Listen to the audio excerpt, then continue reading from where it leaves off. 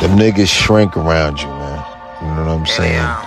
They just in the space probably before you was a little bit. You know what I'm saying? But them niggas shrink when you come around. That's why them niggas don't want you around. Situation with the genders and all of that shit that we've been hearing about. And there's nobody better than the gore. Philosophical to come set that bitch off. Yo, you know the game been.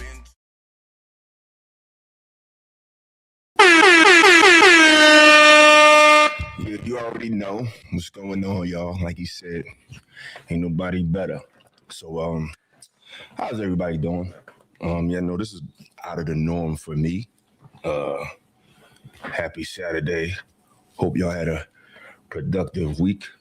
I'm trying to stay as busy as I possibly can.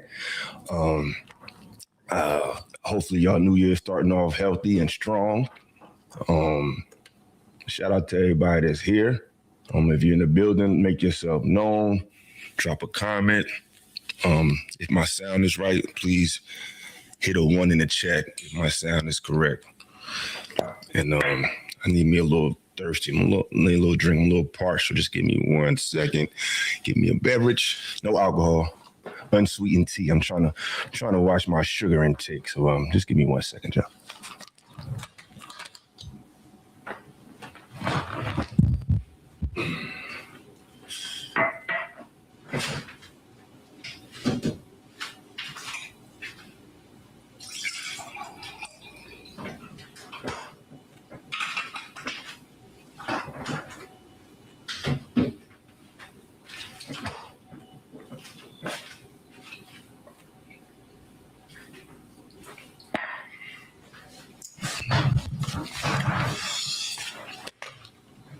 All right.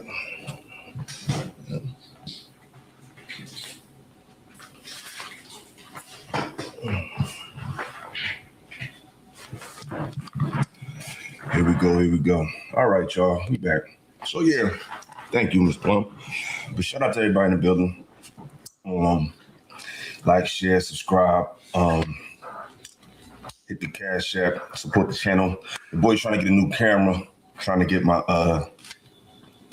upgrade my look and all of those good things.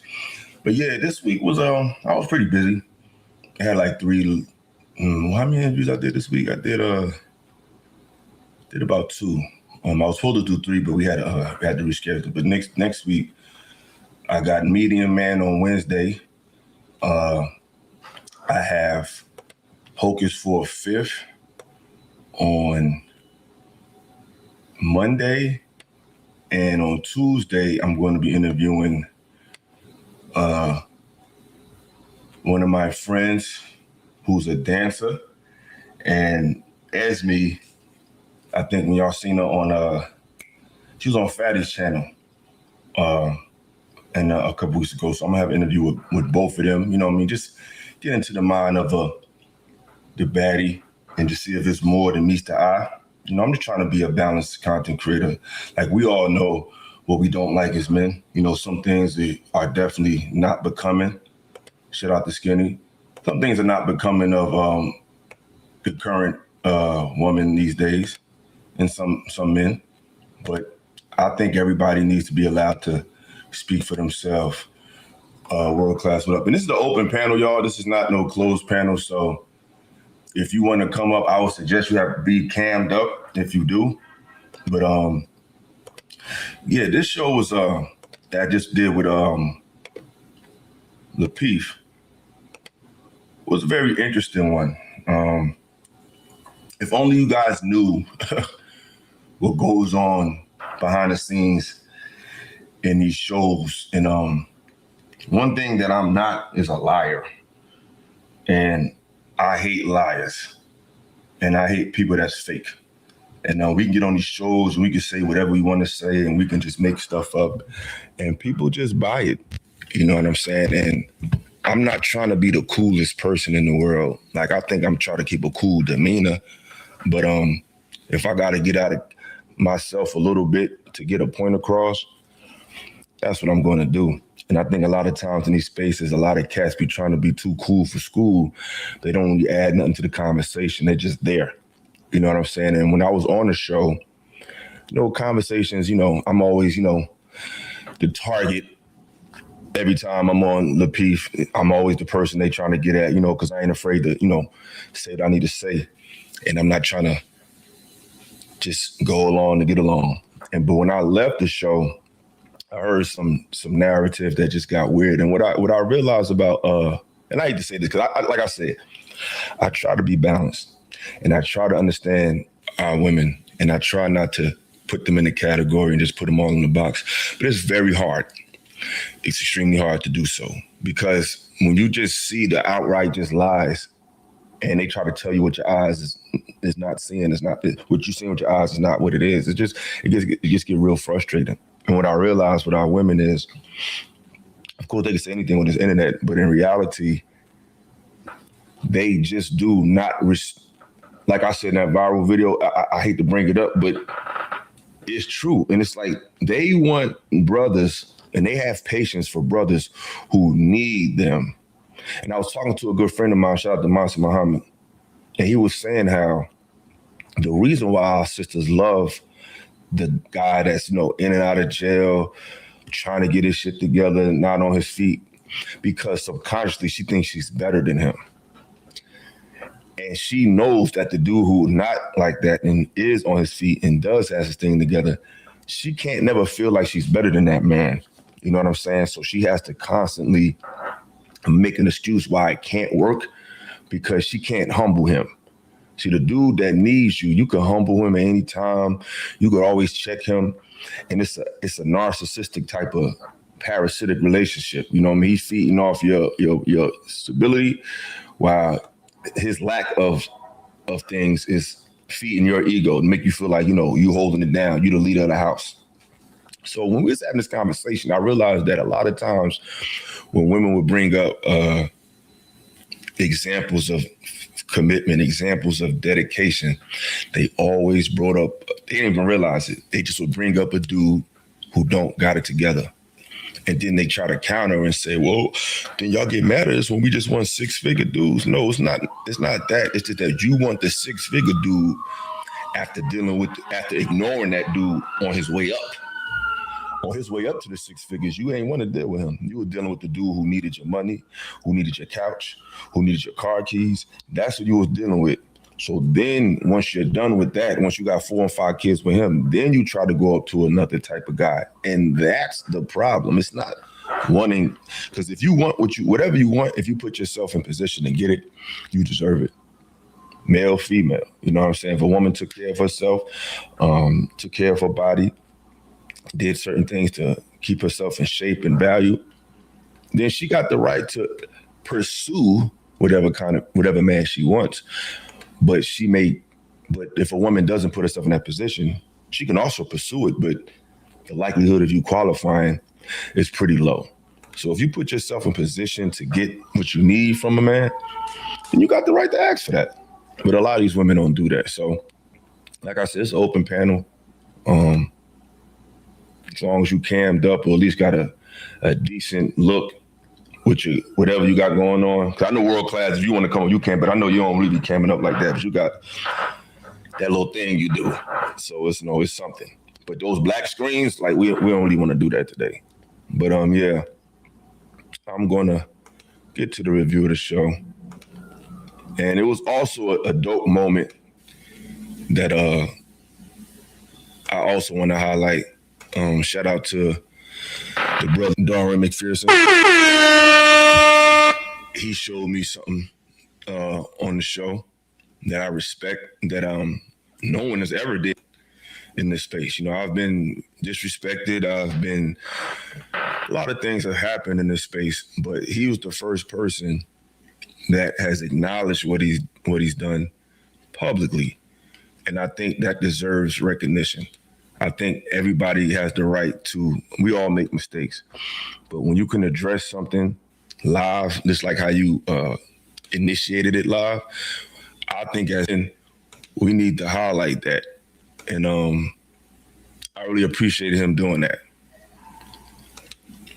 I really do, because I've been in situations where I've had disagreements with people behind the scenes, but they brought it to the public, you know what I'm saying?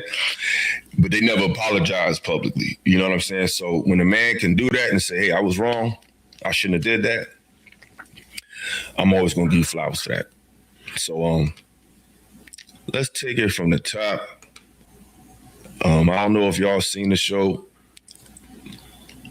Mrs. Plum said they can feel superior to this of that. Yeah, exactly. They can feel superior to that, this of man. I don't know. They can feel superior to Maybe she meant to say this type of man, and then complain about that same dude. They talk about the 6-figure dude because it looks good and sound good. They ain't about that though. Oh no, absolutely. Exactly that type of dude. Absolutely, because if you want, you go after whatever you want. You know what I mean? If you want a bad chick, quote unquote baddie, go after it. You know what I'm saying? Just know what you're asking for, know what you're getting into, know what it come with. You want a man to make 6 figures, go ahead. Just know what you're getting into, know what it come with, and know what you have to do to qualify to get that. So, yeah, so this show, just a lot of cap. You know what I'm saying? There's a lot of cap going on. And for some reason, people always quick to say, oh, so you're speaking from a place of pain. Speaking from a place of pain don't necessarily mean you're spewing negativity, though. If my leg is bleeding and I'm talking about how it's hurting, it hurts me, or I got a leg injury and I still got to, move around and travel. And I'm like, yo, man, this shit hurt though. Like, yeah, I'm going to work. Yeah, I'm riding a bike. Yeah, but yo, this shit hurt as hell. Yeah, I'm speaking from a place of pain, but I'm not necessarily complaining. I'm not necessarily trying to make my problem your problem. I'm telling you what I'm going through based on how I felt and what this issue is causing, the discomfort in my life. So people say that it's like they just discard it, but you're not really unpacking it. You know what I'm saying? I ain't calling nobody no name. But like I said, man, just a lot of cap going on in the show. And if only y'all knew what goes on behind the scenes, if only y'all knew what really be happening. People just get on these panels, especially with these females. They get on these panels. A lot of women, let me tell you something about a lot of women in this space. They see who's got that it factor, and they try to get close to them, whether it be socially, whether it be otherwise, and they try to siphon that energy, gas themselves up, and then go into content or go into, like, it's almost like a Samson and Delilah type energy. And this happens in real life. Men got to watch that. Like a lot of women, even some men with women that deal with this with men, people see what's inside you and they want to eat off of that energy. They energy vampires or swagger jackers. You know what I'm saying? Skinny said, I can name a few women who I see doing. Listen, bro. If only y'all knew what Illa goes through. I could expose people I got receipts, photograph, like I could really do that, but I'm not gonna do that. I'm gonna keep it classy. But people better be very careful how they move, you know what I'm saying? Because I'm a real person. And once I show you real love and show you real respect, I expect the same thing in kind. But people get real beside themselves. A lot of women try to get close to you and you gas them up, you give them some game, and they think that, they the shit now. It's like, nobody know who the fuck you is. Like, nobody's checking for you. You know what I'm saying? Like, you might feel confident to do that now because somebody has gassed you up, put a battery in your back. You know what I mean? Like a lot. It's like you look at the industry. Look at Cardi B. Offset was lit. I mean, it's funny because when I first came on this show, women don't even be informed. They just be up here just running their mouth. When I was on the show, the first show I came back on Lapeef, we was talking about Cardi B and Offset. And Ty from the shower was like, and not just her and another one, I think Miss Mona or something like that. And they was talking about how Cardi, she was nobody.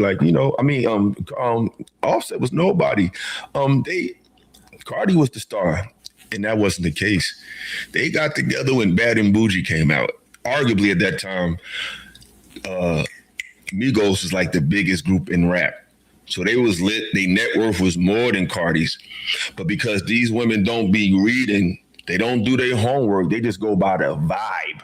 It feel like she's more lit than him. But when they got together, he was up and she was not where he at. Now, based on her association with him, she was able to meet this one, to meet that one, and get in these circles. And of course, she's surpassed him in net worth and surpassed him in wealth. But let's not act like the talent is there. The talent was from Offset.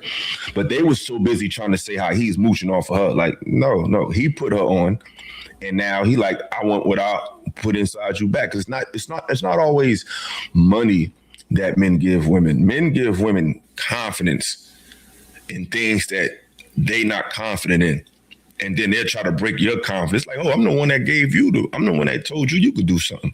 I'm the one that made you see that you can do more than what you are. And then when they get to that level, it's like they don't need you. I remember I watched a documentary, this woman, she was overweight.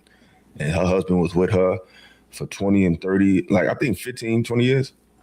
So I think she started losing weight or she had surgery, something. So she, her body came back. What did she do? She left him. And wasn't ashamed about it. Not only did she leave him, she left him for a man that was married.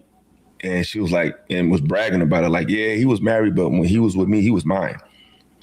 This is what I'm talking about. That's why it's getting to a point where men are not going to just give anybody a chance no more. Like, I think black men are the most open to giving women chances, whether they overweight, whether they got mad children, whether they not on their feet. I think we're very open to dealing with the plethora of women despite their shortcomings. And on the flip side, I think some women do that, but from what I see, from what I see, the type of man that often gets that chance from our women is a street character. Just in my opinion. That's like us always giving a stripper a chance or something. We don't do that. It seems like the guy that always gets the deepest empathy is the street dude. Why? Because they think they better than him. So they can always say, I did this, I made you, They don't have that patience for a dude who don't need them. They need to feel like they're above, like they have a masculine approach to relationship. They have a masculine approach to interaction. Not all of them, because most women who don't have that issue, guess what? Ladies and gentlemen, they're married. They're in fulfilling relationships. They're not single. You know what I'm saying? Because they get snatched up early. So I just feel like a lot of women are energy vampires, and they get on these shows and they start talking that shit. But if only y'all knew what happens behind the scene. Maybe I might talk about it in a page. Maybe I'll start a Patreon. I'll start giving y'all tales from the ill side. Should I do that? Should that be a show? Should I make a show called Tales from the Ill Side, man? When I just let y'all know things I done been through behind the scenes. I don't know. But yeah, that's another story. But yeah, let's get to it. I'm gonna try to, like I said, it's an open panel.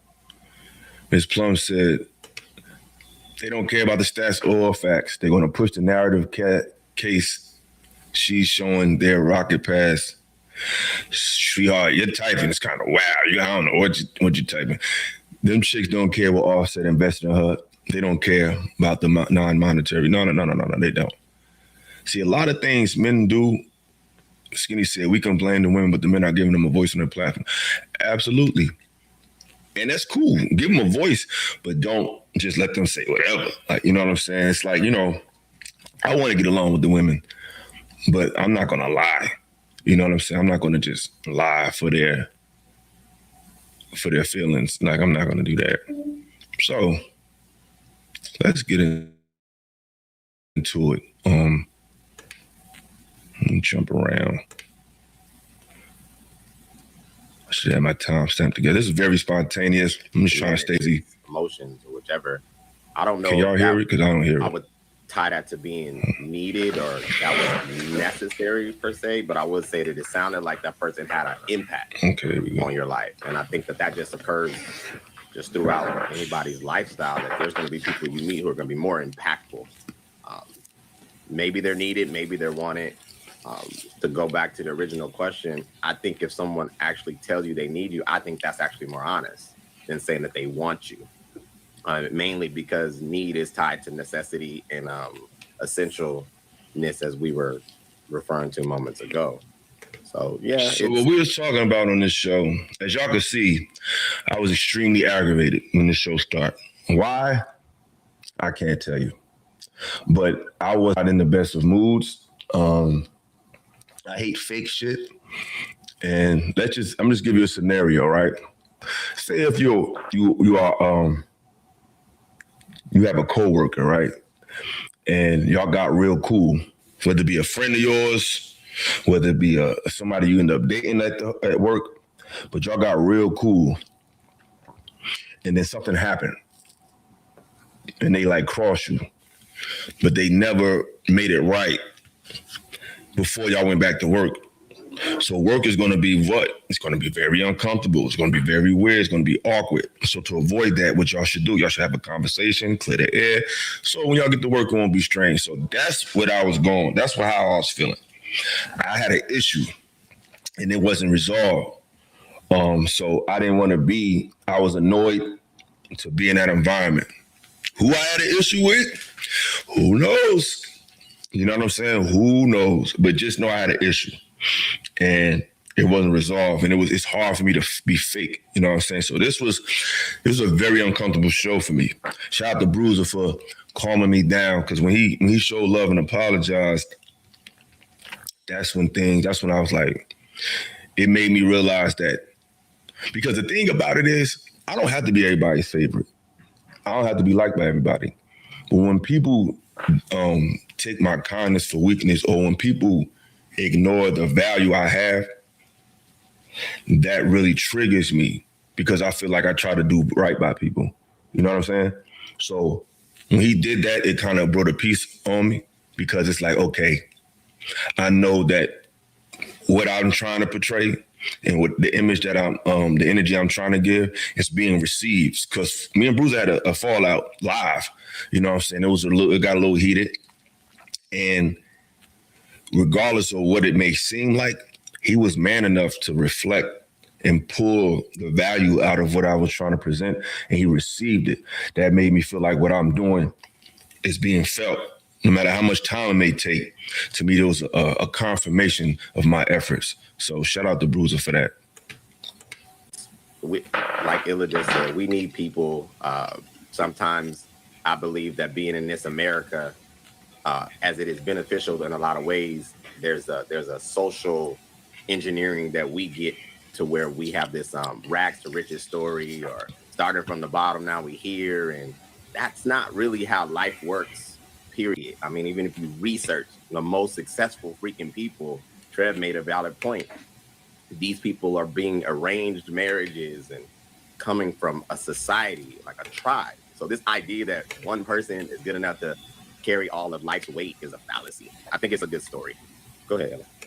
Yeah, I hear what you're saying, but I think we live in such a due to technology and social media, we feel like everybody's so damn replaceable. So we don't feel like we need somebody. Like,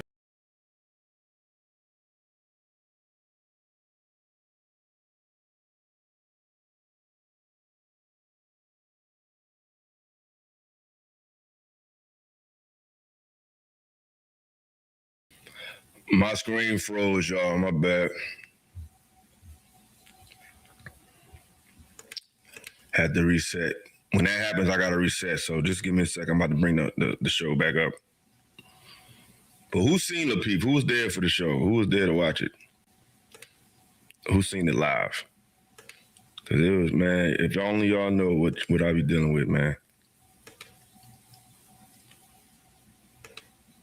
But I ain't going to stop, though. Like,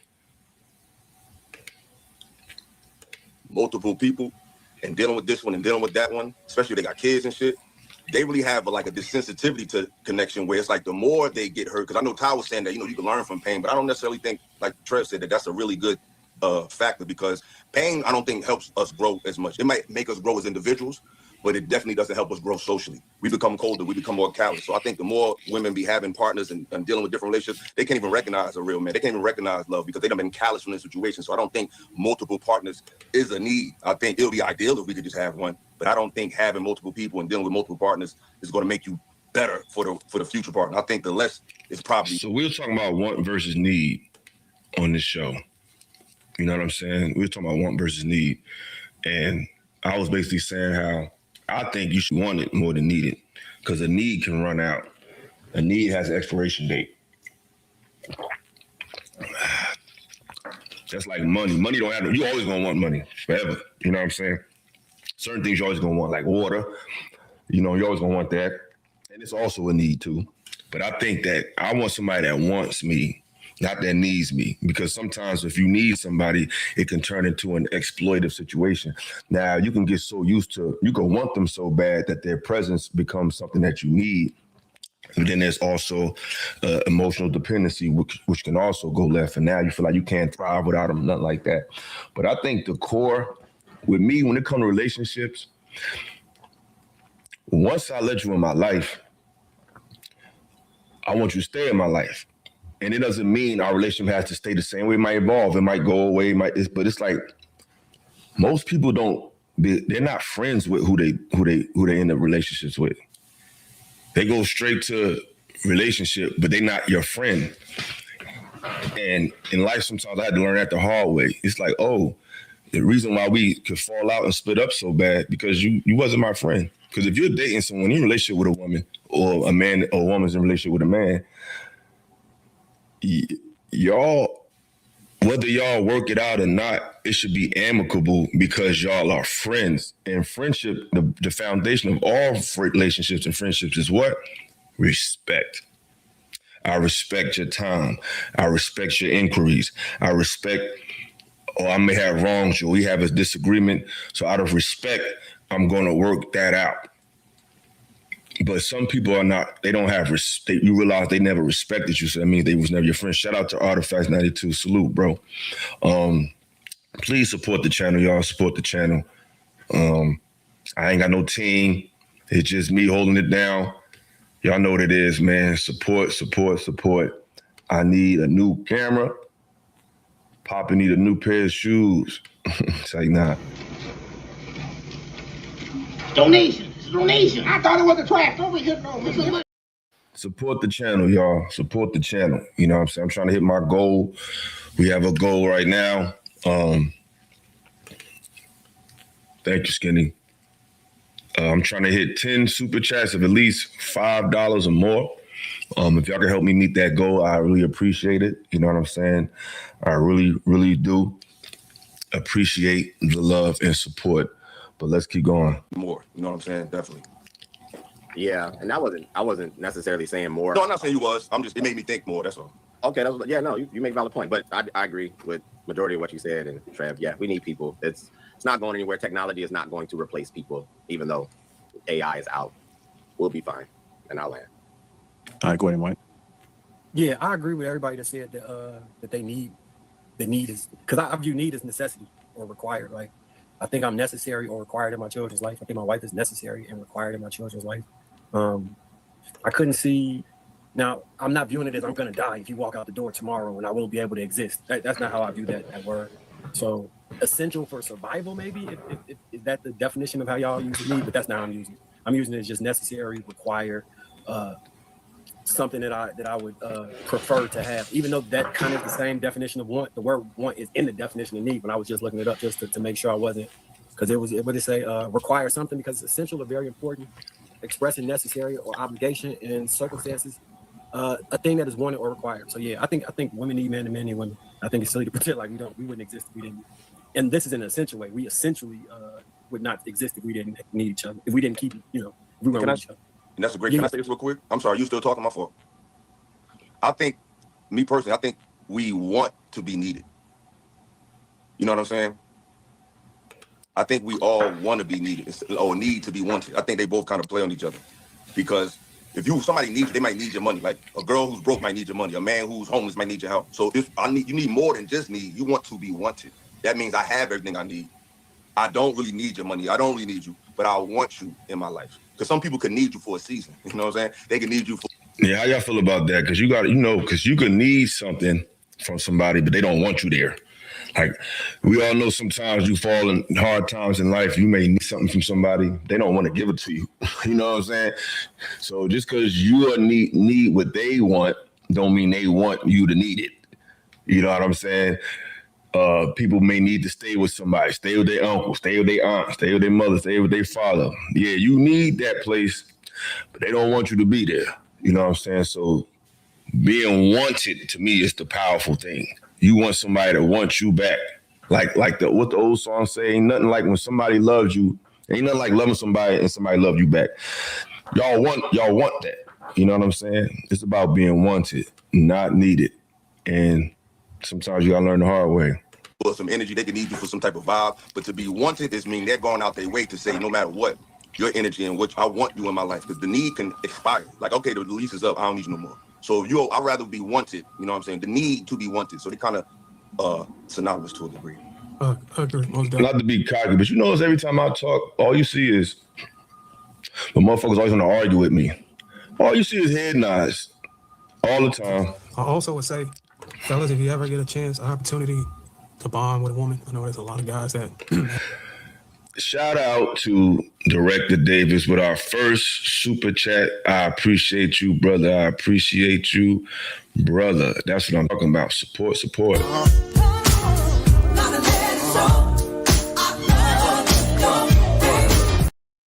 He said, I could be wrong, but I want to be wanted and needed. And I feel that too, because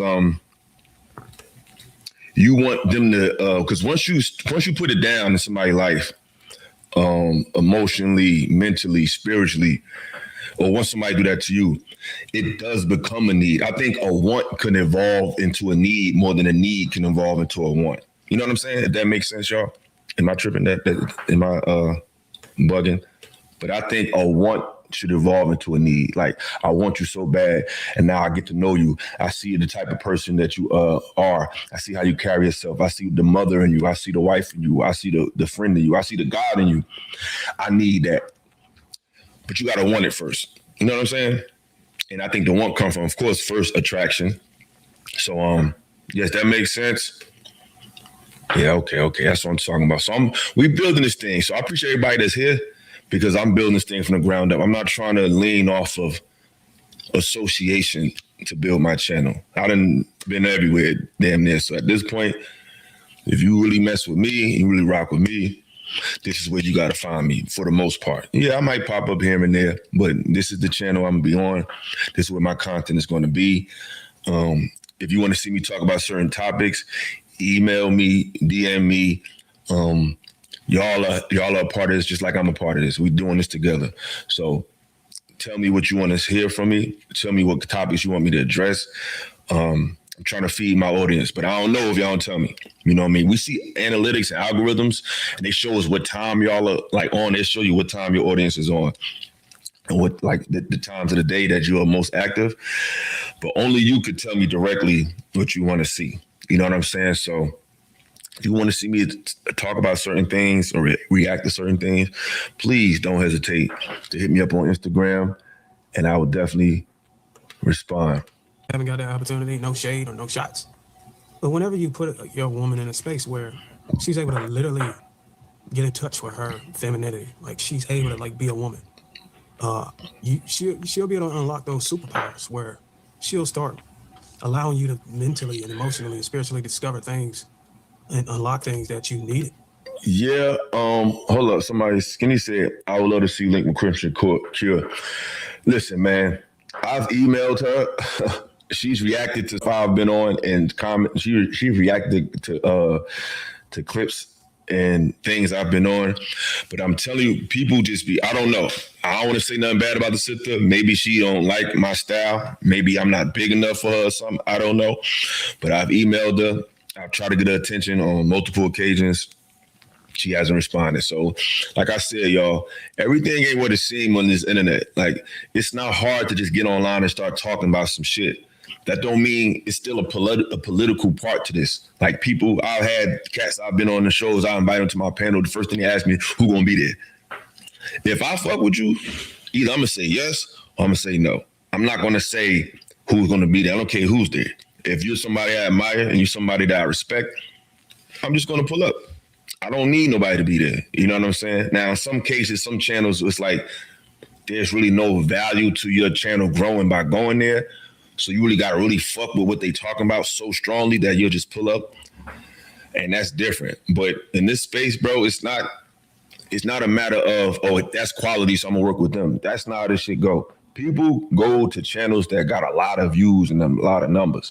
And that's where they feel like the value is at. They don't really, what you say secondly, what you talk about oftentimes can be secondary. It's just the fact that you bring eyes to their channel and, you know, it's politics. But Skinny, I'll try again. You know what I'm saying? But I ain't begging nobody. You know what I'm saying?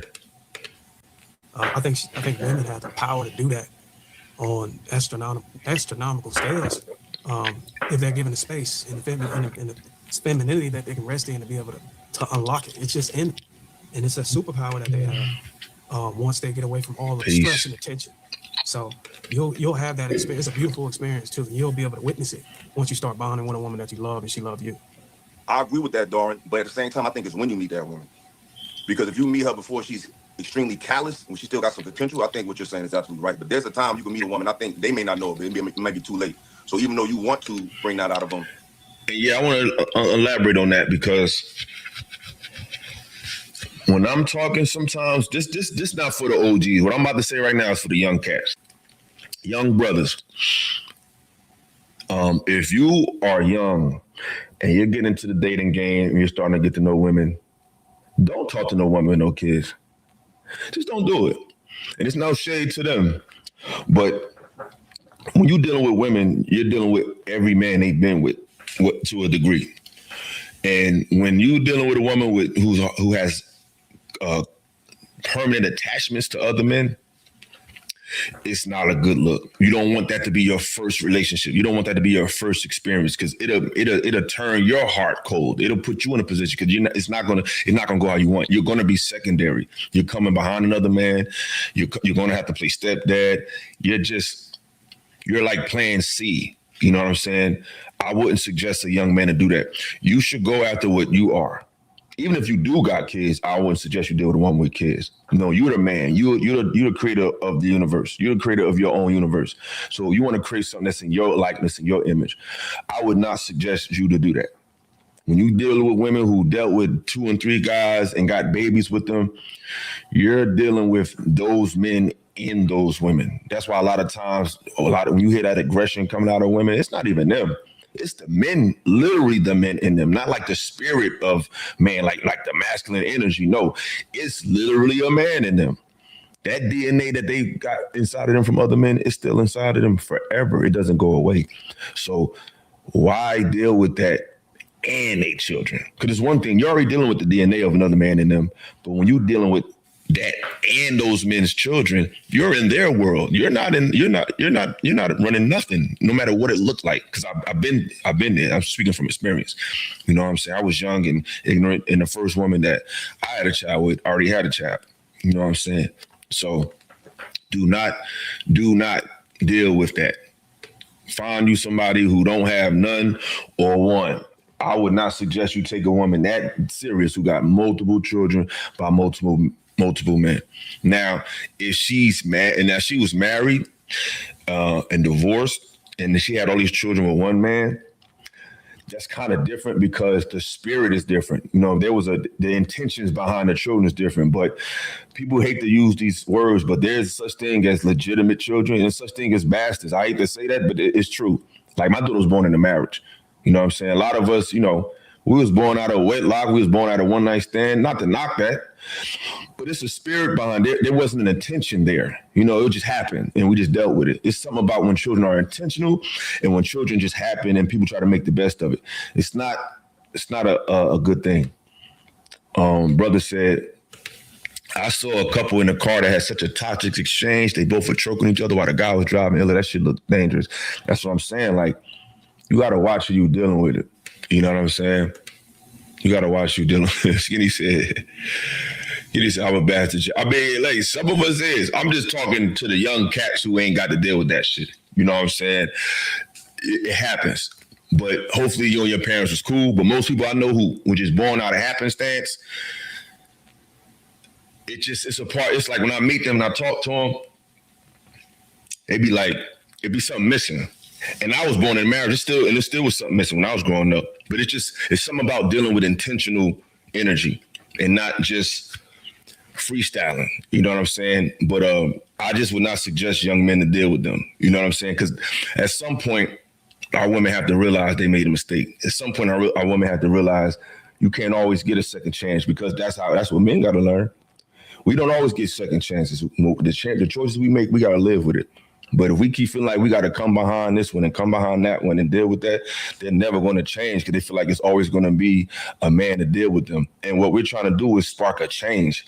We're trying to spark a revolution in how we deal with each other in relationships. That means the ones who made those mistakes, they got to live. They got to sleep with that. They got to sleep in the bed that they made. Get back with that man. That's why I said it's a difference between a woman who got a lot of children with one man than multiple children with multiple men. Because where do you go back to? See, if you got children with mad men, well, you got a bunch of children with one man, you can easily go back to that one man and work it out. But if you got 3 kids with 2 dudes, 3 kids with 4 kids with 3 dudes, who do you go back to? There is no foundation there. You are not aligned with one. Imagine trying to build a house with 3 foundations? Just think about that. You know what I'm saying? You can't. So when you're dealing with one woman who had a child with one man, she can always go back and reconnect to that. But when they got multiple men in their life and multiple, there is no firm foundation there. You know what I'm saying? Director Donna said, nah, for the last situation I was in was with the single mom. It was the worst shit I experienced. Yo, exactly, because you dealing with all of those men inside of them. You know what I'm saying? That shit is they under possession, they under demonic possession, and they don't have an identity. So there's no firm foundation. There's no way you can have a firm foundation with 3 men. At least you can always tell a chick with one baby father, go back to your baby father. But if you got multiple baby fathers, who you go back to?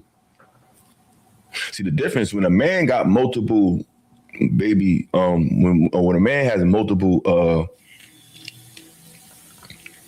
shout out to Quantum Love. She said, I agree with that.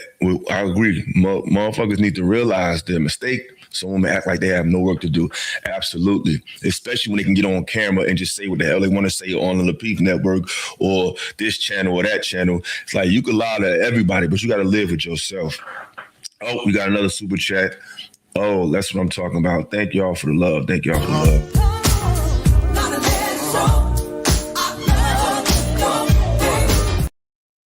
She said, I prefer more of the philosophical and occult knowledge. Yeah, I know the relationship discussions where people want to tune in. Absolutely, I do too. But what I'm going to start doing is tying them together, because we don't realize is relationship is a spiritual dynamic. You're entering someone's body. You're entering when you literally have sex, you're entering into a womb, which is a universe. You're entering in her galaxy. You know what I'm saying? Y'all are combining worlds, and people think they could just do that and just go somewhere else like it's nothing. Or I can just turn that off. Any woman who could be intimate with you and just stop and cut you off over a misunderstanding, you're dealing with a demonic person. You're dealing with a person that has who's kind of soulless. You know what I'm saying? So you got to be careful of that. But you know, when you enter a woman's body and you enter into her energy, that's a real serious union. And people act like that's just something you could just turn off. Well, I'll find another person. I can do another person tomorrow. Like, you didn't let 3 and 4 men into your universe. Like, what are you? See, the difference is when a man got multiple children, right, with multiple different women, it's like a pyramid structure. You got mad bricks, but they all align to a point. That point is the man. All them bricks is the different women, but it comes to a point. They're all aligning towards him. Now, imagine how a pyramid could stand the opposite way. It can't. You know what I'm saying? The tip can't be the base. So the woman, when she has multiple men and multiple children with multiple men, she's them. But when multiple women are dealing with one man, they become him. It's becoming him versus becoming them. How do you become them? How can you be this guy, that guy, that guy, that guy, and that guy? How? They say a jack of all trades is what? A master of none. So when you see women who dealing with multiple dudes, they're a jack of all trades. That's why they could talk to. They know how to entice mad dudes. See, I'm about to get deep. See, a woman who deal with multiple dudes, multiple baby fathers, they know how to attract multiple dudes, but they don't know how to master none of them. So it's a difference because they can't. You cannot be all over the place. See, a man, when women deal with multiple men, I'm not even saying a man should even do this or not. I'm just giving the science on it. They are all becoming like him. She got him up in her. She got him up in her. So all of y'all got this one man up in y'all. So y'all are all aligning to a point. When a woman dealing with multiple dudes, she's spreading her energy mad thin. That's why a lot of them single mothers be what? Stressed. And the only thing that seems to compensate them is money, is a job. But they are, unless they do some real strong inner work, real strong discipline, like really, you can never reset your body count or nothing, but you can definitely fast. You can definitely rid yourself of at least mental distortion and really just recalibrate yourself. But a lot of them don't do that. They just keep going and going and going and going and going. So you got to be very careful and know what you're getting into when you're dealing with women with multiple children, because especially if they haven't repaired the relationships with those men, you're dealing with a lot of spiritual, dark energy. So to my young brothers, I wouldn't prefer you do that. They will fight it. They will deny it because they done been through so much. They done been through so much rigmarole that they don't even allow themselves to bloom that way. So I think it's when you do it and when you meet them, before you catch them before that expiration date, when they done been, ran through, I think you have a better chance of bringing that potential out. But I think there is like a deadline sometimes. But I could be wrong. Ella, I think your perspective applies to both men and women. Right? I only date women though, so I understand. And I only date men. So speaking from a woman's perspective, I think you can also run into men who have dealt with so many bad women or bad relationships or gone through so much that they become callous, that they're no longer open, that they're no longer, ready and able to be receptive to someone who may be. See, this is the difference between us, right? When a man get callous, it only stop him from being a man, though. Like being tough and being callous kind of helps a man. That don't really help no woman. So when he goes through relationships and he goes through heartbreak, it's kind of making him stronger. It's kind of making him realize that you are the head, and whether these women mess with you or not, you still have to be it's a certain level of toughness that a man needs that sometimes he will learn the hard way from relationships. A woman getting callous don't help her. Like when a man is tough, that don't turn off a woman. That's why women always chasing after the bad boy or somebody who seems like he don't care. So you see how they can say a lot of shit like, oh, that happens to men too, but they don't stop them from getting y'all though. You becoming callous and you becoming hard, that don't help you. That stops you from attracting men.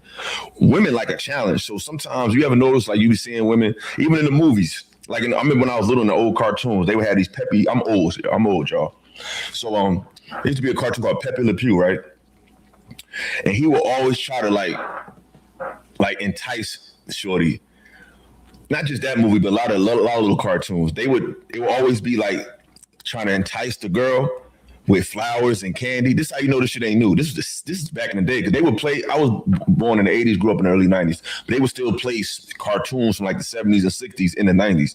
Just like now in the 2000s, you can still catch cartoons from the 90s and the early 2000s and now. So they will always have like the smooth, the suave, the sophisticated guy trying to bring the flowers to the girl, and she would just be ignoring him.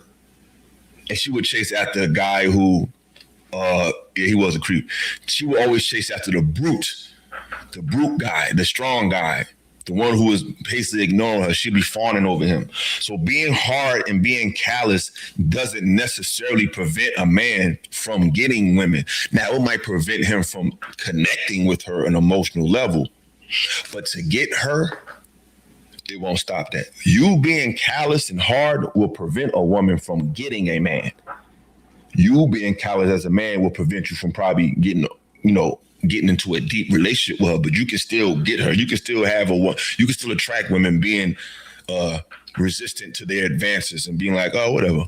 They actually kind of like that shit. And we can look at society and see that. They're not chasing after the guys who are interested. They're chasing after the guys who look at them as disposable. You know what I'm saying? So that's where the bullshit got to get separated from the real shit. But we got another super chat. Shout out to the brother.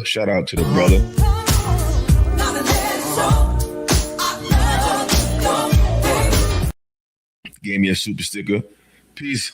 Sweet Brother Doomsday. I like that name. Let's get back to it. In their life. So I don't think it's a woman or a man thing. I think it's a person by person thing, right? And how people deal with trauma and neglect and being hurt or going through certain situations, how they internalize it and decide to deal with that. That's the biggest thing. People have to stop taking hurt and then decide. Brothers, in your opinion, right? When do you get the best response from women? When you're nice and sweet, when you kind of act like I could go with or without you. In your opinion, brothers, which one was it? What do you get more from them? When you was engaged or when you was kind of disengaged? Put 1 for engaged, 2 for disengaged. If you're in the chat, we got 26 people watching. Hit the like button, get the likes up. So let me know, which one was it? Because in my opinion, the best results I ever got, not all the time, but for the most part, is when I was like kind of not like showing too much. So that's why, exactly. Shout out to Wish Doctor. That's why, salute, brother. That's why I'm talking like balance of both. Okay, I respect that. Shout out to Wish Doctor. Shout out to Wish Doctor, my boy. One of my favorite content creators. Wish Doctor got the coolest voice in the world. I think he needs to start doing voiceovers, y'all. What y'all think? If y'all ever heard Wish Doctor voice, he got $1 million voice. I don't think he realized it. He could be doing voiceovers. He could be doing a lot of shit. That man's voice is $1 million. Pause. A man who is centered does not need to conquer, does not need to prove, does not need to distract one. He receives rather than hunts, not passively but magnetically. Good point. Good point. You're right. So, but that's still, to me, that's still saying he's not really, let me see, he said, he's still going. He said, so conquest is not masculinity fulfilled. It is masculinity attempting to resolve desire externally instead of containing. Exactly, yes. Okay, he came full circle. So he basically unpacked what I was saying. That was fire. That was a fire comment. Like, you got to, that's why when you get to that point, you just don't care. Because that's basically what he's saying. I'm saying it in a harsher way. You just more concerned with being centered in yourself and just letting things happen how they happen. And that's when they like you. When you're engaged, when you're trying to get them, when you're trying to impress them, when you're trying to show them that you understand, they don't give a fuck. So all that, a man can't be callous. No, he can. You don't have to be mean. But when you got a couple scars on your back, they like that. They don't want nobody doing that, but they'll say it. Of course, they'll say it. You know, they always say it. But shout out to my man, DJ Wish Doctor, with the $10 holla. Oh, yeah. I appreciate that. Hold on. I got to.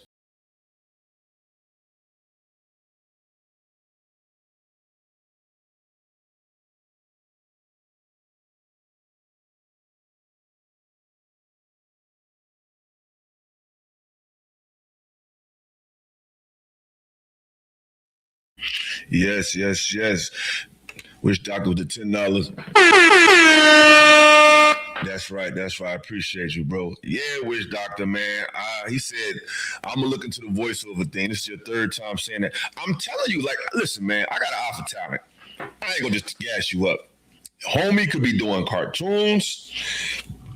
I'm telling you, bro, you sleeping on your voice, bro. Your voice could sell anything, bro. But I can definitely see you in like animation shows. Like, you need to really, really put some money behind that. Like, I'm telling you, bro, you'll become a millionaire.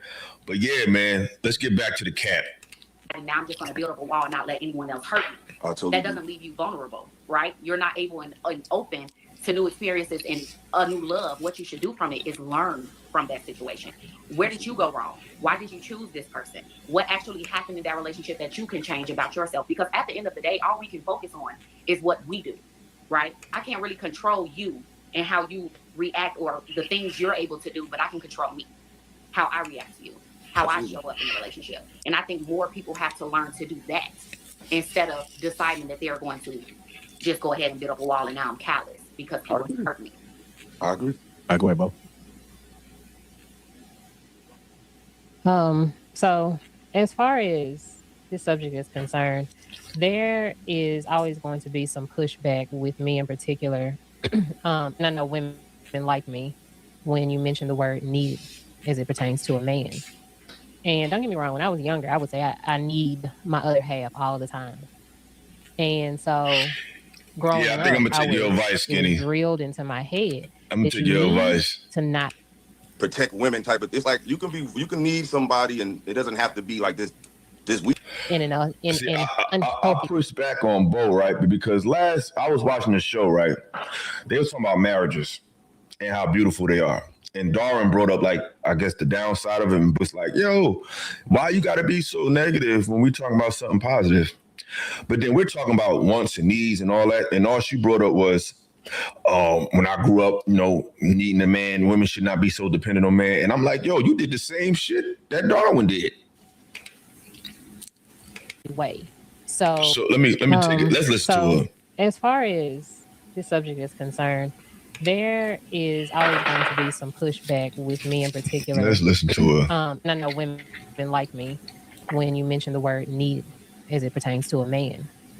And don't get me wrong, when I was younger, I would say I need my other half all the time. And so growing up, it was drilled into my head. Hit the like button, share the content, please. Need a man. You need to not rely on a man because I need everybody in the chat right now, please. Share this live to at least 2 or 3 people. They come, they don't. But please share this live. Please share it to people that already watch the type of content or already. Just let them know I'm live and hit the like button.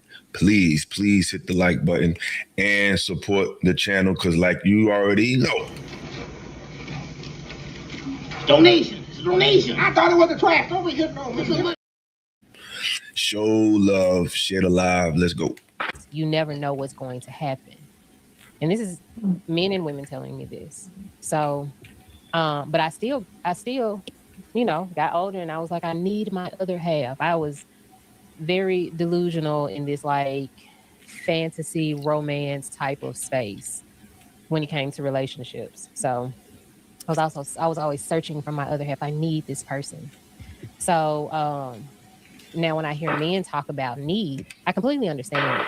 But there's always going to be a pushback because I want men to understand that it is dangerous for certain women to rely on a man to feel like they need a man without.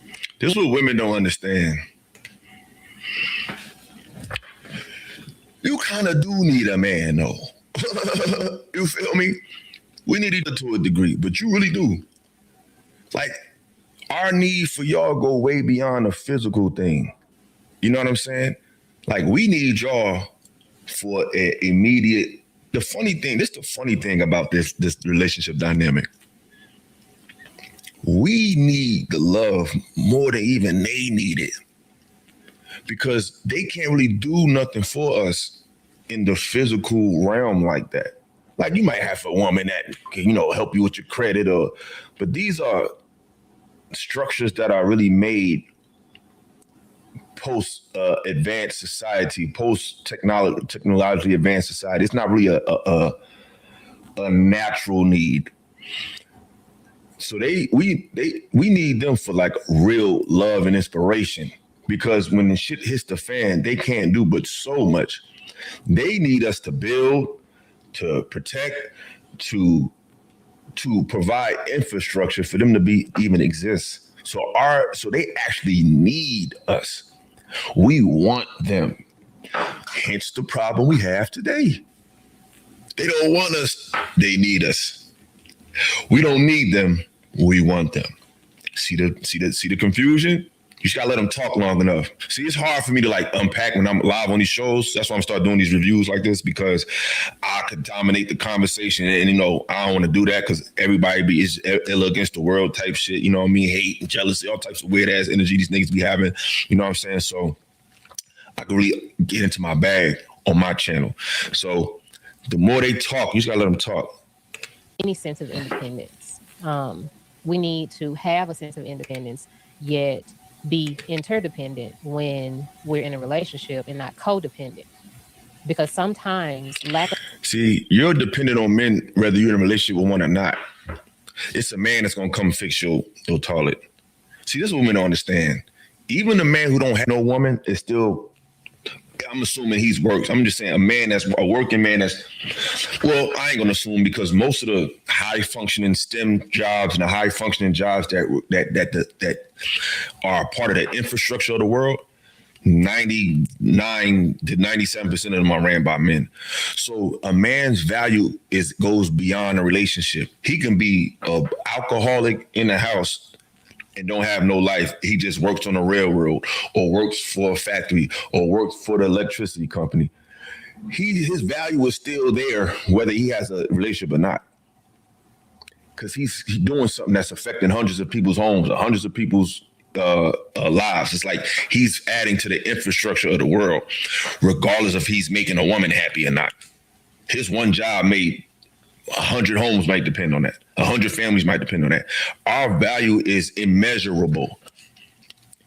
It's not the other way around. We had to create, even the jobs that women have, women don't realize that for you to have something, it takes a man preventing another man for you to take it. Right now, the army protects their country. The armies protect China. The armies protect Asia and Africa and France. And there are men keeping an infrastructure in position to prevent another man from unraveling that infrastructure.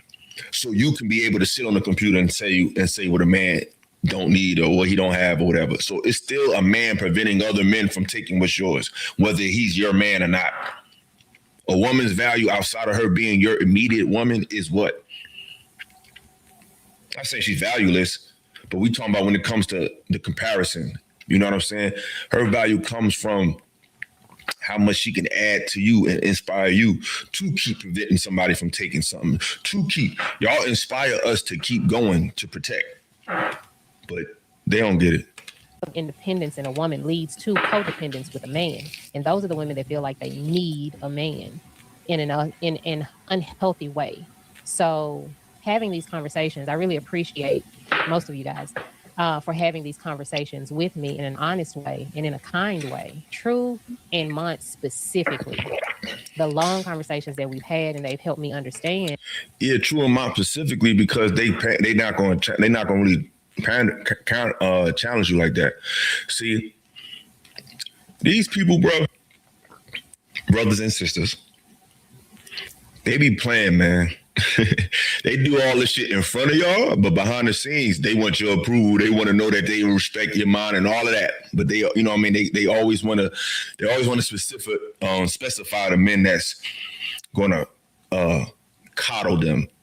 You know what I'm saying? That's why I respect what Darwin did today, because he said what people say behind the scenes in front of people. You know, this shit fake as hell, but I'm not. And how men view things, and now I completely understand what that need is. So, but there will always be that piece in the back of my head. We all tell you what time it is. You just don't want to hear that shit from us.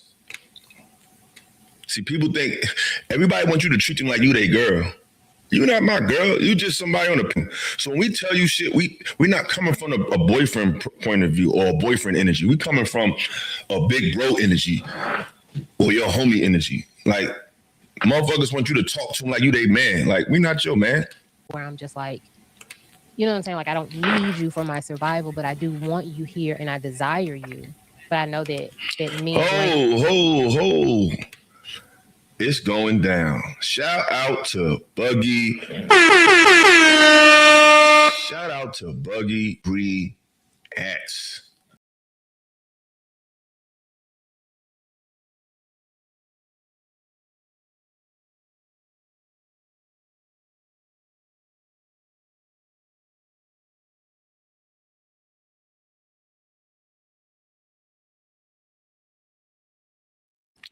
Buggy React says, keep cooking, bro. I will. I'm back outside and I'm here to stay. You know what I'm saying? I'm not playing with these motherfuckers no more because I've been trying to be humble. I've been trying to be nice and work with this one and work with that one. I can't please nobody. Everybody got a problem. Everybody get mad when I say nothing. I was about to say something crazy. I'm not gonna say it. But yeah, I'm here to stay. We gonna keep cooking. You know what I'm saying? I don't know, something happens when you realize, like, I lost both my parents, so it's just me. So when you realize you ain't got nobody, I played a clip on my Instagram. I think the brother, I forgot his name, but I shared it and I put it on my story, and he was like, yo, when you lose both of your parents, can't nobody hurt you for real. You know what I mean? My mother's gone, my father gone. Like, you leaving means what? You know what I'm saying? So it's like, I don't need to be associated with nobody. I'm all down with like cool people, productive relationships, but all this pick a side, all this peanut butter and jelly shit these niggas on, all this sneak dissing niggas on. Listen here, bro. Yes! Yes! Fuck you too! Exactly. So let's get back to the show, man. Languages they want to be needed. Bo, can I ask you something, Bo? Last time I seen the show, I seen you and Darwin go into it, and we was talking about relationships and marriage. And you was like, why does it always have to be such a negative perspective? But you just did the same thing. You know what I'm saying? We know that a woman don't need to just depend on a man for, like, that's a given. Like, we know that she needs her own independence. Like, we're talking about the positive aspects of needing each other. So I just feel like you kind of shifted it to somewhere else. Like, you know what I'm saying? Like, we already know the negative aspects of needing somebody. We already know that when you just can't get over them and it's this toxic addiction. We're not talking about that. You know what I'm saying? Because a man could be like that for a woman. It can go either way. So I think you kind of shifted into a protect women type of, it's like you can need somebody, and it doesn't have to be like this. We know women are independent. Like, it's 2026. We know that you don't need nobody, but we need the energy from each other. If it was that, because it wasn't the case, we wouldn't be here. It would just be a world of just individuals. Like, we need something innately from each other, regardless of how we can take care of ourselves financially and economically. I just feel like you kind of shifted it to, be careful because a guy can get you type of thing. And I don't think that's what it is. And she did. Like, no matter what we talk about, it has to go to a place where, women be careful. Fear mongering. But they always want to talk. But they want to talk about, oh, are you speaking from a place of pain? That's all she do is speak from a place of pain. Every show, fear mongering. Every time men talk on these panels, she has to remind women of the dangers of man. Like I said years ago, women live, not all, but a lot of women live between two worlds, fear and fantasy. You can even tell by the media that they watch. Most women I talk to, they love romantic comedies or romantic movies, which are oftentimes fantastical, and horror. Would you feed yourself? There's many ways to feed yourself. You got your eye gate, you got your mouth, you got your ears. These are 3 ways of ingesting.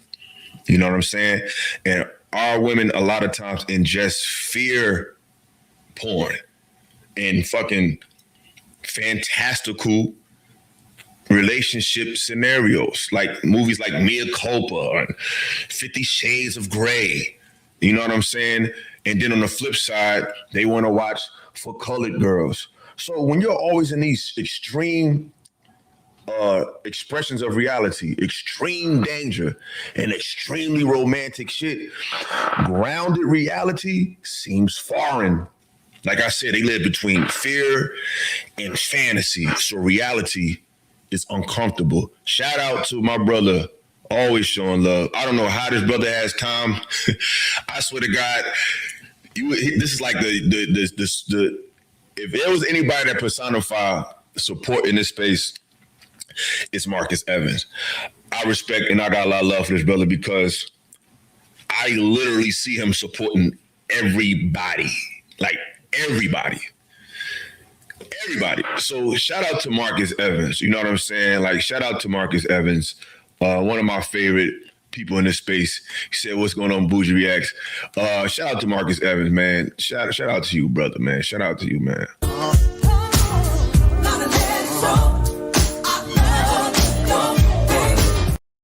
Yeah, Marcus Evans with the $5 Super Chase said, "What up, big bro? Keep cooking. I don't know how you deal with the foolishness of bow tie, disingenuous people in general." Oh, brother, you don't know the half, man. You don't know the half, man. You do not know the half. All I can do is laugh. If y'all only knew what's like really happening behind the scenes, just know I'm your favorite rapper's favorite rapper. You know what I'm saying? Just know that what people be wanting and people be wanting and wish they had. Oh man, I'm not gonna do it. I'm not gonna get messy. Just know Illa is who he say he is. You heard? I ain't no cap in my rap. But let's get back to it. So I am finally convinced between last night and tonight that anything that I say is going to always be taken a certain way. Because what I did there was admit the fact that this is what I was taught and this is something that I have learned. But we know that. You don't have to keep repeating it every show. We know that you were raised to look at men as the boogeyman. We know already. You don't have to tell us every single show, every single conversation, every single episode. We know that.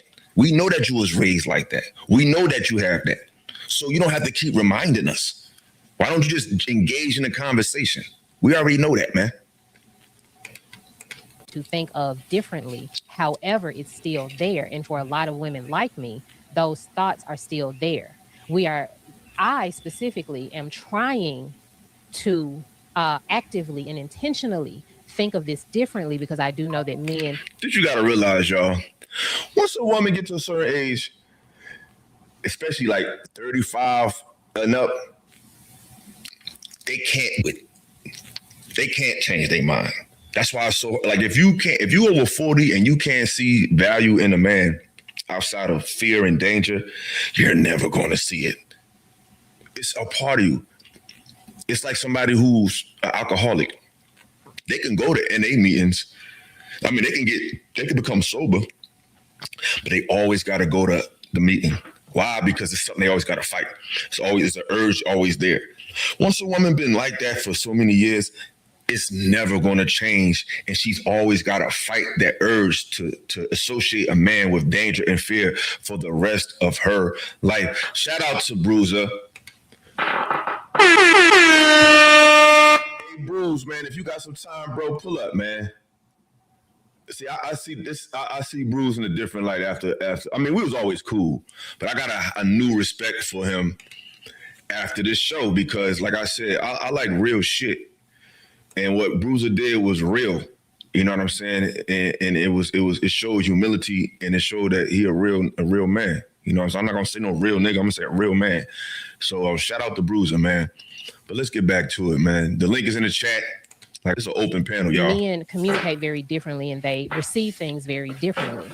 And I said that True and Mont specifically have helped me understand that. That was me saying, I understand that the way I think is not the way a man thinks now. And now I'm being more intentional about not being that way. And I'm so sorry that you took that negatively, but that is not how I meant it at all whatsoever. I was not dragging. Shout out to the lovely Miss Smell of Roses who became a member. I really appreciate that. I really do. I don't have all the special effects and all of that yet. But they coming, you know what I'm saying? They coming. I'm not even ignoring that goofy ass comment. No, I'm not cool with him. And you know I'm this protect women in it. I was just telling you the mindset of someone. I need this. Listen here, moderators, y'all. Y'all got to be on y'all. When y'all start seeing goofy shit, I'm gonna let him live because I don't know where he's going, but that look like a little bot or something. Goofy people, get them out of here. If you see somebody say something dumb trying to antagonize me, get them the hell out of here. Y'all gonna make me fun. I don't know what that means. Yeah, get him out of here. I don't know what he's talking about. Get him out of here. Women who are told not to need and not to rely on a man. However, we do need to get on the same page about what that need means for men and for women. And I can understand, and let me tell y'all something. I'm a lot of these cats' worst nightmare. They would hate for me to get keep going and keep getting that motion on. They don't want to see that. You know what I'm saying? I ain't even been 100. I ain't even go 100% already. Not even been places a lot of these cats ain't been. So they nervous. They don't want to see me keep putting out content. They don't want to see me doing that. They want to see me just be a guest on other people. No, they don't want me to build my shit. They don't want me to get that momentum. So the more I do things, they're going to start just antagonizing. So get ready, but I ain't slowing down. Agree with how men view need. You So took do you it need there. anything I'm so from? sorry. Do you need anything from the male species? Do you need anything from? Yeah. Exactly. But I digress. I didn't say I just said I digress. I didn't even say that I didn't. Jesus Christ. Yeah. Never So said you did. I just said I digress. I am convinced that my words are never going to be taken as I am saying them. So and it's okay. I said I digress. Like, you know what I mean? That's what I said. So I don't. But I'm about to get reprimanded. Hey, bro, I heard what you said, and I'll be honest with you. From your message, it started out very similar to my message, if I'm not mistaken. I could have heard it wrong, but no, it was. It was your message, Trev. That's what I was gonna ask Ella. What was the difference between what Bo stated and what Trev stated way earlier when he started? I digress, man. That means I dropped it. I just wanna ask because Now I want to check out something, right? There was a comment. I'm gonna go to the comment section real quick. So let's go. All right. Because someone kind of summed up my perspective kind of precisely. Sometimes the comment section be hitting. Sometimes, not all the time. Sometimes. Let me go. Here we go. Can y'all see this? Can y'all see this comment? Let me blow it up. Hold on, y'all.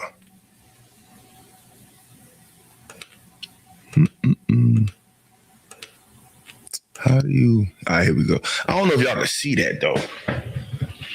I don't know if y'all can see it. So I'm just read it. Somebody said, Ty, what you missed when Illa talked to Bo in the beginning was that Bo was pissed that Darren brought up divorce when discussing men wanting to marry women. She stated that it was unnecessary and negative. She did it here, where she went in to protect women from scary men when discussing need. Hearing it from Trev means nothing because Trev is in line with a balanced thought process regarding life decisions. And if anyone think Bo was right when she did what she did regarding to men being aware of certain women, then they should have no problem with Darwin going at Bo for saying vice versa if he wanted to do so. Exactly. That's the difference. We know that Trev is speaking from, he has a pattern of balance and you have a pattern of bias. So we don't know what the hell you be talking about. We got to double check. But here comes Ty to say today. I said I digress, which means, okay, I heard you. You made it clear. I digress. So I'm digressing. We can move on. I'm not going to move on. I'm going to finish my statement and then we can move on. All right, go ahead. Like I was stating, Bo, you stated that Bo took this conversation in a negative direction. I never said negative. Did he not say negative? Did he say negative? I said that. All right, my fault. Well, I didn't mean it. For being honest. I mean a different direction. Okay, but a different direction. Not necessarily negative, but a different direction. Trev took the conversation there first. She didn't say anything different than what Trev stated in the beginning. He literally stated the same thing. He said we didn't need each other. When we're saying that, we need to make sure that we understand we're asking people to be codependent on other people. Both said. See, I think Trev was speaking from a general perspective, like needing anyone. He didn't say a man don't need a woman or a woman don't need a man. I think he was speaking like anybody should be dependent on anybody, whether it be dependent on their mother, their father, their uncle. She specifically is talking about being needing a man specifically. That's the difference. I wish I would have peeped that during the show, but like I said, it's different when you live and it's like you on the buzzer and you know this one want to talk and that one to talk. You can't really get your thoughts out sometimes. And she's trying to tell women who have that delusion or that mindset of romanticism that you can't be codependent on men. Like she said the same thing. She just spoke about it from her own perspective, and Trev spoke about it from more of a general perspective. But they said the same thing. And yet you decided that this was the moment that you had to call Bo out. I just asked her a question. I didn't call her out. I said I digress. I didn't say, yo, you fucked up, you crazy as hell. I just felt like she focused on the next. I didn't receive it like the same way from Trev. So y'all think I just called her out, or do y'all think I just gave her an opinion? What's up, Kiss Yardy? Did you watch this show originally, bro? No, I didn't watch this show. I normally tune into the brother's channel, but this one I missed this one. Okay. Yeah. That's just me. Oh, go ahead. What you saying? No, go ahead. Okay. So you receive information even though it's the same from a man, differently from a woman? No, not necessarily. This particular conversation. That's what he just said, Trev. But don't do that. But that just happened. Don't do that. So Ty, here's the question: Did you agree with Bo or did you disagree with Bo? I understood Bo, but I disagree with what she was saying. Just like What the fuck is you talking about? But all of that, just to tell us, I don't even agree with her.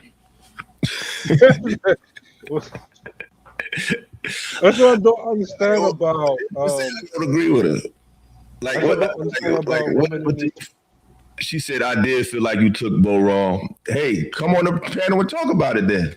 Like I said, I said I digress. I didn't dig in on her, but like I said, when Darwin was talking about dating and when talking about marriages and how they can go left, she attacked him and said, we're talking about unions. Why are you always talking about the worst possible situation? We're talking about needing each other versus wanting each other. And she's talking about how a woman needing a man is dangerous. It's the same thing. Go ahead, bro. What you were saying?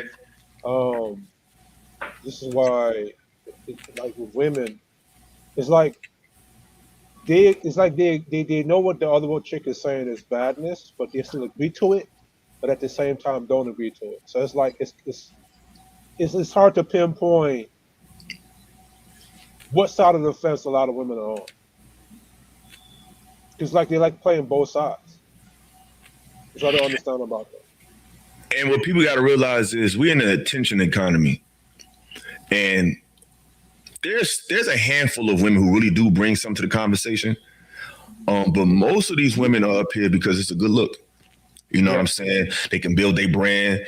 You know, they get visibility. They're able to be seen by hundreds of people, if not thousands, if not millions. And they're kind of like creating ideologies on the fly. They don't really know what the fuck you're talking about. They haven't really done any real homework on anything. They don't really be reading like that. Even these men don't. You know what I'm saying? Yeah. But it's like attention is a real currency for women more than it is for men. A man has to say something. He has to do something. She just could just be looking cute. Every week. But the thing is, you know what I'm saying? Exactly, world class. You could just be looking cute every week and just get it popping. So it's like a lot of women in these spaces are building their philosophy as they go. They hearing what this one said. They hearing what this one said. They seeing how the people react to this. They versus how the people react to that. So they're kind of like freestyling. And they don't really know what the fuck they talking about.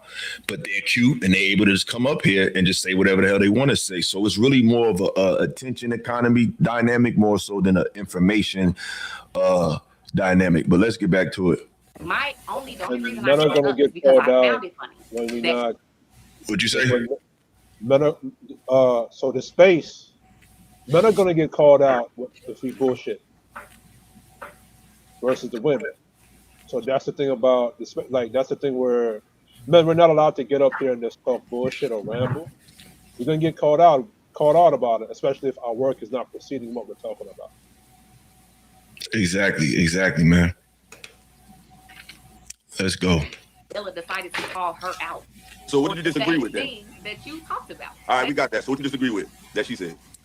I disagree with the mindset that you get to this point where women don't necessarily need to have the mindset of needing men. I think we need each other, period. That's what the fuck I just said. Yeah, you just say that, y'all. If I'm not mistaken, didn't I just say you basically took the conversation from a general perspective to specifically women not needing men, and Ty did all of that bullshit just to say the same thing I said. Put a 1 in the chat if I'm tripping. Put a 2 in the chat if I'm tripping. Put a 1 in the chat if I was right. I need y'all to do that right now. If I was tripping, put a 2 in the chat. If that's what she did, put a 1 in the chat. Please.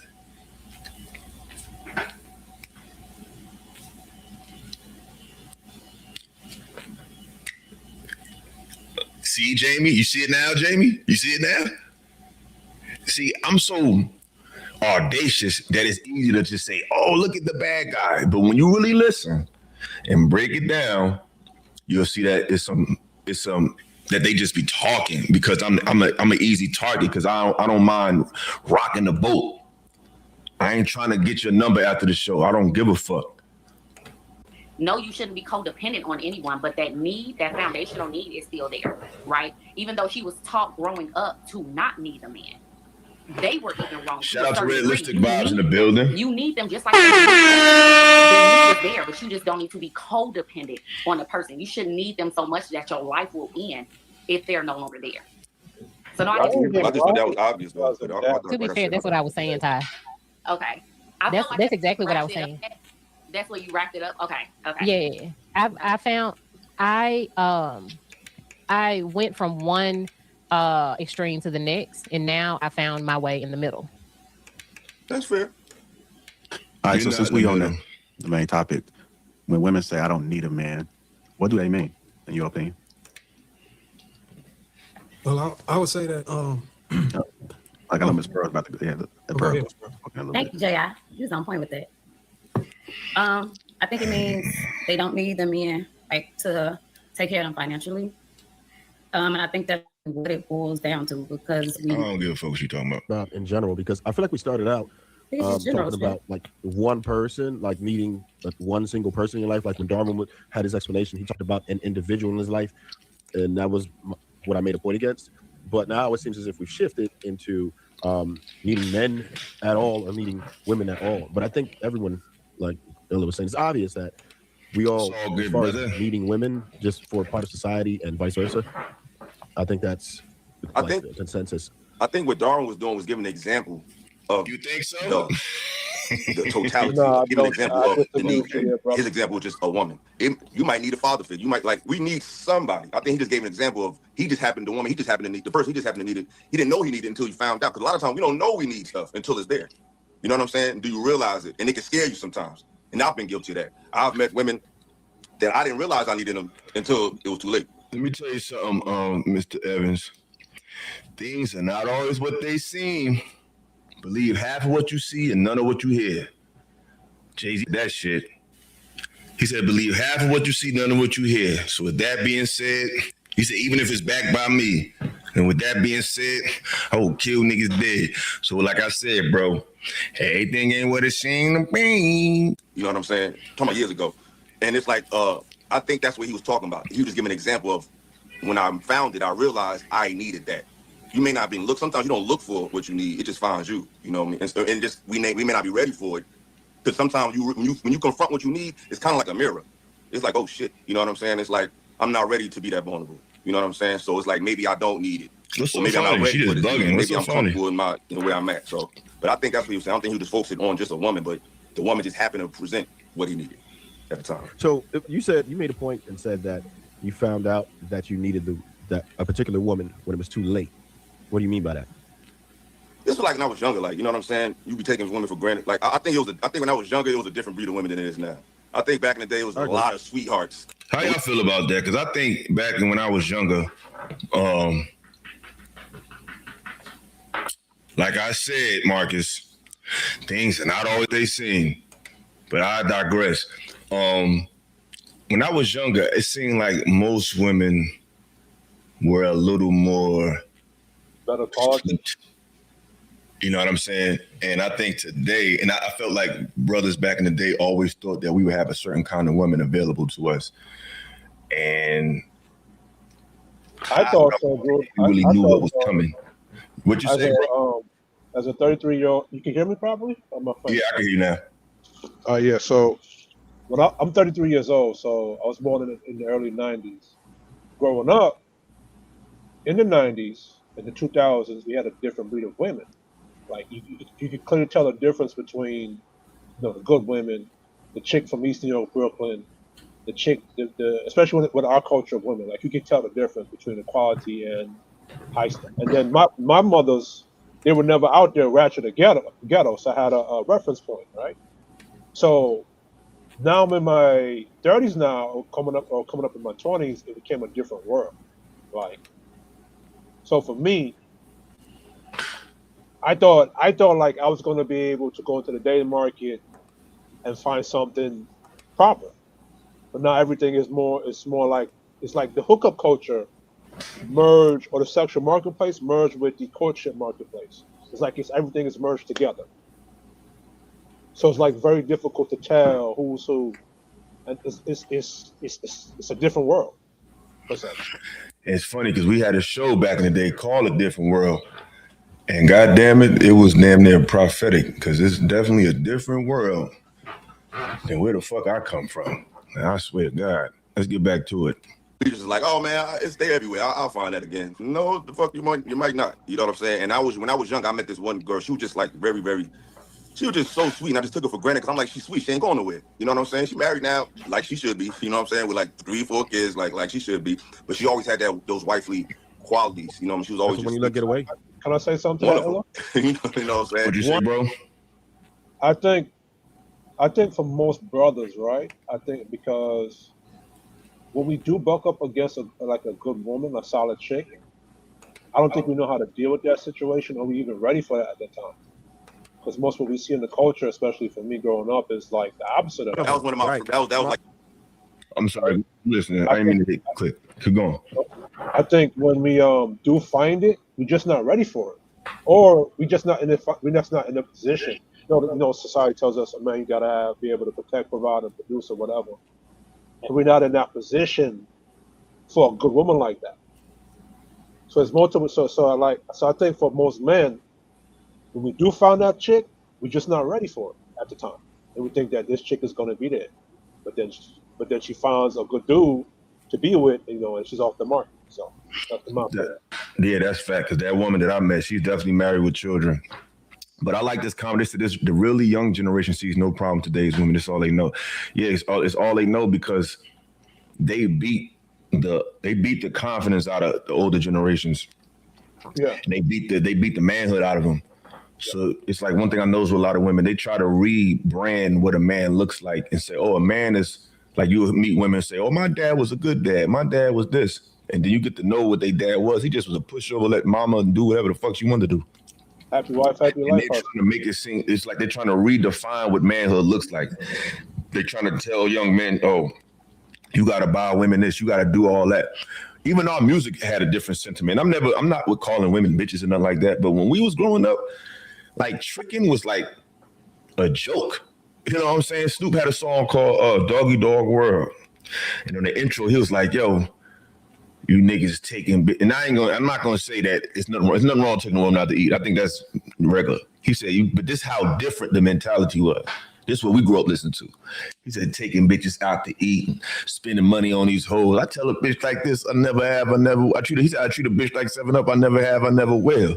You know what I'm saying? Bitch, you without me is like hell will never without the blue note. She'll never go platinum. So what I'm trying to tell you is, and now today you got songs like, you can get the biggest Chanel back in the store if you want. Like all the music today is catered to her vanity. Back in the day, niggas was, why you think, listen to the music back in the day, the girl was always crying, I'm going down, because the niggas was on some bullshit.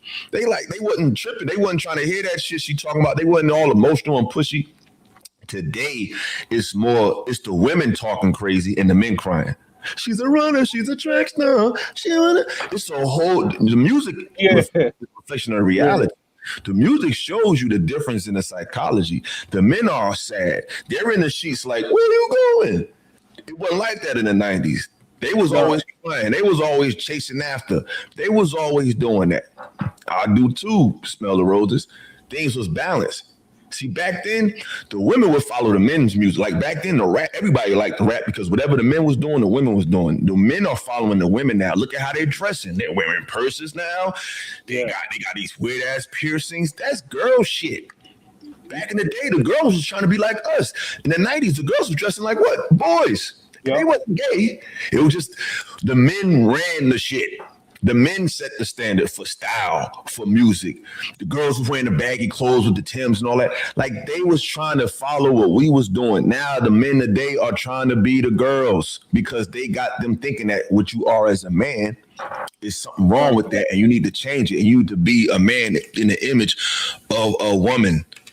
Let's keep my earliest one. Do you see my point now? That was one of them that you let get away. How'd you make out in life? But not to be cocky, but everybody not me. You feel me? Some people got 1 or 2 chances. Some dudes might get 15 to 20, but luckily, you know what I'm saying? That shit like a bus for me. That shit always gonna run. So what I'm talking about is, but some dudes don't always get that opportunity.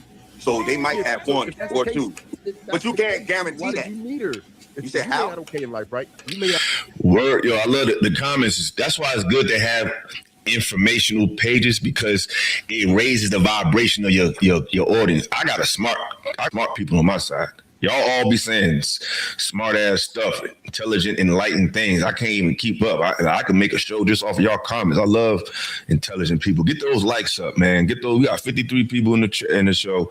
35 likes. Come on, man. Stop doing me like that. It don't cost you nothing to hit the like button. That shit free. And it's not even hard on you physically. She said, I love men's polo trunks. Absolutely. Like, that's what it was. Skinny said something, too, that was real. Hold on. What Skinny said? What did Skinny say? Yep. And the women are tatted up now. Exactly. Yeah, tatted up to the chin. Like they the ones masculine tattoos, too, and shit. Masculine. Guns, skulls, and shit. I remember I was on this show called Unspoken Atlanta. And this girl was talking about how I'm not a flower girl. Like, I don't like flowers. I remember one of my exes, I bought her I think it was Kate Spade.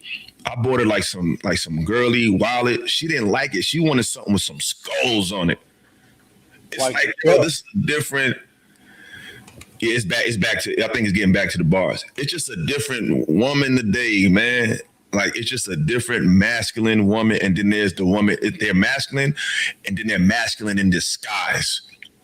That's why I said, can't tell the difference. Standing too close. Let's get back to it. Out in life, you made out okay in life, regardless, right? Regardless of being able to have this one that you let get away. Did you? What I'm saying is, getting out. What does get out look like? Like, you got a crib, you got some money. Like, you can have all of that shit. You could gain the world and lose your soul. Like, I'm all right. My mother's gone. My father's gone. Like, I got a lot of loss in my life. So what I'm trying to say this. So yeah, I made it, but I've lost a lot of people along the way. So it would have been nice to still have her here because I know she cared and I know she loved me.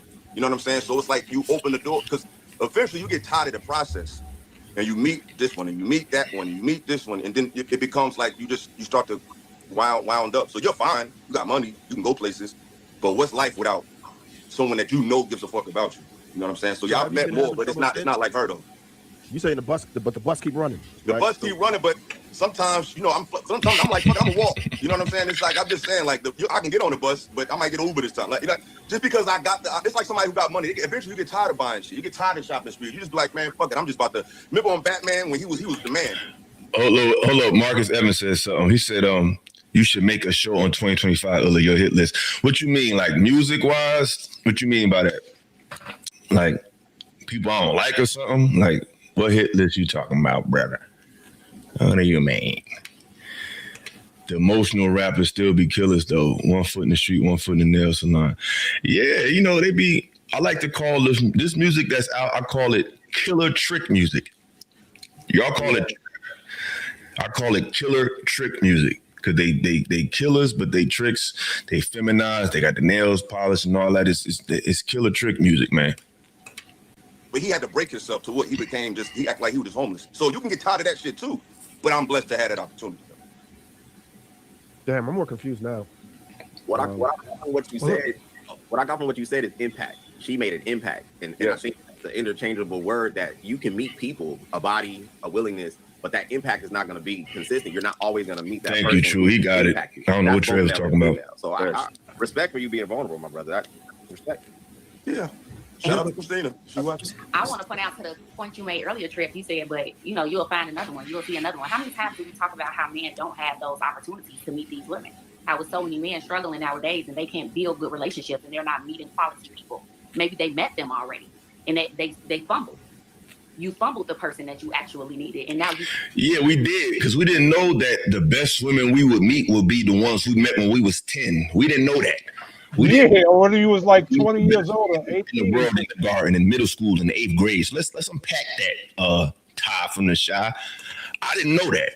I didn't know the best women ever was this girl I met in 8th grade and 9th grade. I had no idea. I thought when I got older, it would be better. When I became a man, I did man things, because what we realizing is the shit is so fucked up out here that if you don't have, it's like our lives are accelerated. We got to find our wife when we 10. I didn't know that. I didn't know the best women I met was going to be the ones I met when I was a little ass boy. I'm sorry, Shot. I thought when I turned 18 and 19 and 20 and 25, I thought I would meet adults that were willing to be adults now. I didn't know I had to be an adult at 10.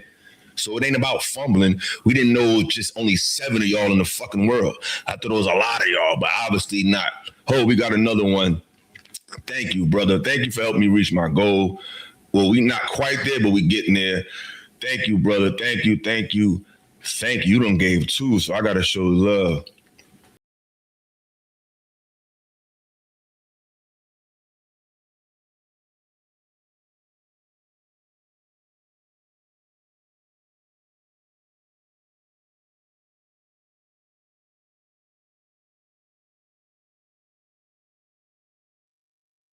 He said 35 minutes left to reach the goal. Please help me reach the goal, y'all.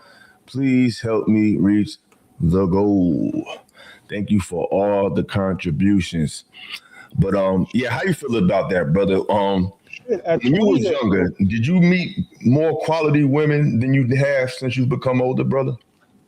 Yeah, at 20 years old, I met quality women, but we didn't know what.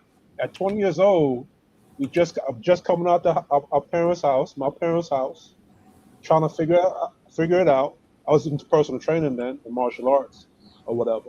We didn't know that at 20 years old, the good chick we met, like we were supposed to wife her up that time, right there on the spot. We didn't know that. I didn't know that. I thought, like, as I go on in life and I establish myself, I found the right person, the right type of chick. We didn't know that, like, as you said, we didn't know that there were like, as you said, like, we didn't know that it would, or we thought it would be how you want to say it, like a buffet of them, buffet of good women out there that were quality, that wasn't 3 or 4. We thought they were going to be there. We didn't. What would a 18, 19, and 20-year-old do with a good chick at that time? You're not established. You don't have your own place. You're trying to figure it out. What are you going to do with that? How are you going to manage that situation? And that's the worst situation, to get a chick like that pregnant and you haven't established yourself yet. Now you got to be a grown-ass man to manage a relationship, and you haven't figured out what you want to do as a man for yourself first, which is what a lot of our culture of men have trapped themselves into, that I see growing up in East New York, Brooklyn. 16, get this chick pregnant. Now you got to be a grown-ass man, which traumatizes you as a boy, by the way. Because now you got to be a grown-ass man. You got to go do whatever you got to do, go hug a block. So like, how do you know? We didn't know that y'all was going to go out there and be tainted and go involve yourself into 3 or 4 lifestyle and play 3 or 4 whole games. We didn't know that's what y'all was going to do. Shit, if we knew that's what you was going to do, maybe we would have married you at 10 years old, but we didn't know nothing, no better. So, and I landed there. Absolutely, bro. And one thing I always say is, Black men are the only men that are compared to, they have to be, we're held to the standards of rich criminal men as children.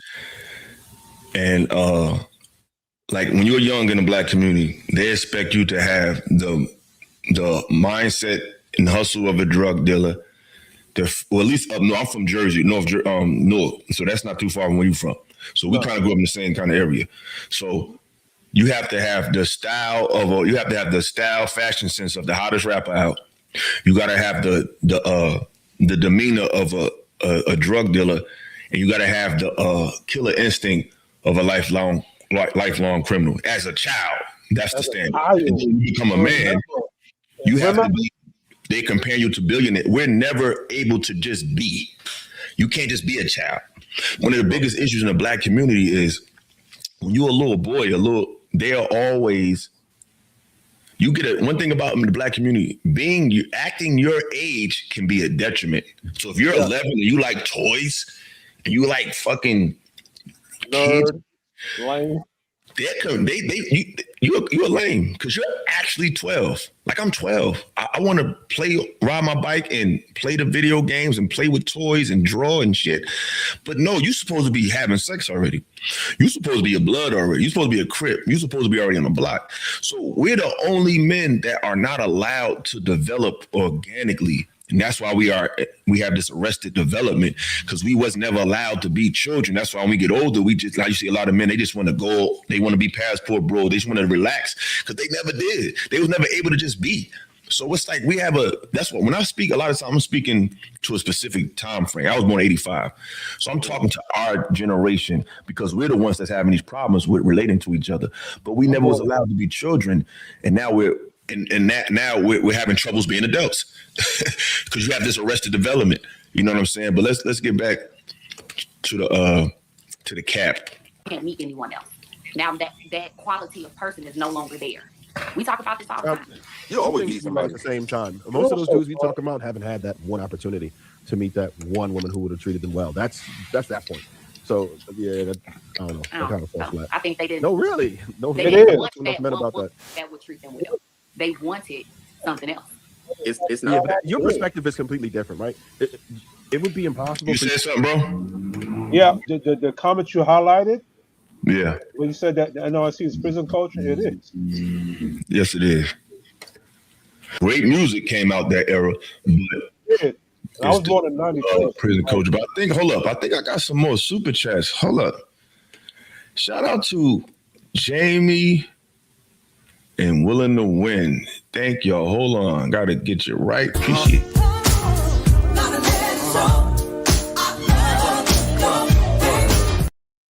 She said, she just sent showing love. Appreciate you, Jamie.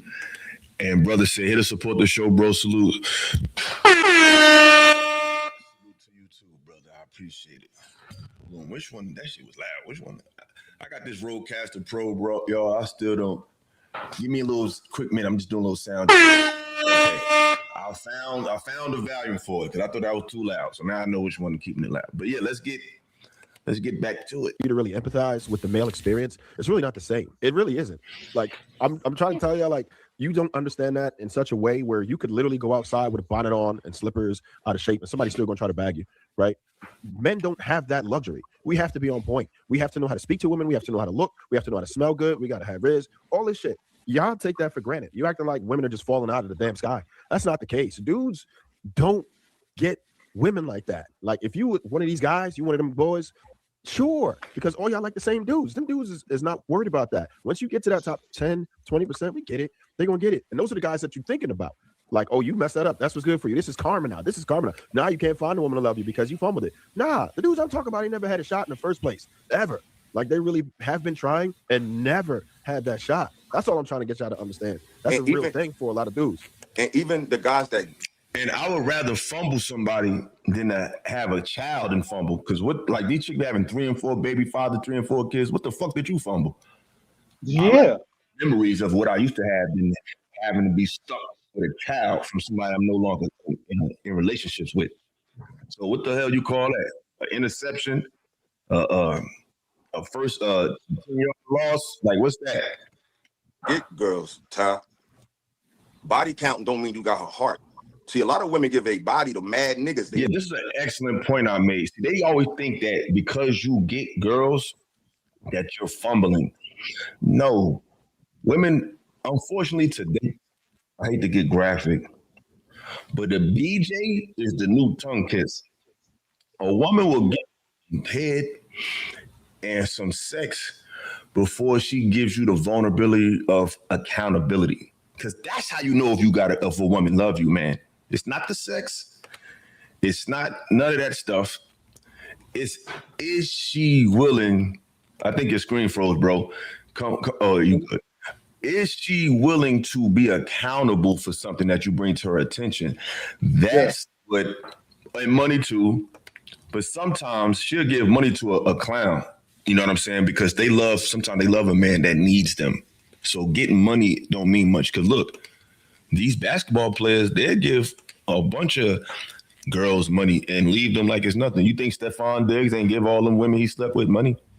Look at Anthony Edwards. He got a chick pregnant, he just cut her a check for child support and kept moving. When you got money, money is not nothing. It's you got an abundance of it, so it's nothing to give out 10,000. You worth 300 million. So money is not. It can be, but not always. But a woman, if she shows you that she can be accountable for something you brought to her attention, to me, that's more of a valuable trait that shows you how vulnerable she is, willing to be with you and willing to open up. What you think about that, bro? Like that, in addition to how women respond to your vulnerability with that, like you open up, not major, but something simple. Like, for example, in the past, I was going to go to an interview for construction, and a chick bought me a Metro card, and I took her out to go eat something later on that day. Right, because how I operate, like I reward women that do something good for me. That's how I operate. So like I really value women that really contribute to you and what you're about and how they respond to you when you're open with them about something about yourself. I think a lot of women miss that value. They miss that part about where men value them for. It's not even the sex part. Sex is easy to get nowadays. It's how do you respond and how do you treat a man after he gave you a little bit of vulnerability. Exactly. And 9 out of 10 times, when you do that, they do not reciprocate in kind. He said, Illa, you overshared that one. So you think what did I overshare, man? Tell me.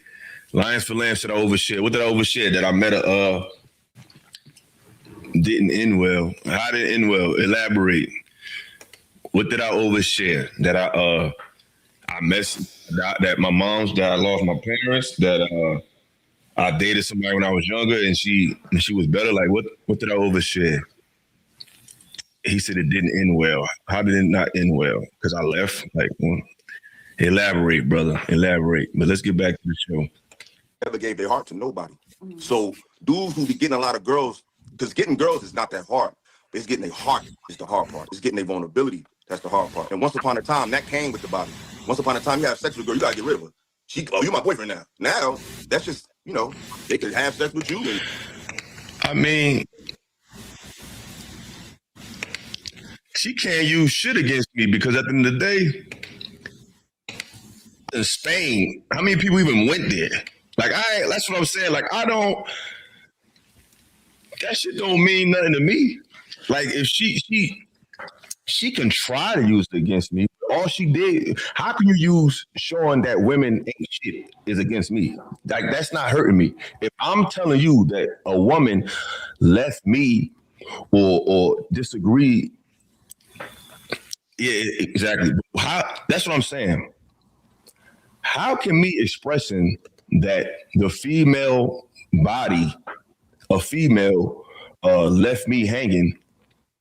Because after that, like I said, the bus don't stop over here. y'all don't know the half. But how can me expressing that? Hey, when I met someone and I was at a dark spot, she left me hanging. How was that bad? It's me. That's a knock on women who. These women are claiming that women do love, women do give that. So if I'm giving you an example of that, hey, I went through some real shit and they left me high and dry. To me, that doesn't make me look bad. That make you look like what y'all say y'all about. You're not about. You know what I'm saying? You could try, but at the end of the day, some women never even left the country. Like, she paid for me to get out there. She paid for the Airbnb. Like, some dudes can't get a girl to buy them a fries and a shake, let alone fly them to Spain. You know what I'm saying? It doesn't matter. Exactly. Like, I got flew to Spain by a woman and shit. I got flew to Canada by a woman. It's like dudes can't even get a Metro card. So I'm not, I'm not that above. I'm not trying to act like I'm above anybody or above reproach. People go through shit. That's what I'm saying. Everybody on here be trying to front. Like a lot of we was live one day. I was live on the show with one of these guys, and they girl was going crazy. And like guys be acting like they so stoic, but they women be running their ass. You ever heard some woman yelling and screaming at me and telling me I gotta get off the computer and shit like that? I ain't never went through that shit. So it's like, I'm real. I'm not trying to act like, oh yeah, I don't never get no like, listen, bro.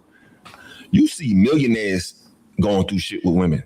And they got the world at their palms. Like, I'm trying to show an epidemic. I'm trying to show a pathology. If we keep trying to front, nothing's gonna get done. Everybody will act like, oh, I never go through this. I never, like, ain't nobody gonna grow from that. We gotta grow from being vulnerable and telling the truth.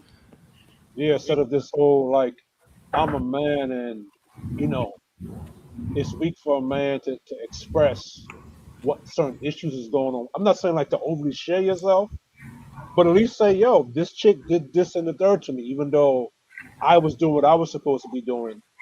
And this chick, she did this something wrong to me. Most guys in these spaces are going to be like, yo, it's always the man's fault, but the guy did what he was supposed to do. Where's the part where we hold the woman accountable for her not doing what she was supposed to be doing? Or why did she do this negative thing to him? Exactly. So it's funny how you can't look at the stuff they use against us. The fact that I was real to a woman and she wasn't real back to me. That's exposing women. It ain't exposing me. You know what I'm saying? They act like it is. But hold up, I think we got another super chat. Shout out to the brother Marcus Evans. We might have met our goal. Shout out to the brother Marcus Evans. Shout out.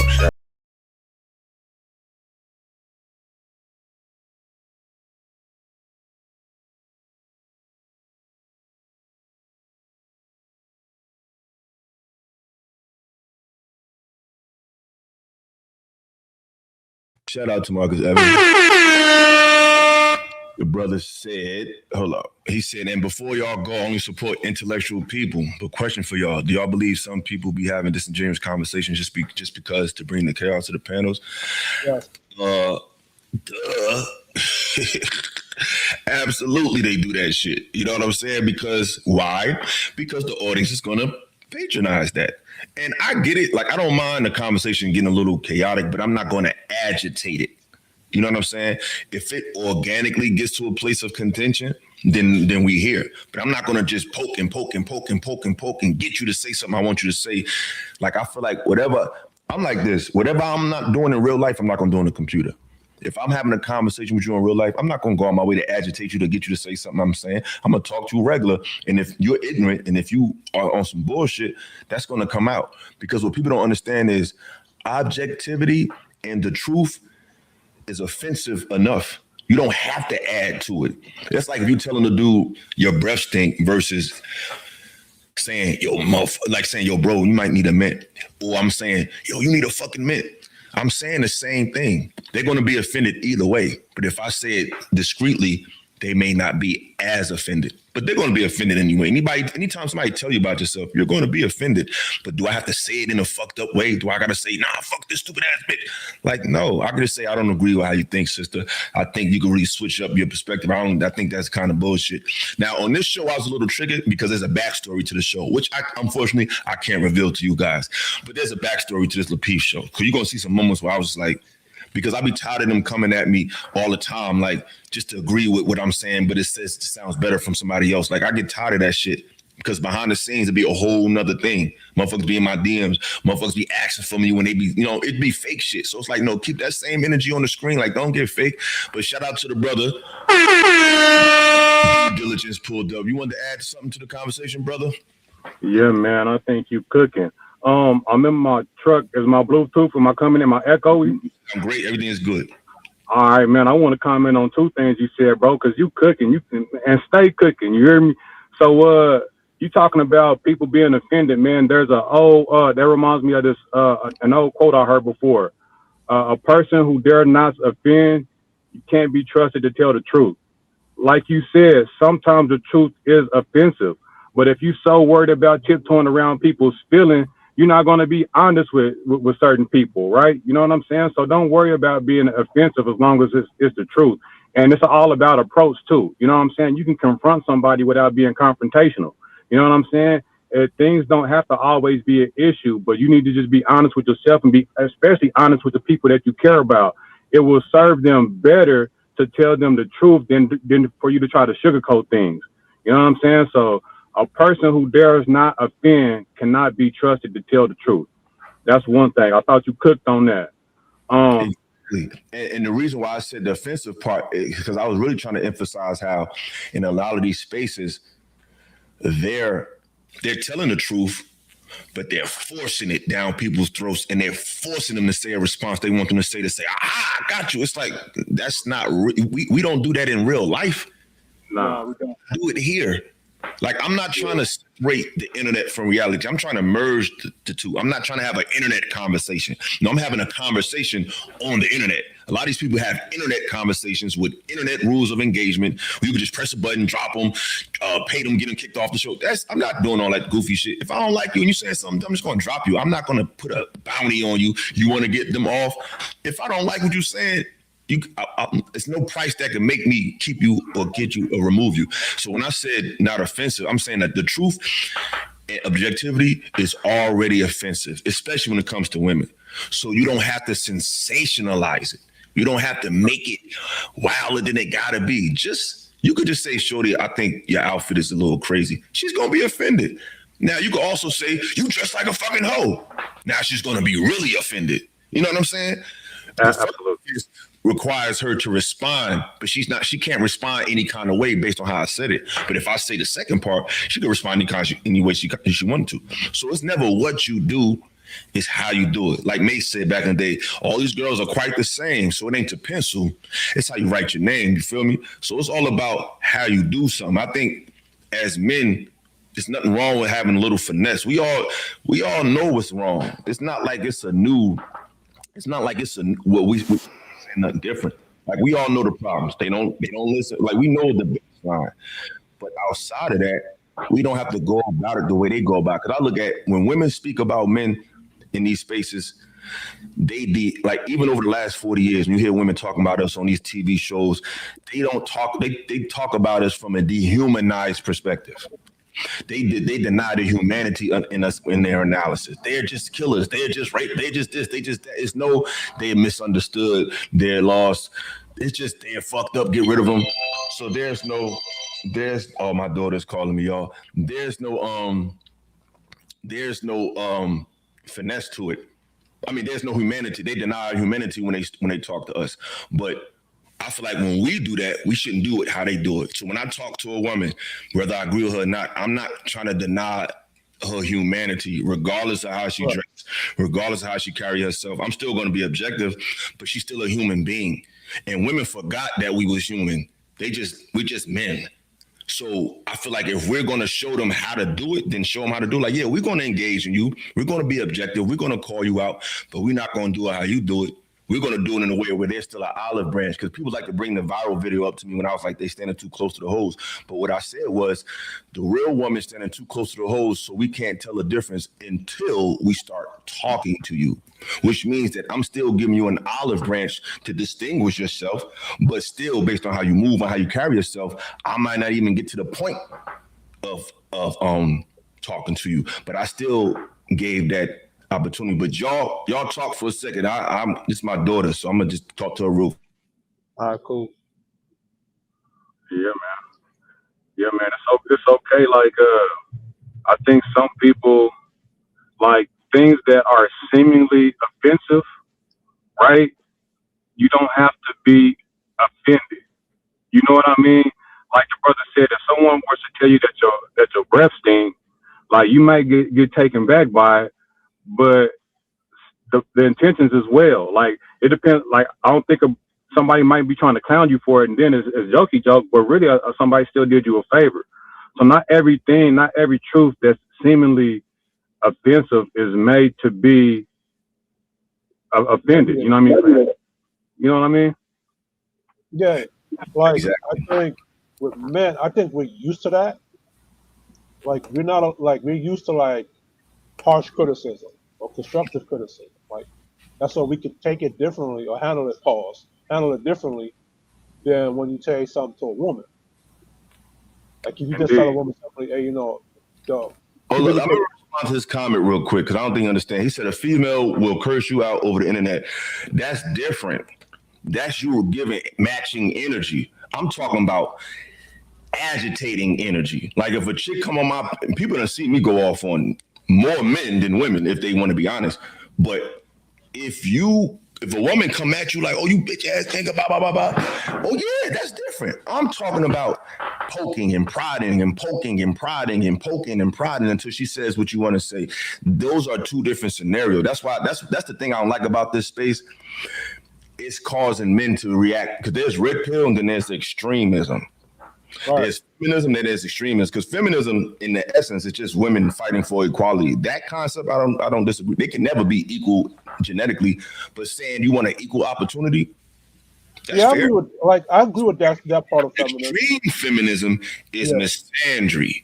So what I'm talking about is extreme objectivity, extreme red pillism or feminism or sisterhoodism, whatever. The extreme aspects is the problem. We got to find some middle ground. So if a woman come on you, that's like me telling you if a woman try to stab you, just say, oh, sister, no, you better knock her the fuck out. Or if you got to do more than do that. But if a woman obviously don't agree with you and she ain't coming at you on a million, you don't have to come at her at a million just to get a reaction for a clip.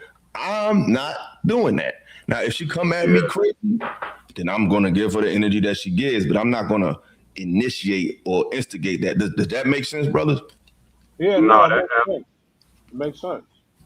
Like that absolutely makes sense. Like an adult, then, have an adult conversation regardless if you disagree or not. But yeah, because if we better than them, then let's be better than them at everything. I'm better than them at debating, better than them at getting our shit together, and better than them at facilitating these conversations. Like, just be better. They do that. So I do that. He said, like you said, when their professionals at it, like Bruiser. I mean, at the end of the day, I don't know what you mean by that, but like I said, if a person's not outright disrespecting you, then I don't think you should outright disrespect them. Keep it to the psychology. Because even with Bruiser, me and him had a dust up, but on this show, like he really he showed me that he a real man. You know what I'm saying? He admitted the folly, and he also admitted how when I was talking about, because we were talking about history and religion and culture, and sometimes our people don't realize that what we think we know is what was given to us. And it wasn't given to you for no reason. Like, it's a reason why as soon as we were slaves, the first thing they gave us was some cornbread, the Bible, and the fucking whip. That doesn't mean, you can get some truth out of it, but that don't mean that's the end all be all. It's like if you in jail doing solitary confinement. You don't care what book they give you. You're in jail and you don't have no outlets. You'll take a Dr. Seuss book. You'll take a Goosebumps book. You'll take the Bible. You'll take the Quran. You'll take anything. You're in a mental prison. So our ancestors, when they was slaves, they took the Bible because that's all they had.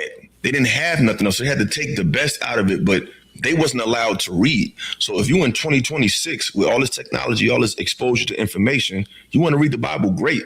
But to tell other people that your belief and your religion is the only way because that's what the slaves did or that's what your grandmother did. Your grandmother don't even got no teeth.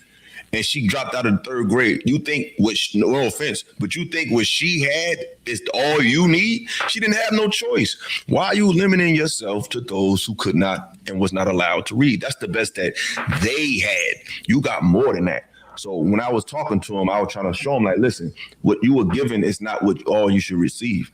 It's the information age. Why are we still looking at our life from one perspective? Especially when it comes to history, like the Bible is not and I'm not trying to take it to this conversation, but the Bible is not a history book. There's historical places that are in there, but that don't mean it's real. It's like a Spider-Man movie.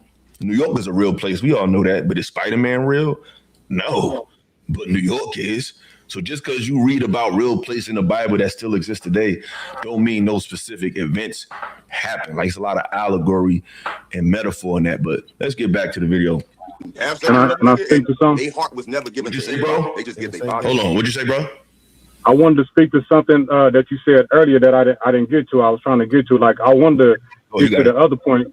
where you was cooking on.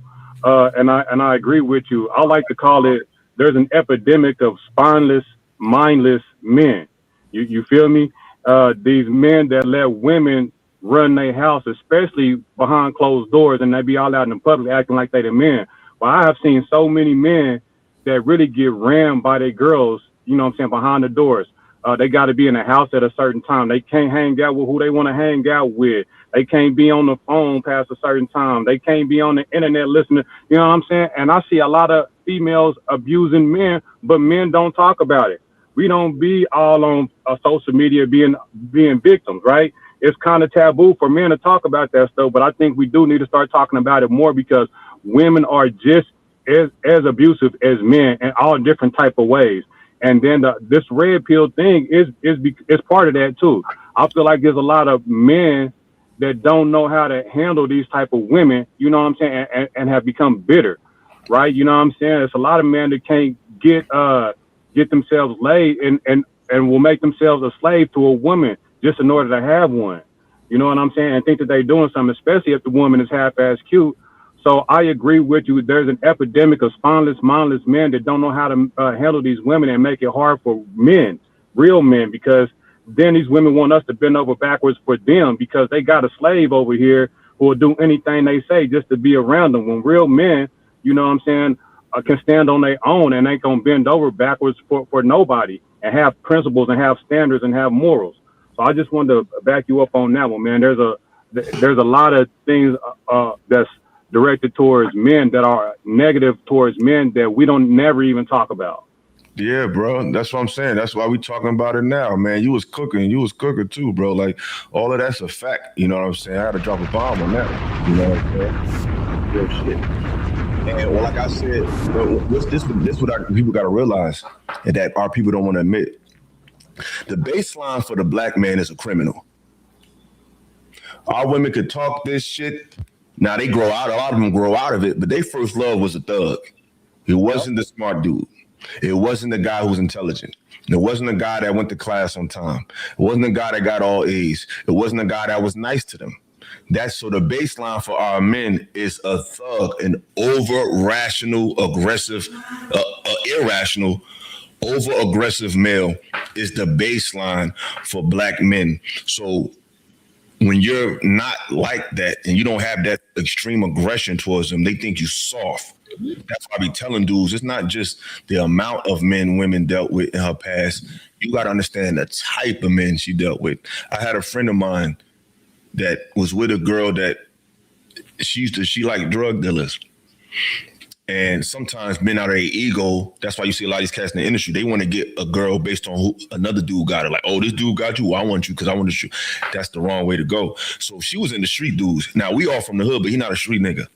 So he was dealing with her, and she dealt with other dudes from the hood that was really in the street, more heavy than him. So he ended up messing with her, and she damn near almost broke this man and ruined his fucking life. You know what I'm saying? Because one thing about the street guy, he has a bastardized expression of masculinity where women think, oh, if anybody look at him, he gonna punch him. Anybody say, like I said, it was a dude I think it was on the news maybe last year, the end of the last year, a dude complimented a girl head and her boyfriend shot the nigga in the head. Now he doing life. That type of shit. So they think that's a real nigga. So if that's the baseline for their life, they're going to compare you to they're going to compare you to that as a baseline. Shout out to Dual Intelligence for pulling up. They're going to compare you to that. So that was New York that happened. That's the problem. So when we're dealing with our women, we're actually fighting the fantasy. We're trying to compete with the fantasy of this thug man in their mind. And unfortunately, that's the baseline.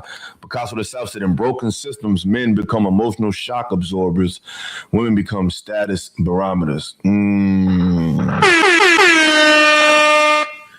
Yeah, that's definitely some Picasso of the South type of shit. You got the right name, my boy Donovan. This is my bro. We talk all the time. Yes, shout out to you. Yeah, that was deep. That was heavy, man. You gotta start contributing more often. You want to say something before I go back to the show, bro? That happened in New York. That situation. No, I think that was in. Oh, it did. You asking me or you're telling me? I'm asking you.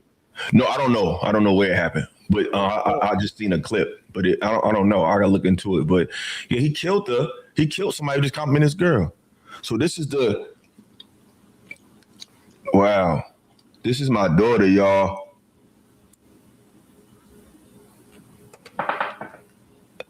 Baby, take your profile pic. Oh, put a black picture of something. I don't want them to see you. But my daughter's in the chat. She said, "Yeah, get too used to drug dealers and murder." So, shout out to my daughter. Shout out to my baby. Let's get back to the show. I'm about to call her real quick. I did have another question. Somebody about to say something? No, I mean, I did want to answer that question, but I was waiting for everybody to get the thing off. Pause. But I will say, as far as women saying they don't need a man, I think everybody pretty much agree that it's a subjective stance, and depending on who's using the stance, it can be extreme or it actually can make logical sense. You just got to have further conversation to be able to peel back the layers. But I think that society, for the most part, when we do hear it, I think it's something scary happened, or there's a scary thing that could take place that I don't think men compensated for happening, and it actually happened.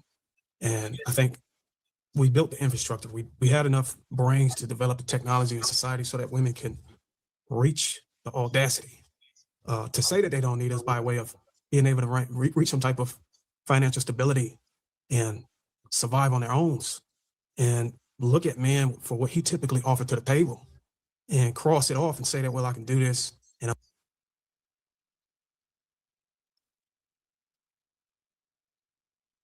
Can't hear you. Oh, yummy. One thing y'all got to realize about space, right? When you're doing this type of content, you're going to come to a point where you're going to realize the reach of your voice and the influence you have. And if you're smart, you're going to step back and analyze yourself and say, how do I want to be perceived? Because when we had these conversations, we forget about the youth. And the women have done that.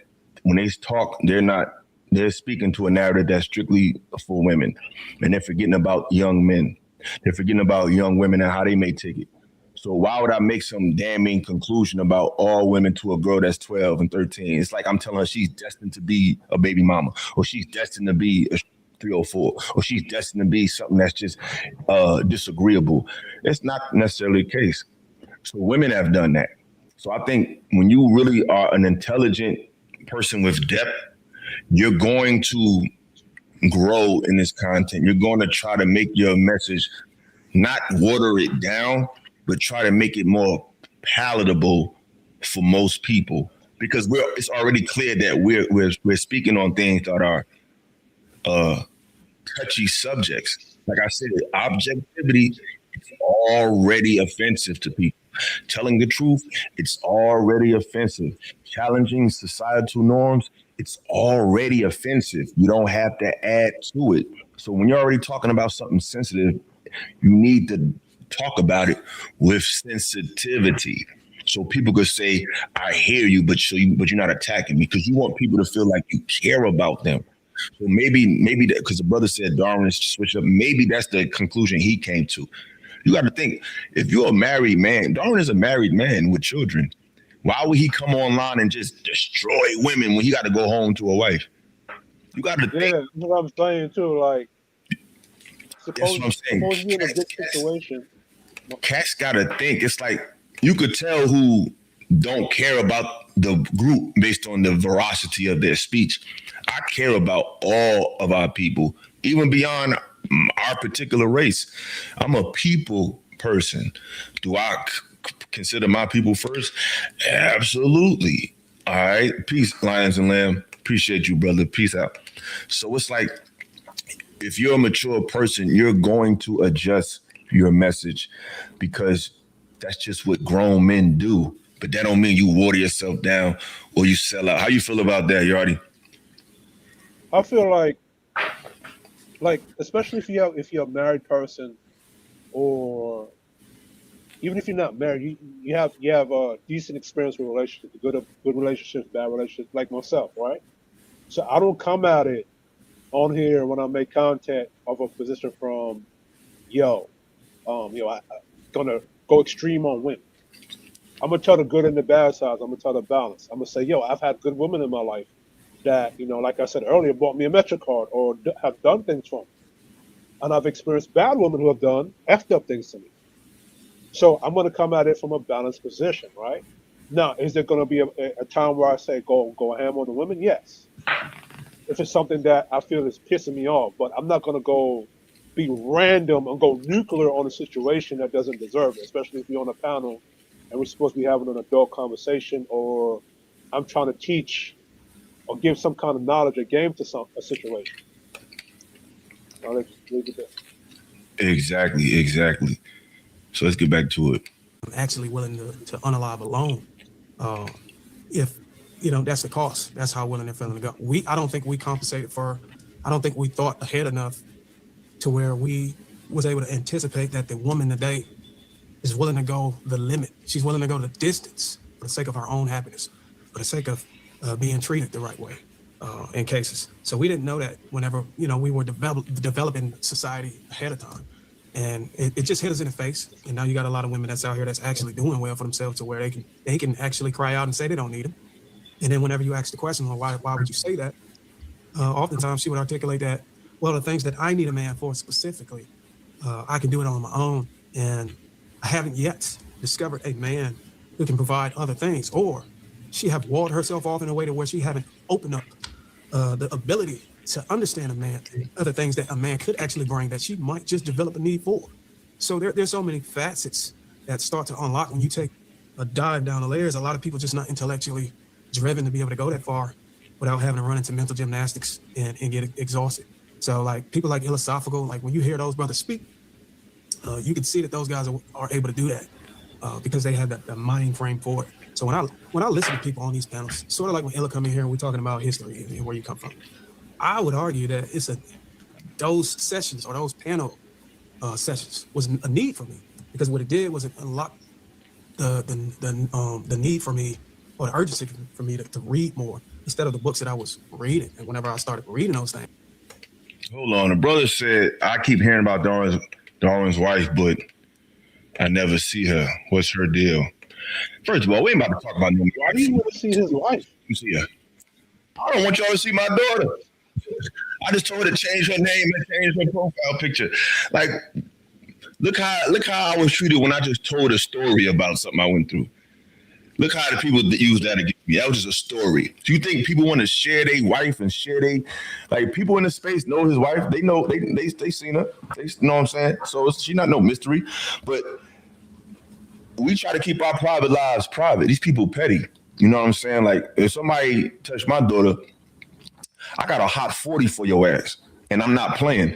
So I don't even want her to see. I stay strapped. So I don't want her to see this. You know what I'm saying? I don't want her to be exposed. I want her to be able to contribute, but y'all not gonna see my child. The hell fucking no. Y'all might hear her voice. I might do a show with my daughter where y'all could just hear her voice and she could talk. But no, no. No one should ever. I mean, if you're talking about relationships, brother, you're gonna bring up your wife. That's like if I'm talking about being a father, I'm gonna bring up my child. If I'm talking about my profession, I'm gonna bring up my job. Like, come on, y'all. This philosophical radio. So we thinking over here. Let's get back to the show, man. It started to unlock things that tools that I'm able to use in my life, to where now it's grown a necessity. It's grown to a vital point to where now that if I didn't have it, I would have to reinvent or re-engineer the lifestyle I have now.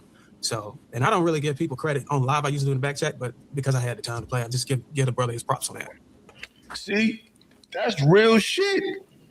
He's the first person who I ever clashed with that took the time to publicly give me my flowers, and that's real. That don't happen in this space. So I don't care what people think about Darwin. He's good in my book, and we was always cool. But we had recently, I didn't know how he viewed me for a while. I didn't know, because I just didn't know. But it take a man to do that. It take a man to say, hey, this man helped me think better. This man has showed me more, that is more to learn. than what I thought I knew. That's humble. Darwin has a bigger content page than me. He has over 100,000 subscribers. He don't have to do that. He could just say, well, I'm the big dog. I don't know who the fuck is Illa. I ain't got to do that shit. So that's real shit. Like I said, I've got into shit with people privately, and I was attacked for it publicly. I never got a public apology for it. So from now on, for my list of people that I respect, that man has jumped spots at the top. You know what I'm saying? So you're not going to get me to say nothing about him. So don't try. I'm not doing it because a real man apologizes. So shout out to Bruiser. Now I messed with him after. I said some funny shit. Right. Well, Darwin, thank you for growing up in 2020. Shout out to you, brother. You know what? Because I was gonna cook your ass. I've been sitting on a burner with you for a minute, but I'm gonna let you. But we are good because I'm fair now, and it's not. One thing I respect is public shit because we had a little skirmish public. You apologize publicly. It's all good. I respect you too. We can always agree, but when you on your shit, when you, like you're professional, like. See, this is y'all understand. The brother said Bruiser got 100,000 subs. I had no idea. Exactly. See, y'all think because people post all the time. Like, let me tell y'all about this. Let me some content. Bring you into the world of content real quick, y'all. There's a lot of ways to make money in this space. And the quickest and easiest way that people try to make money is going live. Because you get the immediate donations. But then you have, it's different bags. You got the super chat bag. You got the people hit your Cash App bag. But the real bag that Darwin has been able to get, that Kevin Samuels was able to get, because Kevin Samuels was able to get the donation super chat bag, and he was also able to get the other bag, which is ad money. So y'all think because people be going live all the time, and you see them get mad super chats, y'all be thinking that they the ones that's getting all the money. Let me tell you something. If somebody got 10 videos, right, and they all hit like 250,000 views to 1 million, they got 5 videos. They made 5 videos in a month at 250,000 views. They're going to make more money than somebody who's going live every day. See, when you're doing pre-recorded content, that's the upper echelon. That's when you're making, that's like the Kai Cenats. That's like the Joe Rogans. That's like Mr. Beast. Mr. Beast is not going live. He's making content and he's posting it, and the views are astronomical and he's getting ad money. So when you look at content creators, you want to get to a level where you're not going live. You want that Shaq is not going live. You think he's making less money than people that's going live? No, he's making more money because he's getting ad money. When you get ad money, that means when people, when y'all click on videos and then a commercial come up, that's that ad money. So if you're getting 250,000 views every video, 50,000 views, 60,000 views, you killing them. You ain't got to go live. That's the sweet spot. Going live is what I'm going to go live because I like to talk, but the key is to make your content, post it, and go live your life. So Darwin, if you go to his page, he has a lot of pre-recorded content, and that requires more intelligence. See, when you sitting here and like, I'm able to do that, but when you're making pre-recorded content, you're giving a niche perspective on a concept that requires a level of professionalism, that requires a level of knowledge, and that requires the equipment to present the right image. You know what I'm saying? Everybody can't do that. Anybody can go live and just say whatever the fuck and have people come on their page and start arguing. That's not hard to do. That's why so many people doing it. But it's not a lot of people getting money off of pre-recorded content because that requires a skill set. So don't ever think that because you don't see people going live that they not in the mix and they not getting money. Like, when the last time you see Darwin go live? He probably go live. He might not get a lot of people there, but he got 100,000 subscribers and his videos get way more views than people's lives go. So just give you a little insight on the content game. So even if y'all want to get into it, because I'm not one of the people that say, oh, just watch me all day. No, I feel like if you got the heart to get on a panel, make your channel. Make your own channel. If you got the heart to speak, do it yourself. Don't just make these people rich. Don't just make me rich, because you can help each other. Like, I super chatted witch doctor yesterday. He came back and super chatted me. This is the new Black Wall Street. We just helping. We just giving each other money back and forth. We the money circulating within each other, and that's the good part about this space. But the content got to elevate. So what I'm telling y'all is, if you have a expertise or interest on a subject, test your skill set. Start your own channel. Study people, and you'll be surprised how many people like you. I know it's a white dude that go live on here. He just be in his little junky ass house, and he get hundreds of thousands, millions of views. He got almost 250,000 subscribers. Like, believe in yourself. You know what I'm saying? Don't always think you got to be a wrench holder. See, Illa trying to empower people. I feel like if I'm really doing good, I'm going to get support anyway. But y'all can do this shit. You know what I'm saying? So many goofy people doing this shit. They just understand AI, some graphics. They know how to do thumbnails.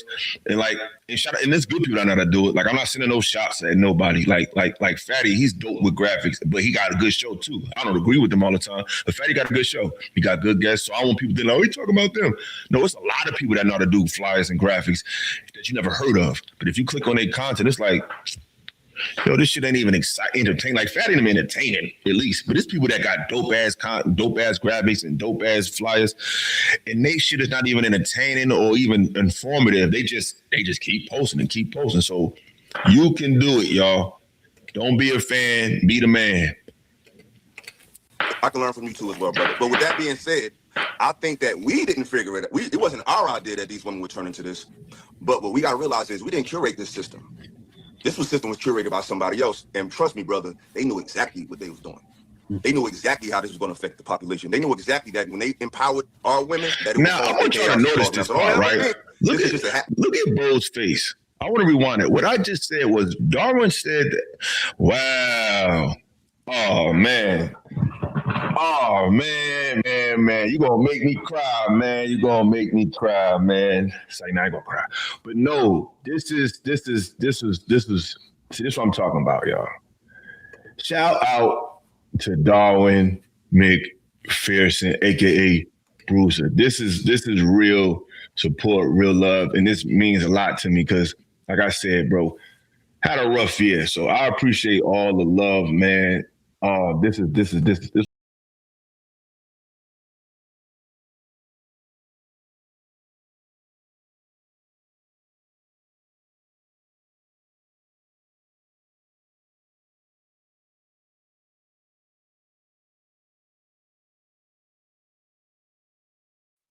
Darwin with the $50.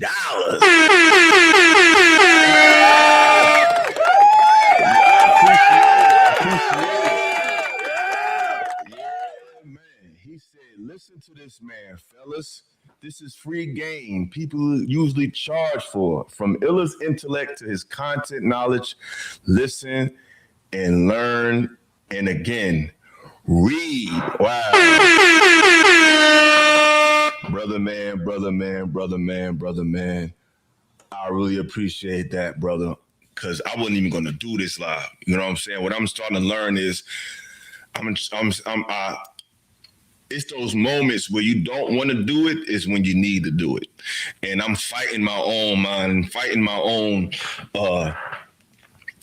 second guessing sometimes. It's like, I don't feel like doing it, but it's like, that's when the magic happened. That's when the miracle happened.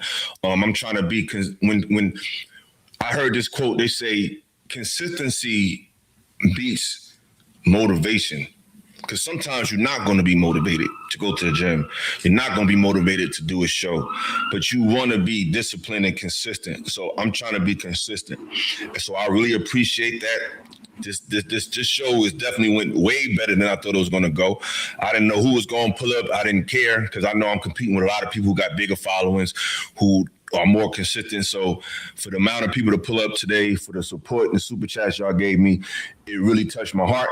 And it's definitely keeping me motivated to keep going. And I really appreciate it, y'all, because like I said, I'm building my new family with y'all. You know what I'm saying? So I really appreciate that. But shout out to you, Darwin, yo. That's love, bro. You're always invited over here, man. Shout out to Darwin McPherson. If you haven't, go check his channel out. It's dope. He giving game. he's balanced. You know, just go support the brother, man. Support brothers who living what they talking about. He's married. You know what I'm saying? He has children. You know, get game from people who living what they talking about. So on this part, right, Darwin was talking about how we wasn't prepared for what women became. So I respond to him and say, yo, we wasn't prepared, but the people who curated this system, they definitely knew what they was doing. So as I'm saying that, I want y'all to look at Bo's face. So like people like Philosophical, like when you hear those brothers speak, you can see that those guys are able to do that because they have the mind frame for it. So when I listen to people, shout out to Wanda, I appreciate you, sister. Appreciate that. And where you come from, I would argue that those sessions or those panel sessions was a need for me, because what it did was it unlocked the need for me, or the urgency for me to read more instead of the books that I was reading. And whenever I started reading those things, it started to unlock things that I'm able to, tools that I'm able to use in my life, to where now it's grown, the necessity is grown to a vital point where now that if I didn't have it, I would have to reinvent or re-engineer the lifestyle I have now. So, and I don't really give people credit on live. I used to do in the back chat, but because I had the time to play, I just give a brother his props on that. Right. Well, Darwin, thank you for growing up in 2020. Shout out to you, brother. You know what? Because I was gonna cook your ass. I've been sitting on a burner with you for a minute, but I'm gonna let you. But we are good because I'm fair now, and it's not. Emphasis. I want y'all to watch Boheme. She's the one next, the top right corner next to JR. Just watch her face, because what I did was I'm basically going to talk about how the powers that be curated this current gender war we have. I didn't blame women. I blame the power. One thing I respect is public shit, because we had a little skirmish public. You apologize publicly. It's all good. I respect you too. We don't always agree, but when you on your shit, when you like your professional, like I can learn from you too as well, brother. But with that being said, I think that we didn't figure it out. It wasn't our idea that these women would turn into this. But what we got to realize is we didn't curate this system. This system was curated by somebody else. And trust me, brother, they knew exactly what they was doing. They knew exactly how this was going to affect the population. They knew exactly that when they empowered our women, that it would cause their chaos is causing now. So don't ever think this is just we was blindsided. But the people that curated this shit, because behind feminism is a YT, man. I don't give a fuck what you think. So why was she making those faces? Like, anybody that knows history understands that these movements, these social evils, are always funded by the same people. They're funding multiple. When you understand the powers, the families that run the world, when conflicts arise, they fund both sides. They fund all parties. When you look at behind the Black Lives Matter movement with these that was George Soros. That was George Soros. The Black Lives Matter movement was these what's the word? Lesbian women. Like, the movement on paper, on the surface, was about crime and police and police brutality. But when you go to the website, well, it's down now. But when you went to the website, their mission statement was to re-engineer the family, putting women at the head. They literally had it's like you got the symbol of the men and women. They had two women holding a child. So the they were saying a word. My fault. No, go ahead. They were using a specific word called decentralize or decapitate men. It was the specific words that they was using, decentralize and decapitate men, because the man has historically been the patriarchal head of that household. He's been the guardian, the custodian, the gatekeeper. So the leader of the authority, so when you decapitate or decentralize that head of that household, the village becomes weak. You can go into that village, you can program the women to teach, because what it is now, Malcolm X says, a nation raises no higher than a woman. What a nation, the woman doesn't raise any higher than the king's decree or authority. The king is always the head of that nation. She teaches the children based upon what the king's instructions are, right? So if you take out the king, and because the man's ideology, his identity, who he is, his tone, his thought process, everything about him. It passes through the women to the next generation, and it repeats itself. So if you could decapitate the king or decentralize the king, whoever else is in charge, whether it be white men, whatever, you'll go back to the Willie Lynch letter. Even though the letter was fake, the plan was still implemented regardless, right? You could program them, you could pass on your ideology through those women to the children. Exactly. Right? So go ahead. Exactly. You know what I'm saying? So it's like George Soros was I think he's a Jew. Well, a small hat. I don't want to get flagged. He was one of the Emerald people or whatever. I don't know what the fuck to say, but like the great point. Shout out to Smell of Roses. She says she is upset because they think that it's their idea. Exactly. That's like us saying that over masculine energy is a black man's, like the criminal type of image you see, the gangster. That's not a black man thing. Now we have coined it, we have fashioned it, we have locked it into. Now you associate us with being G'd up and thugged out, but that's not us. Look up the word ghetto and look at what neighborhood that would describe based on the definition of the word. It describes a certain people's neighborhood. Look up the word slave. Slave come from the word Slovenian. It's not the word ghetto. Ghetto was ghetto came from the group of people that Ella mentioned earlier. That's where the word ghetto came from. Called ghettos. Now you're in the ghetto. So feminism was not an invention of black people. There's clips of women in the 60s talking about equality, and these women started coming to the neighborhoods and they started talking about abortions. All these concepts did not come from black women, just that they're so inundated with them that they think that they're their own. Hello.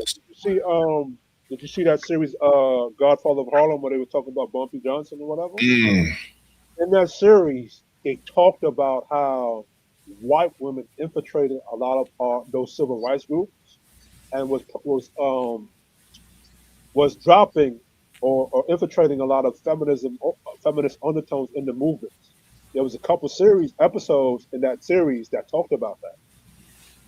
Exactly. So it's like most of the issues we dealing with, most of these concepts come from other people. Black people in America are the social guinea pig for what they want to do to the world. They always started with us. We're just a guinea pig. They mess with us. That's why they call a project. So they mess with us and they see how it affects us, because whatever could throw us off could throw everybody off. We the salt of the earth. So I don't know why she was so taken back by us saying that. I know you think you running shit, but somebody got a arm up your back and they're being a ventriloquist for you. Because like I said, George Soros empowered those women to galvanize all these gender identities. When you got to the base of the funding that Black Lives Matter went to, there's a documentary by a man named Matt Walsh called Candace Owens, that's one too, What is a Woman? You should check that out. But Candace Owens did a documentary on Black Lives Matter.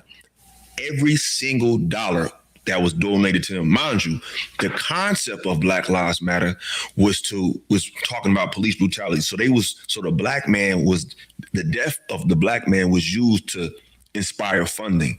But guess what that money went to? Transgender and LGBT movements. A lot of those social programs. No money went to young black boys.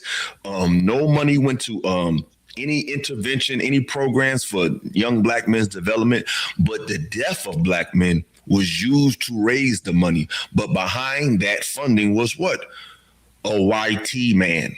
So like I said, these people just be on these panels to be seen. Let's not forget that this system was curated by somebody that doesn't have our best interests in mind. That's why a lot of women, they talk about the patriarchy. It's like, whose patriarchy? Let's get specific, because it ain't ours. So we're under a patriarchy from another man, just like y'all are. You know what I mean? So, but shout out to you, brother. We all. You see how I put us both in the same boat? I said we are patriarchy. We are under attack. We. Now let's see what she say. Good, man. All right, go ahead, Bo. I'm gonna shut a hand up in the back. Okay. Please, honestly, forgive me, because I'm gonna say something that sounds like I'm being an asshole. But because you are being an asshole. If in fact any man has the idea that women are not out here giving their hearts, then you are just the unfortunate man that women do not want to give their hearts to. Because there are plenty of women that give their heart to a man and it gets stomped on, pissed on, shitted on, and everything else, balled up and thrown into the trash because men. What does this even got to do with what we just talking about? Like, do not value that from women. Certain men don't. Certain men don't. I don't know. That's my opinion. So sorry. And certain women don't give a fuck either, though. Illa. Hey. I'm sorry. I thought you was done. Go ahead. I thought you was done. Sorry. So, but I get it. First of all, I don't know who's in control of the sound effects on that channel, but that shit was hella sus. Like, ew, it stretch me, daddy. Who's behind Trev? Lapeef, get that shit out of here, bro. Like, that shit is super duper lame, and it sounds hella suspect. Like, I don't know. Because it don't even sound like a man saying it. It's not like it's a girl saying it. That sound like a dude saying that shit. Like, did y'all hear that shit? Let's play it again. That shit sound crazy. Illa. Hey. I'm sorry. I thought you was done. Go ahead. I thought you was done. Sorry. So, but I get it. Did y'all hear that shit? Yeah, I heard it. Yeah. Like, whose idea was that? I was hearing that all night. I'm like, yo, whose idea was that? Like, all these cool ass sound bites we can make. Take that shit off, bro. That shit is hella sus. Like, I don't disagree with that. I know that there are there are a subset of women who are out here just sleeping with men and don't care nothing about, feelings and all of that. But there are women. So it's a subset. It's always a subset of women, but it's always a subset of women. But when it comes to men, it's all of us in general. And a subset of women. It's just a subset. But you got women online every day showing they whole everything. But it's a subset of men. But go ahead, bro. It always goes back to like some man is gonna step on their heart. I've heard that for the past, I guess, 3 decades of my life, 30 years. That's always the excuse that, this guy is gonna step on my heart and trample over it, and then it's always used to deflect. Okay, cool. We understand that this dude that you picked stepped in your heart, but a lot of men out here are good brothers, and as you was trying to tell her, we've had a system that we're in that's oppressing both of us. The same system that we're in is programming you against me. How do we address that? Then it always goes back to, well, these men in the community, they're stepping on these good women's hearts. And they always end up with the most programmed man, because this is why they kill me with this conversation. Because as the conversation unfolds, they're going to tell on themselves and tell you the type of man that they've given themselves to. Because I'm not going to argue that men don't hurt women. But a lot of times when I talk to women, their first baby daddy or the guy that broke their heart was a street nigga, or a dude who was in and out of jail, or a dude who was trapping or whatever. It's like you're always dealing with the lowest of us and want to act like you've been with all of us. Like most brothers deal with baby mamas, big women, small women, short, fat, light skin, dark skin, working, all types. Most women deal with one or two kind of guys, and they make generalizations for a group of men that they haven't even met. That's why, like Trevin was saying, like, most men don't even get women. What does that tell you? That means they're dealing with a small group of men. They're not dealing with all of us. We're dealing with all of y'all, especially dudes who get women. We've seen the gamut.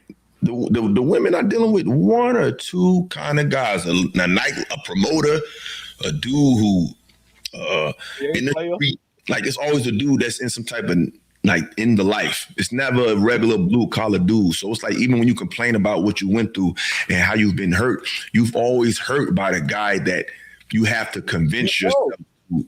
You have to convince yourself that he's more than what he is. You know that he ain't on no bullshit. You trying to compete. You trying to convince him to leave his life of dealing with mad women just for you. You're not dealing with the everyday blue collar 9-to-5 brother. So even when you talk about how you've been hurt, who you've been hurt by is the question. Men be hurt by a chick who need him. Like, you got 3 kids. How you playing me out, motherfucker? You need what I got. I don't need you. Niggas be getting hurt by chicks like that. Y'all be getting hurt by dudes who you know ain't even think about you like that. So I don't want to hear that shit. Not all the time, but a lot of the time. But shout out to the brother. We got another super chat, and I have to show my appreciation.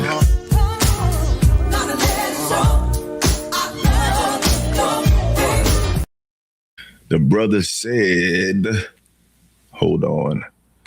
He said equality, shout out to Reckless. He said equality was the Trojan horse that they used to infiltrate the system and indoctrinate the masses. But feminism started in 1848 in Seneca Falls. Shout out to you, brother. Shout out to you.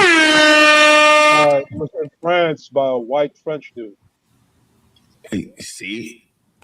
Even the first so-called transgender surgery was done way further back than people even realize. I found this out recently. I think it was in the early 1900s something. And of course, it was what? Europeans.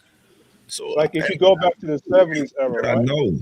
I got good white people that I know. But a lot of these pathologies in our community, the think tanks of the implication of them or the implementation of them was just done by European people. It's just the truth of the matter, man. Like if you go back to the 70s era, you said go back to the 70s era, right? That was the hippie free love era. I think is the first era of the hookup culture. A lot of white dudes were Marxists that spoke about open sex, open relationships. A lot of them were Marxists. A lot of them came from Europe, came from Germany, came from France. A lot of these Eastern, I don't know if that's the location, but a lot of them were European. That came into America with a lot of those ideologies in the 70s. Exactly. He said, I believe it's only 17% of black men that are creating all the baby mamas. Word is born, bro. Like I married mine. At least I tried. You know, I ain't tried, did marry. We divorced now, but it's a small group of men that's getting a lot of chicks. You know what I'm saying? It's not the majority. It's just not. Intentionally. Where you go, right? You said what? You said something important. You said something important earlier. You said that it was something in response to Trev where you said that a lot of women are not picking a lot of these dudes. So what is that? So if men are out here dating and they're looking for good women, but those women are not picking the dudes, then who do you blame? Do you blame the guys for not getting picked, or do you blame the women for not picking the guys, the so-called good guys, or the good dudes that they're supposed to be? They're just supposed to actually pick. Who do you blame at that? Future got how many baby mamas? So that means the first baby mama, he had one, and then he had another one. They seen how he did her, and then somebody else came. They seen how he did it. Like they seen what he did, and they still continue to give this man children. Give this man. So he's got multiple children, not one or two, multiple. So y'all are dealing with one. Y'all giving a heart and soul to the street because they rather convert a man than to deal with a man that's already ready to go. They want to convert you. They want to take the thug and turn them into a Christian docile man instead of dealing with the man that has already got his thing together that you're gonna have to adjust your shit to. They don't want to deal with that guy. They want to deal with the downtrodden so they could say, I'm the reason you better. I'm the reason. No, you don't want, you need to be humble and broken. That's right, Ms. Rose. She said, you come off like a husband. Exactly. You know what I'm saying? And if I don't have a wife now, trust me, it is not my fault. I'm just at a point where I'm just tired of the bullshit and I'm trying to get this money. Trying to be with a man, trying to give them I got a daughter to raise and express feelings and connect and all of that. And those men are not doing the same. They misuse that woman. They throw her away. So like when we look at society, who's often misusing women and throwing them away? Street niggas. Now you always got the playboys, the dudes who got mad. They the ones who have a discard mindset for women. So it's like they be talking like, what man is you talking about? Remember years back when it was like 1 in 3 men. Remember years back, and I don't like that wasn't like. Say that. What'd you say? Go ahead.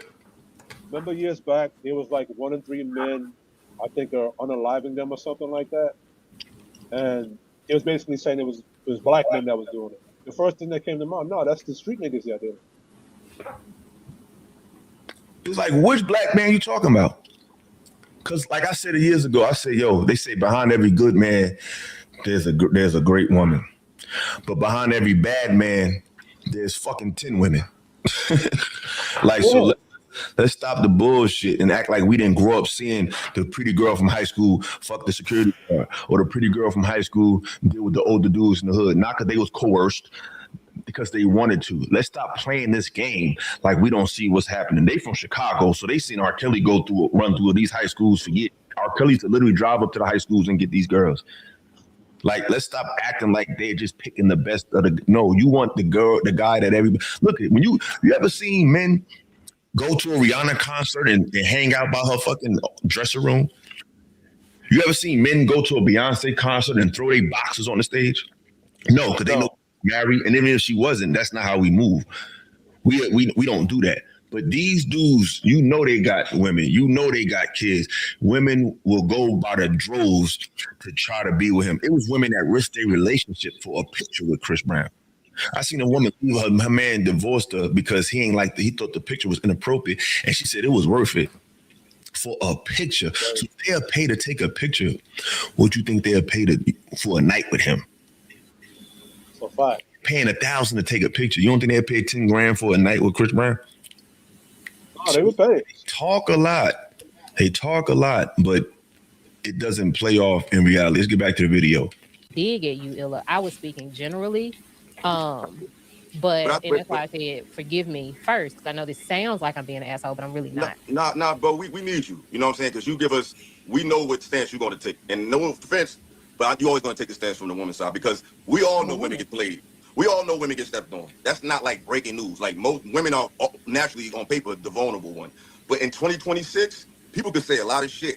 Women are fucking chameleons too, because there's women who, the more vulnerable you become with them, they won't give a fuck about you. Like, I've had people leave me high and dry. Like, when I was about to be damn near married, when I was dealing with Shorty from Spain, she abandoned me when my mother died, and when I had to go deal with a court case with my daughter. So sometimes women, they come under the guise of this vulnerability, but they only want you to be vulnerable to their, like, emotional intelligence for a lot of women mean tolerate my toxic behavior. Because sometimes you get vulnerable with a woman, you open up to her, and then she leaves you fucking high and dry at your most vulnerable moment. So I know from your perspective, you probably only see what women go through, and but we both go through that. Men get hurt and women get hurt. But as a man, of course, I'm going to acknowledge the man's side because I deal with women. And you're going to acknowledge the women's side, but both people go through that. Pain is not a exclusive. Women don't have a monopoly on pain. And I think a lot of people in these panels sometimes, they act like women have a monopoly on heartbreak and have a monopoly on pain. But they kind of hurt people the most because men already are more susceptible to the woman because he's already thinking she's sweet. Exactly. And that's what they don't realize. Most women, we already come into the situation thinking that, we raise, like they say women got a Disney mentality, but we do too. We think they're sweet and they like flowers. So we already coming in blindsided. We already coming into the situation saying that I have to adjust my emotional scale to this woman because they're about love. They're about sensitivity. So we already come in with the blindfold on, not knowing that you're dealing with a nigga that just got breasts and a different set of sexual organs. You're dealing with a nigga who, matter of fact, you're dealing with somebody who's jealous of you. You're dealing with like penis envy. Like you're dealing with you're not even dealing with anything soft for real. So they're able to hide behind the fact that society has taught us that they're just soft and nice. So they're going to cut you way deeper because you don't even see it coming. That's why they always catch us, because they already got defense, because they think we what? Oh, he's a man. He's rough. He's violent. So their defenses are already up. Yours isn't. You're trying to say, I need to be nice. I need to be cool. This is a woman. This is. So you already think you're dealing with some, like your mama. No, you're not. You're dealing with one of your homies. So imagine it's like you come into a knife fight with a super soaker. You shot her with a super soaker. She done stabbed you. Like, oh shit. Like, what the fuck? Now you bleeding all over the place. You just you hit her with a pillow. You hit her with pillows, she coming with the bazooka because you don't even know what you're dealing with. So I feel like when they be talking like this, it's like they just be making shit up, bruh. Like, But go ahead, you want to say something, bro? Yeah, coming from East New York, Brooklyn, I thought there was a separation between the hood chick and I guess like the middle class, upper class chick, but especially in our culture, but they're the same as I come to experience. So it's like that. So as to what you're saying, it was a shock to me because I'm thinking, all right, cool.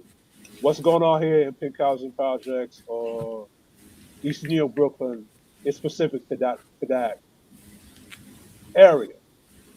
I'm not thinking I'm going to meet this same thing in Camp Rise, Queens, or some like a better neighborhood. But come to find out, there's really no difference. You can find a Keisha in Camp Rise, Queens, like you can find a Keisha in East New York, Brooklyn, or Queensbridge. Exactly. You know what I'm saying? And shout out to the women who have made mistakes and have picked the wrong guy, but realize the mistakes they made and realize I picked the wrong guy. But a lot of women be lying and act like, I gave this man my everything. Motherfucker, he was a Crip.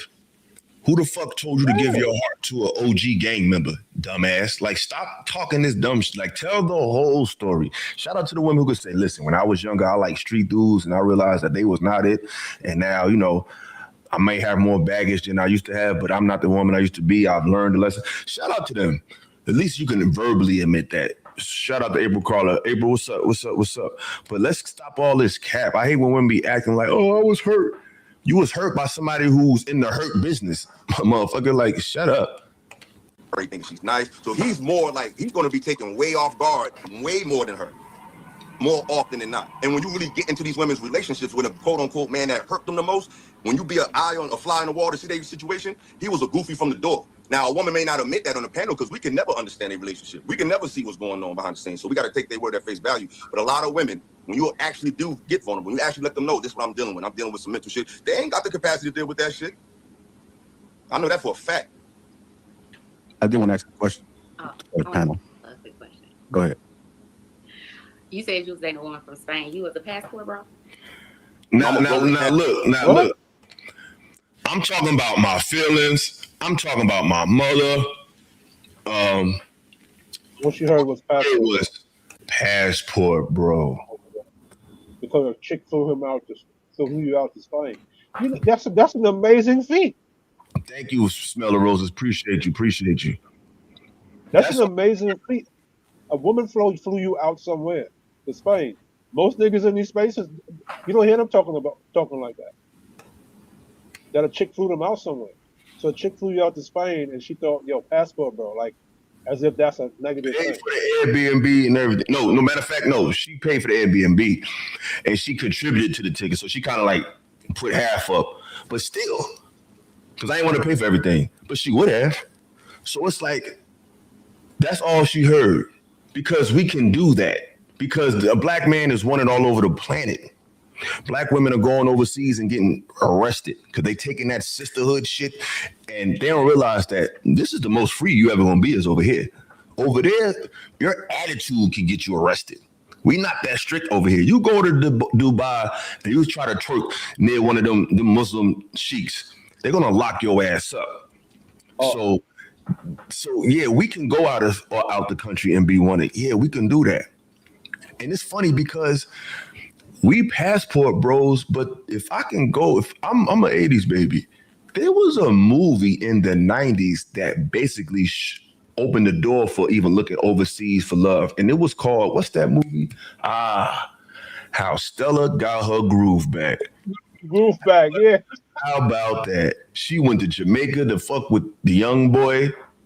And that was the first passport bro was a woman. As far as conceptually, men wasn't going about overseas. We was singing about I Need a Roundaway Girl. Remember that song? LL, I need a roundaway. We wanted the girl next door. We always wanted our sister. They was always looking abroad, but they wasn't received abroad because they try to take that same spirit over there and them niggas ain't having it. They will lock you up, chop your hands off, all that shit. They not playing with women overseas. They way more aggressive than we are, way more strict. Your mouth and talking slick will get you killed overseas. It ain't like that over here. Exactly. Stella set the standard. Yup. April Carter said you can't even twerk by a statue in certain countries. You will be locked up. Absolutely. So your countenance, unfortunately, a lot of sisters, your swag, your energy is not really popping overseas. We can go everywhere and get received because these women are looking at us and like, damn. First of all, they're not even being pleased sexually by a lot of their own men. So they want our sexual energy, of course, but they like us. They see what we dealing with over here. They see what we dealing with from. They see that we don't have no allies. We can't trust our own brothers. We can't trust our family. Everybody's out to get the black man, even the black man. So when we go over there, they are receiving us with open arms. So, but it's funny how all the things I talked about in that clip, all she heard was me going overseas. So I'm a passport, bro. The world is mine, baby. Like we more. I can go. We was always traveling the world. We was always spreading civilization and bringing game all over the world. Like that's what we do. We was never supposed to be no local dude. That's why I be telling dudes, yes, you need to get your passport, because most dudes go to the DR. I went to Spain. I didn't go to the DR. I didn't go to Mexico. I went to Spain. I went to Europe. You know what I'm saying? So, like I said, become an international man, a Renaissance man, not just some local nigga. They mad. That's why they always end up with the local niggas, the local drug dealers. Passport. Huh? I'm gonna grow with a passport because I dealt with them over here too. No, I'm just asking about this one. That's irrelevant though. She's a woman. I know she a woman. It don't matter where I made at. I could have met her around the corner. I could have met her in Chicago. They everywhere. They over here too. Let me ask you this though. If she was from Spain, right, and that's where you met her, first of all jokes aside. I didn't be her. It's not first of all, because the first thing you said was I was a passport, bro. So it's second of all. That's that. Terrible that she did that to you at that time. That shows you the quality and character that she had as a person. Because a woman that loves you would never do something to you like that. That's not true. That's another thing. I mean, I was married too. How do you I know? had a wife from America. You don't know they don't love you until they don't love you. That's you can't predict it. They always talk about other thing. I didn't know that. I found that out later. If you said you love me, you're treating you like you love me, nigga, you love me. So they hit you with it. Well, she didn't love you. Yeah, that's hindsight. Is what 2020. It's always 2020. But in the moment, she did. Now I realized she couldn't maintain it. But it's like, what are you talking about? They just always trying to. So basically, she's trying to say, "Oh, you should have picked better." But we're picking women who are coming out with the energy of love and coming out with the energy of expression.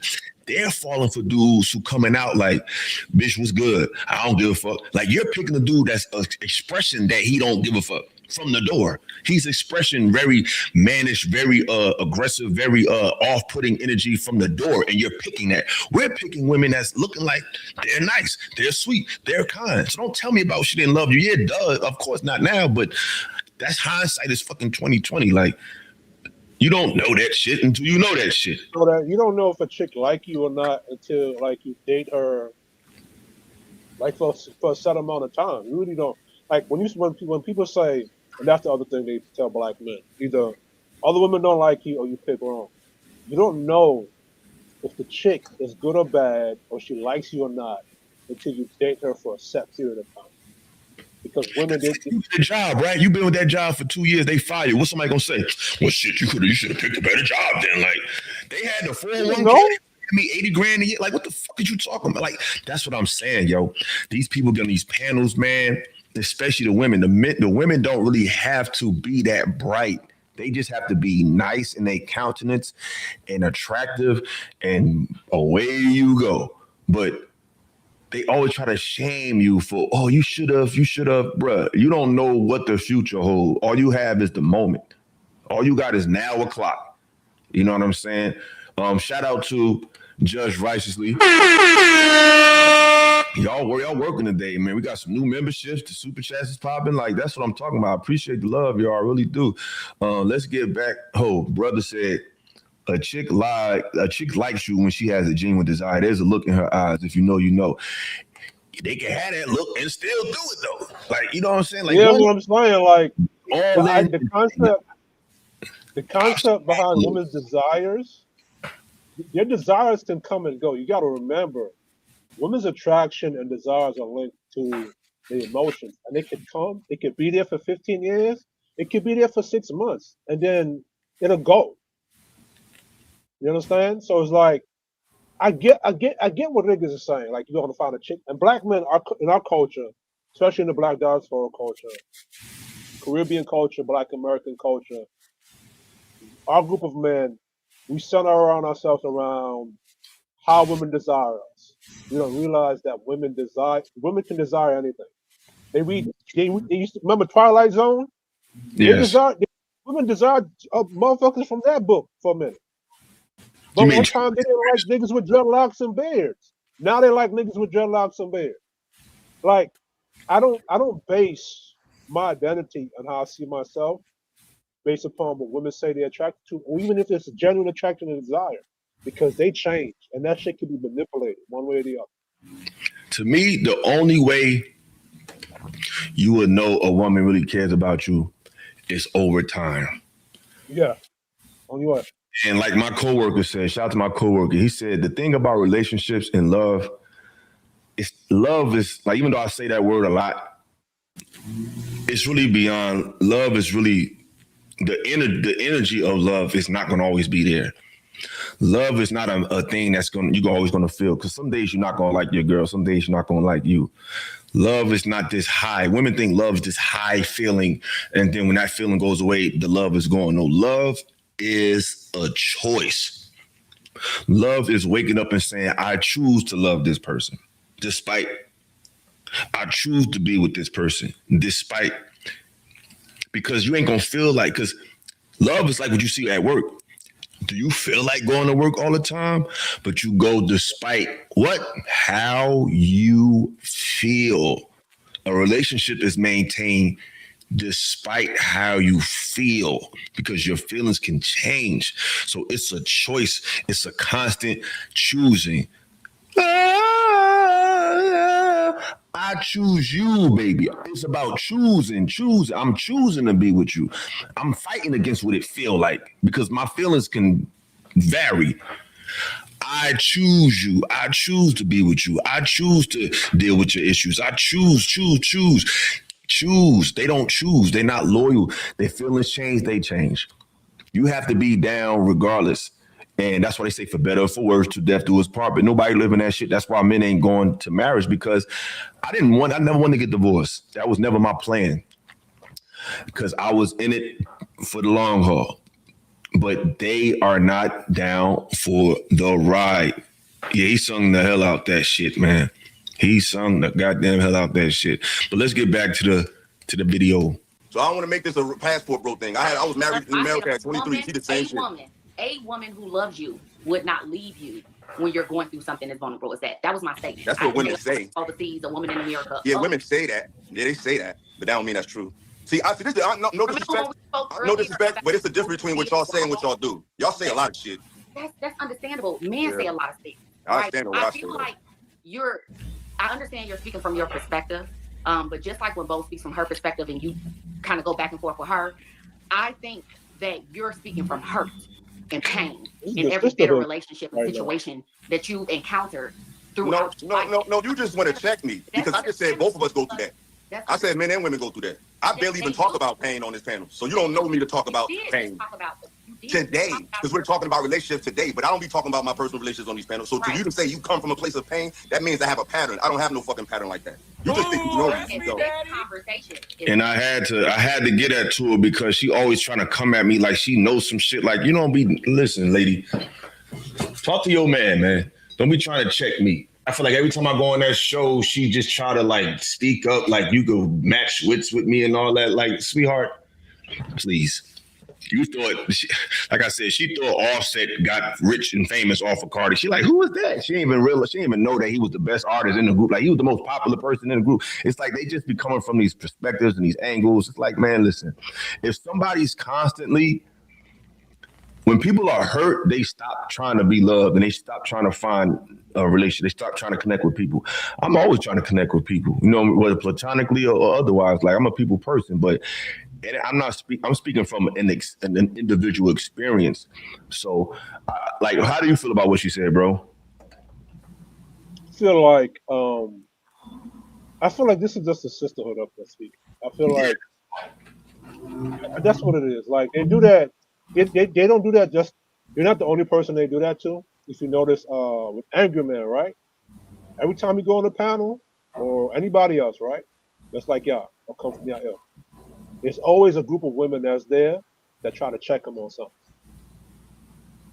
Anytime they say something, and especially if it's something truthful, they make it their point or their mission to now, okay, I gotta check this dude. And if I check this dude, I'm gonna get 50 points from the system. So I think that's what that is. Exactly. Let's continue, man. We all talk about emotions. And no. It goes back to what I was talking about earlier, right? Like you'll have people who will deal with certain situations and they'll build up walls. And you were saying women, you specifically stated that hopefully you get to a woman before she's at the point where she has that that's wall. What she's saying. That's what she told you at basketball, bro. My wall ain't up. Thing to be reflecting right now. See, so what you're trying to tell me is that my wall is up. How's my wall up when I'm telling you about a situation of me being in a relationship? When your wall is, you don't have relationships. You just sleep around. So my wall is up because I'm being objective in the conversation. Like they just be running their damn mouth. But what were you about to say something, bro? Like that's why she dissed the passport, bro. Because in these spaces, when men do it and when women do it, when you're saying passport, bros, because it's Black American men doing it, it's points. You get points for that. You get respect points for that. Not like in the hood, you hug a block or you do a job, you get points, you get validation from it. Shaming passport, bro, that's what you get. You get validation for that. So that's why she labeled you a passport, right? But yeah, like now I got a wall up. Now I don't have nobody. You got a wall up, but then at the same time, you were vulnerable and told her something, and look what she did with that information. So why wouldn't you have a wall up? If my wall was up, I wouldn't even tell y'all what I went through. My wall ain't up. So it's like, what are you talking? But now I'm learning. I'm realizing it need to be because.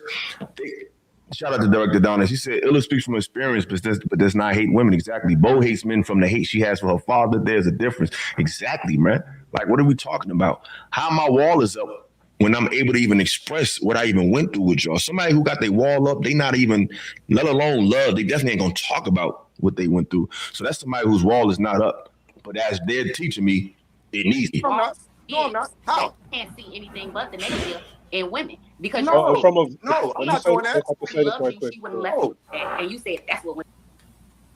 From a dating perspective, right, or vetting perspective for the fellas, if you're on a date and you have a conversation, and I'm not telling you how to spill your beans, but say you say something like, you're vulnerable lightly, and you get this response that she gave Illa, walk away from that date. That's not the woman that's not the woman you're supposed to continue to date.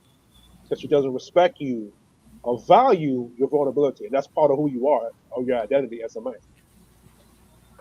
Exactly. Let's get back to it. That's what they because they do say that sometimes. They do. But I'm still willing to love. I'm not closed off to love. But it's also a lot of women who do stick by their men, who stick by their Now this is the part I wanted to highlight. Now, watch the examples of the man they stick by. Just listen, y'all. Please listen. Ride for them, who will be homeless with them. So we can talk about it from both perspectives. And I said that. Almost? I said pain is not a monopoly owned by anybody. Be homeless with you. So they'll ride with a homeless man, but they won't ride with a man with a home. That's what I'm saying. They got all the patience for the dude that ain't got shit but penis and swag. When that situation don't work out, you'll jump on the internet and say, "Oh, black men are broken homeless." Yeah, she'll be homeless with you. Yeah, they always got patience for the guy that needs them or is in a lower state. Just keep listening. Just keep listening. I said that. No, I agree with that. I wasn't. I'm still open to love. I'm very open to love. I just know the difference between platinum and white gold. You feel me? I'm very open to still meeting people, but I know people, men and women, on these. I don't date men, so I'm not. How they lie to women can never affect me because I don't deal with them. So I can talk about what women do. I just know women say a lot of shit on these panels, and men. Because I give you an example. A lot of men say, my wife is so shit. You go home, you see what type of woman they got, and they full of shit. It's like, I wouldn't deal with that. Right. So it goes both ways. But to try to say, oh, I'm not speaking from a place of, I love women. I'm still very open to love. I will never close it down, but I know motherfuckers be full of shit. I don't think you should. But I think, just like you stated, you only date women, so you can only speak from a man's perspective when a woman speaks from a woman's perspective. Absolutely. The difference is we date a variety and a wide range of women. Y'all date one kind of man. My screen froze, so I'm going to refresh y'all. Hold on. Hold on. Yeah, like what it was about to say, men, we date a lot of women. This is why a lot of men who are experienced with dating a lot of women, we know what you're going to do or how you're going to respond based on the patterns that we learn. That's why we speak from experience. But with women, y'all date a couple of you dudes. Either you're dating Pookie, you're dating Player Mac, you're dating Pimpin'. You don't date bus driver Bob. You don't date a construction worker Bill. It's either Pimpin' Pookie, Player Mackin, drug dealer Joe, or drug dealer Tyrone. So I'm saying it's like men can speak from experience because we have experience with dating a lot of women. Yes. We'll date a fat chick, we'll date skinny chick, we'll date chick from all over the world. I've sat before the table before a lot of women when I was personal training, even to this day. So we have a lot of experience because we're willing to give. We give, like, men give a lot of women grace and opportunity. A lot. Even if it's a chick we don't initially like or is attracted to, we go on a date and just chop it up and kick it. See what happens. See, they be trying to go from 0 to 100. Like men, like women, what they do is they'll deal with the low life their entire life and then want to go to the absolute top. They don't want to deal with the man in the middle. You want to go from the drug dealing gangbanger to the CEO. You don't think you're not humble enough for the 9-to-5 guy. You're not humble enough for you want to go from worst to first. So when they be talking about, like she was saying, you need to, what she say? She was like, you need to, women, we know there are women that love. Yeah, y'all do love, but we see that you only love one or two prototype. One type of guy. You don't like the regular dude. That's it. So you're not credible that much in these conversations like you think you are. I swear, if you could see the man of most of these women, it was some street nigga. Yeah, he locked up. You know how many times I met women and they faced their first baby father either locked up or got a record? And I'm from the hood. I dibbled and dabbled in the streets. I just ain't never really got caught like that. But it's like all my homies is fed niggas, so it's not like I'm talking from the other side of the field. Like, no, I'm from Avon and Peshaw. I grew up in Essex County. Like, all my homies is fed niggas. Like, for real. So I'm talking from experience. I've been on the corner and in the classroom. I've been in corporate America and in the trap. You know what I'm saying? I've been in the recording booth. I used to rap. Like, I've been all of that. So I'm not talking from none of that. When I cared the least is when I got the most cooperation. When I cared the most is when things went left. So what I'm saying is we deal with a wide gamut of women to have more of a factual review than they do. They talk to one or two guys and think they're experts on men. You don't even talk, and then the men that you're dealing with not even give you a real representation of men. You're dealing with a surface level vanity aspect. That's why a lot of women don't know who their men is until some bullshit happened. It's like, oh, he didn't understand. It's like you didn't engage his emotional, intelligent depth. You said he was cute. You seen he had some money. You seen he had some swag. You know what I mean? The sex was good, and then y'all had a relationship. You never knew what his thoughts was, what his thoughts on politics. You never got to that part of him because it wasn't required. But go ahead, bro. Yeah, he got you pregnant. Now you have children. Now y'all arguing. Now he got two other baby mamas on his eye. Look at Blueface. Blueface just got out of prison and already got a next chick. Fetty Wap just came out of prison. They had a Soul Train line waiting for him when he came out. And shout out to Fetty Wap, that's Jersey. But like it's just crazy, bro. It's just crazy. But yeah, go. Let's keep going. Why you gotta bring that up? Ain't that? I mean, but you going way back. Like we done passed that part. I just said it's a monopoly. We both go through that. I get it. You want to check me for both. I got it. Shout out to you. I want to take. I get it. I got it. I know. I get it. You offend. I get it. You keep making points saying this from your perspective as a man. No, but I'm saying every time I'm on a panel with you, you want to come at me like, you feel me? So I get it.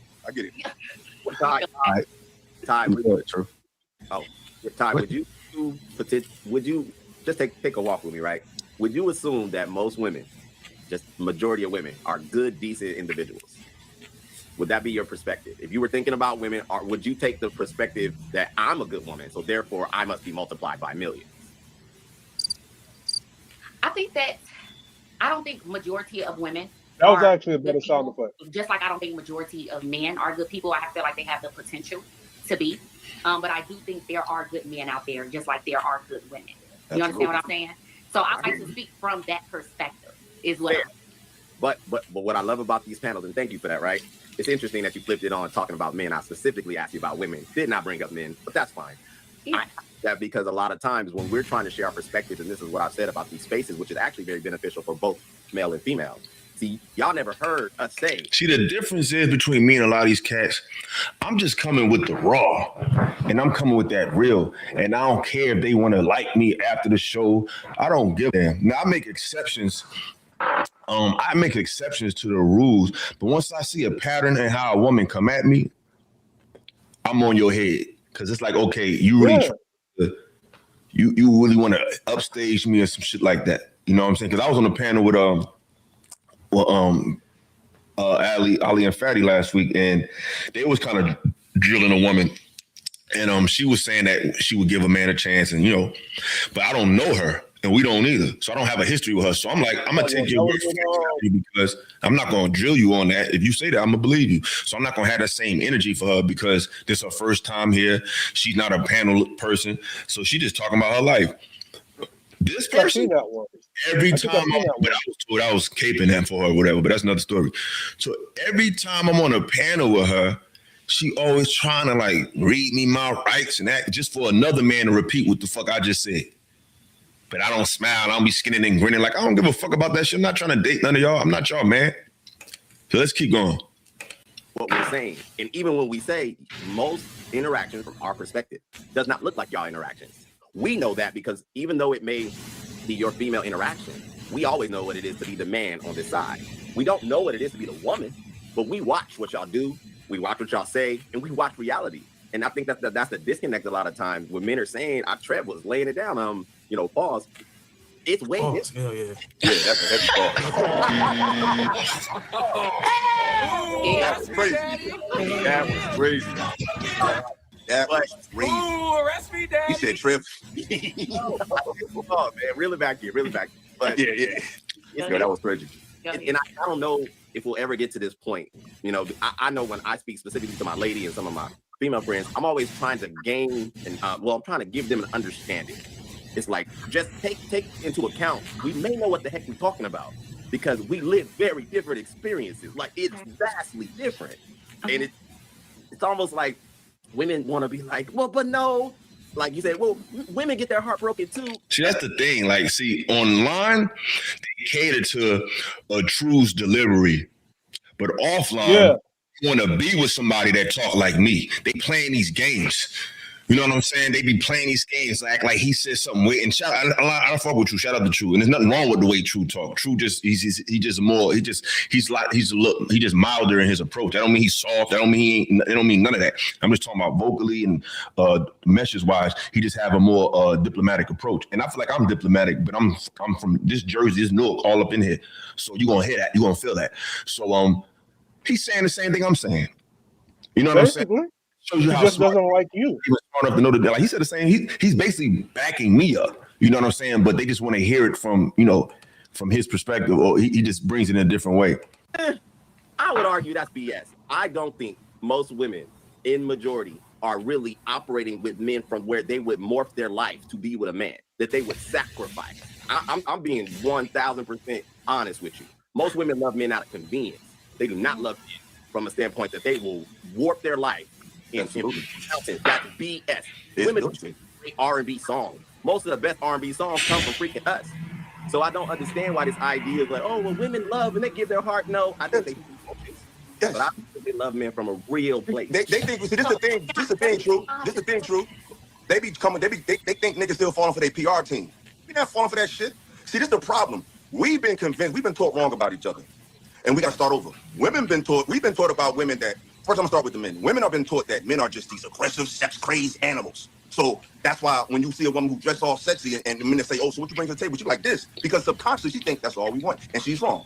Now us, we think women are just these soft, dainty, just loving creatures. And no, the fuck you're not. So we've both been lied to about each other, and now we're starting to be honest about who we really are. And I want to unpack this. This is the problem. Because of that issue I just outlined, it puts you behind the 8 ball. Because if you think that women are nice and soft, and they're not, you're not. They're like the angels or something. She is, which is maybe harder and more colder and more callous than you are. Men are not prepared to. That's like if your mother was meaner than your father, that should have fucked you up. Like, mom, you mommy, why you? So you're not prepared for what she is, which is cold as hell. That ain't even cross your mind until you feel it. And to flip it to the women, she thinks you're just some sex crazed animal who just want to hump all day and punch on shit. And she's not prepared for who you really are, which is diplomatic, more empathic, more intellectual, more in a position, from a perspective where you would try to avoid conflict than create conflict. She's not prepared for the diplomatic man. So now we're not prepared for who we really are. So when we get in these relationships, I'm expecting softness and I'm confronted with toughness. She's expecting toughness and she's confronted with empathy. And she wasn't prepared for you to be empathic. She wasn't prepared for you to have a library. She wasn't prepared for you to have some knowledge of self. She wasn't prepared for you to have insight and emotional and intellectual depth. She just thought you were just Mr. Turn Up. So we're not prepared for who we are because we've been lied to, and they've been selling us this PR through media, through the Disney movies, and all this shit. And you think she's just some damsel in distress? This motherfucker's a gangster. But go ahead, bro. Yeah, a lot of that came from the Victorian era, because during the Victorian era, there were certain standards that men and women had to be. Right, women were considered to be the angels of the house. Men were supposed to be, the custodian or authoritative figure. Right, we were not allowed to express our emotions publicly, but we were allowed to be vulnerable or have a confidant with our wife privately. Right, so that's why a lot of men are used to being vulnerable with their women because that's how it was. And now that it's more like how in the Bible it says, the devil and God made a bet that if you remove this protection from Job, Job will falter, right? So it's like society removed those protections those images that you spoke about off of women and men, and now we get to see who we are, stripped past the performative masculinity or the performative femininity, and now we get to see who we really are. We get to see shit. This is what women look like in the dark side. We already knew what men were dark side. We already knew that, okay, authority, structure, discipline. We knew how we can get if we decide to throw hands and whatsoever. We knew that. But what men were not used to seeing was, shit, this is what women really think. This is how women really process when they're evil, when they're dark, right? Even back during the 50s, because men had a certain sternness. Like women like in the silent generation and the greatest generation, women were really afraid of trying to test their men because those men were different. Those men were like, these are men that would get up early in the morning, go to work, bend steel rhubarb, whatever it was called. Like those men were different back then. Like they didn't play around. So now a lot of that stuff is not there today. We get to see who women really are at the other half of them, the dark side of them. Mm-hmm. So. Exactly. Excellent point. You know what I'm saying? Like this is like we're in a time of revelation. The first word in Revelation is reveal. Y'all think it's gonna be some white man with a sword coming down the sky. No, you in the hereafter right now. Everything is being revealed. The veil is lifted. You know what I mean? That's why it's time for men to really lock in and get on their purpose. Because it's like we already know what time they come away. And we already know they're going to acquiesce to power one way or another. Get on your job, get your bread. It's been in their 50s dating women in their 20s and 30s. Not saying you got to wait that late, but we have to just willing to deal with them how we deal with them, but we got to be locked in. Our women have shown us what it is. If you got to go overseas to find a wife, find it. If she got to be from Thailand, let her be from Thailand. She got to be from Dubai. It don't matter. The seed is inside of you. The future is inside of you. The structure is inside of you. If they don't want to get on our program, we just gonna have to lead them behind. So I'm just having this conversation to have it, but we ain't got to deal with whatever the fuck we ain't got to deal with. And I don't care what her race is. If she's on your program, get with her. Period. Because at the end of the day, it seems like our sisters are only acquiescing. They only understand. They only connect with the hoodster. That's the man that they connect. They connect with him strongly. They can't connect with nobody else. So let's go. Times like what you doing, you keep trying to push that PR shit on niggas. Niggas ain't buying that bullshit y'all kicking. Women give their body to niggas. They don't give their heart to nobody. They get their fucking heart to Jesus. You know why they get their heart to Jesus? Because he can't hold their ass accountable. He can't call their phone and say, yo, you want some goofy shit. He can't do that. So I don't want to hear that bullshit. Sorry, I just don't want to hear it. I love women. I think they're beautiful. But that PR y'all keep trying to kick, yo, just say, listen. At least both honest. Both say, listen, we don't really trust y'all like that. I might give a little pushback, but she honest. But stop trying to sell niggas this PR team. That's not who the fuck y'all are. What? Okay, it's so much to unpack here. I bet it is. To respond to True. True, I understand everything that you stated, right? But I feel like it still just goes back to you're speaking from your perspective and we're speaking from our perspective. Just like we can never fully understand or empathize with the man's situation. What you don't realize is your perspective is fugazi because y'all don't know us. We know y'all. Y'all don't know us like that. Y'all know us. You just know that we're attracted to y'all. That's it. That's the only thing you know is that we are attracted to you and we like sex. And you have the power to get that to us. Nothing else about us, you know. You're learning it now. But what y'all don't realize is we already know y'all. Our mama taught us about y'all. Society, we had no choice but to know about women. We didn't have a choice. They didn't give us a choice. They taught us more about women than they taught us about ourselves. Like when we was young, back in the day, they taught black men behavior. They taught black women ambition. That's why they're the most educated, the most this, the most that, because they were taught ambition and they taught us behavior.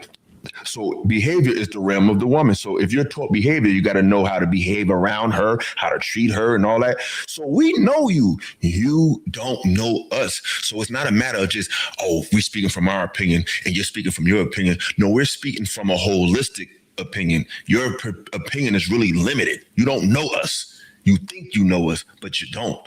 So that's the difference. But you want to add to that before I go back to the video? That was my biggest issue with the boomer generation, is that no disrespect to them, but they still got to take accountability for that, because it taught a lot of black men how to be custodians to women and not have any authority with them, and then they taught women to be their entitlements.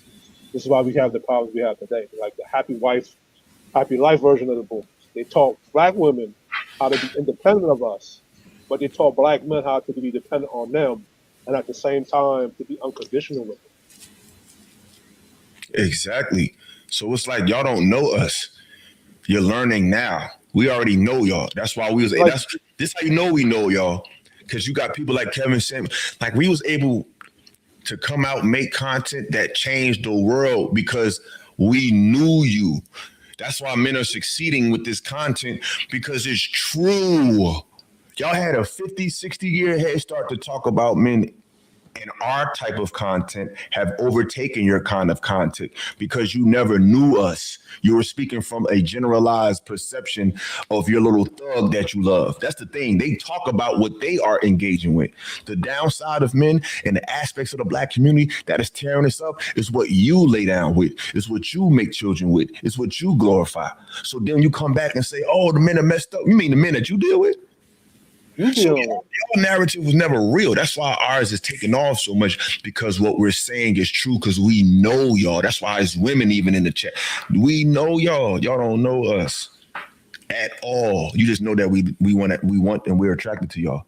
That's why even you can never fully even understand. it's so bad that even the women that are generally good women, like I saw the video that you was on Fatty. I think her name was Miss Evie or something like that. She's gonna be on my channel next week. Right. Even the good women in our culture, they don't know what to do when they find a good dude. True. What up, man?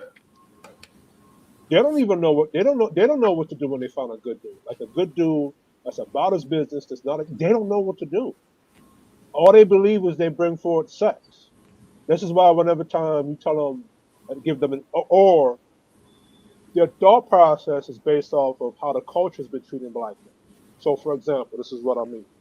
If a chick is doing something that I don't like, and I correct her on it, instead of her correcting herself, she could be a generally good chick. She'll say, I'm insecure for that.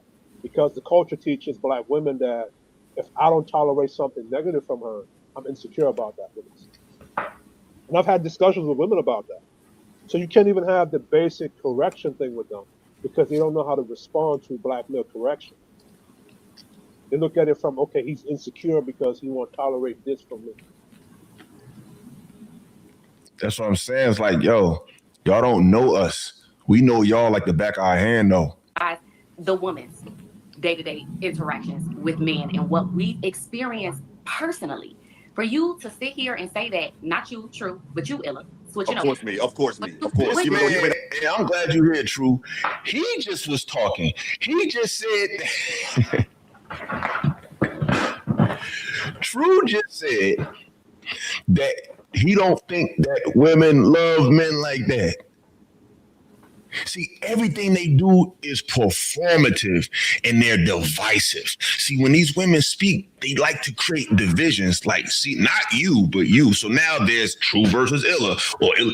They are authors of confusion, bruh. She just creating me and True said the same thing, but she wants to create a delineation. You know who else do that? European society. They create subcultures, subgroups, classism. Everything about them is the spirit of this system. They are the system personified. Everything about them is system mindset. They're educated, which means they're indoctrinated. They don't have bro. She really, that's what I'm saying. That's why I like to do this reviews, because in real time, it's hard to just catch it. But when you watch it on a replay, she made it clear, not you, True. He just said you don't know how to do that shit. He just said y'all don't know how to love, and most women don't love. He said that. But she had to, let's rewind it. Maybe I'm tripping. Let's go back to what True said. And we got to start over. We've been taught about women that, first I'm going to start with the men. Women have been taught that men are just these aggressive, sex-crazed animals. So that's why when you see a woman who dress all sexy and men say, oh, so what you bring to the table? You're like this. Because subconsciously she thinks that's all we want. And she's wrong. Now us, we think women are just these soft, dainty, just loving creatures, and no, the fuck you're not. So we've both been lied to about each other, and now we're starting to be honest about who we really are. But sometimes, like what you doing, you keep trying to push that PR shit on niggas. Niggas ain't buying that bullshit y'all kicking. Women give their body to niggas. They don't give their heart to nobody. They give their fucking heart to Jesus. You know why they get their heart to Jesus? Because he can't hold their ass accountable. He can't call their phone and say, yo, you want some goofy shit. He can't do that. So I don't want to hear that bullshit. Sorry, I just don't want to hear it. I love women. I think they're beautiful. But that PR y'all keep trying to kick, just say, listen. At least both honest. Both say, listen, we don't really trust y'all like that. I might give a little pushback if she honest. But stop trying to sell niggas this PR team. That's not who the fuck y'all are. What? Okay, it's so much to unpack here. I bet it is. To respond to True. True, I understand everything that you stated, right? But I feel like it still just goes back to you're speaking from your perspective and we're speaking from our perspective. Just like we can never fully understand or empathize with the man's situation or what you deal with on a day-to-day basis, you can never fully understand or empathize the woman's day-to-day interactions with men and what we've experienced personally.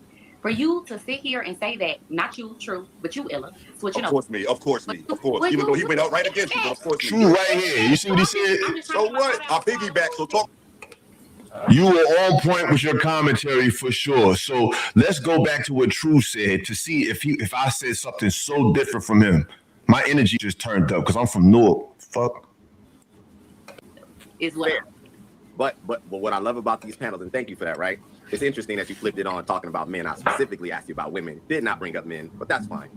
I asked that because a lot of times when he's holding her to task, he's telling her that I'm talking about your ass. I ain't talking about us. He's holding her to task. Same thing. That's why women are so easily fooled, because if you just change your tone and change it, you can get them. That's why they fall for the preacher. They fall for the politician, because you just change a slight tone, they'll think you saying something totally different than somebody else said. No, goofy. I said the same shit he said.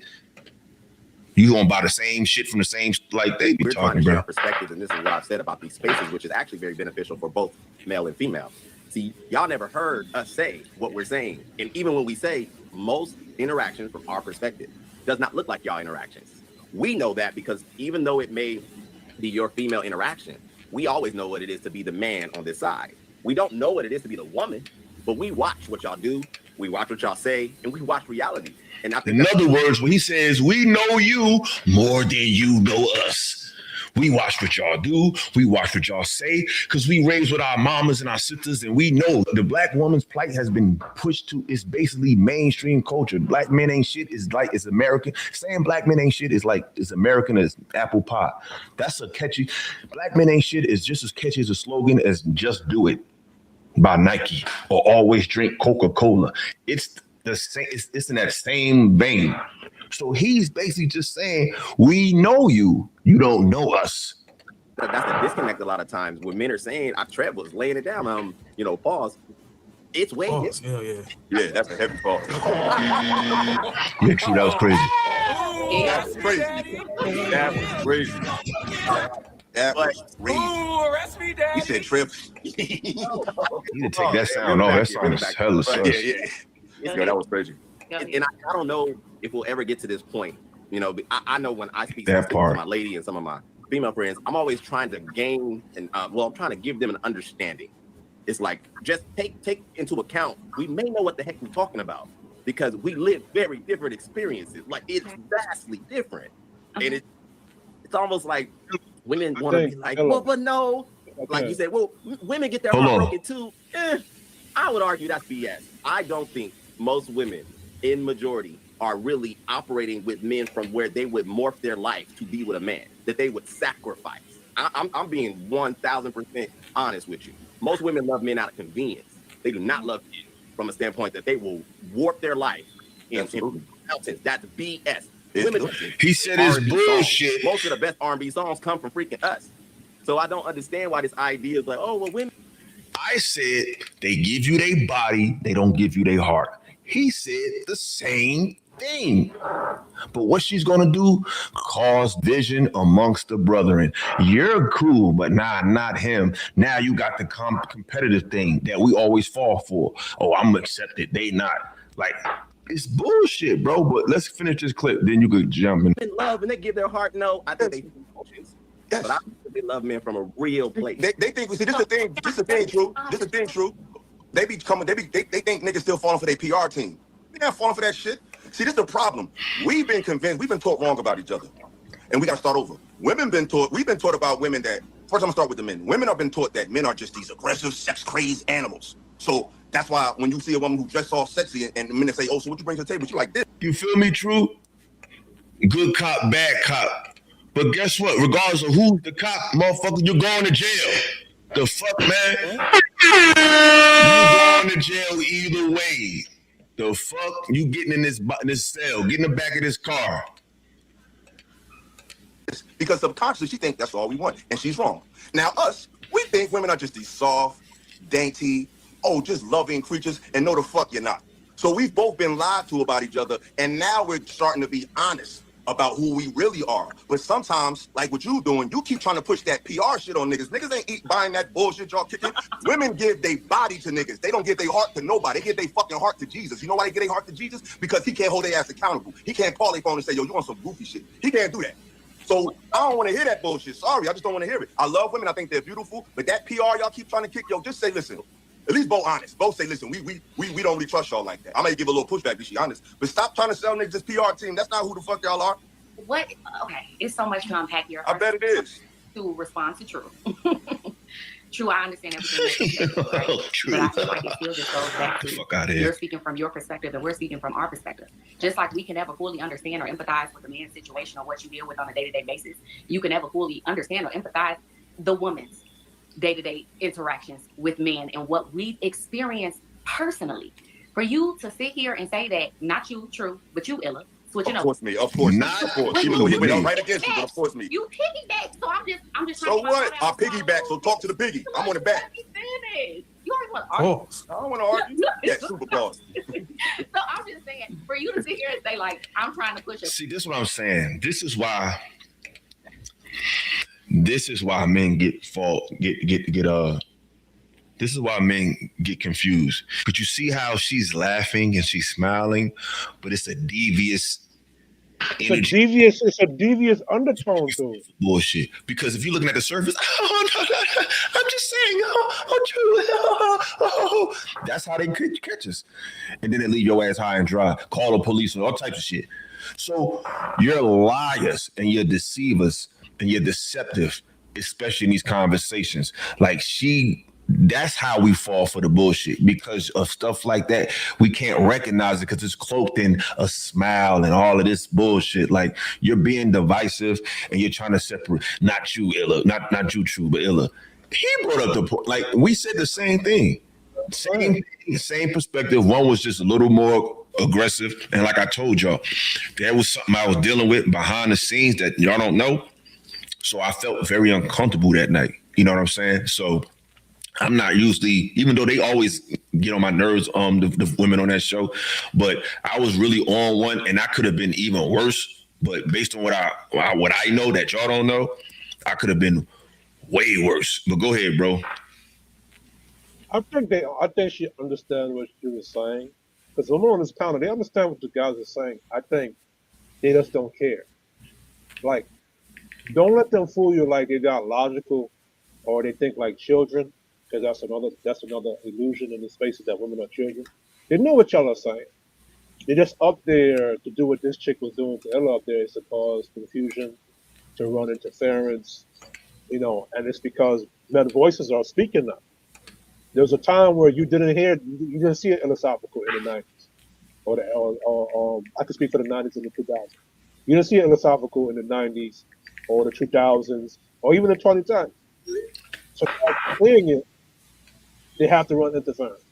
They have to go on the panels where the host allows either the host or somebody on the hosting the panel. No idea, True. It ain't even nothing with. Hold on, it ain't got nothing to do with my family or my mom's stuff. It has to do with that panel. That's all I'm gonna say. But go ahead, bro. So yeah, like they have to do that. Like they have to.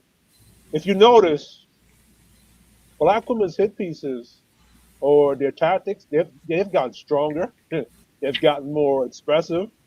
They haven't gotten weaker. They've gotten more, I want to say, more vicious or violent.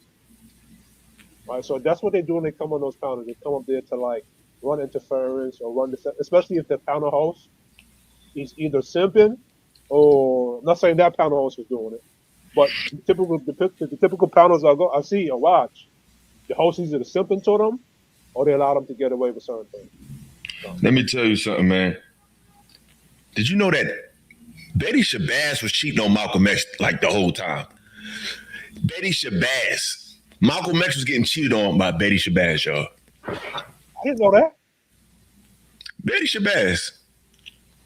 I did not know that. You got somebody who literally died for Black people.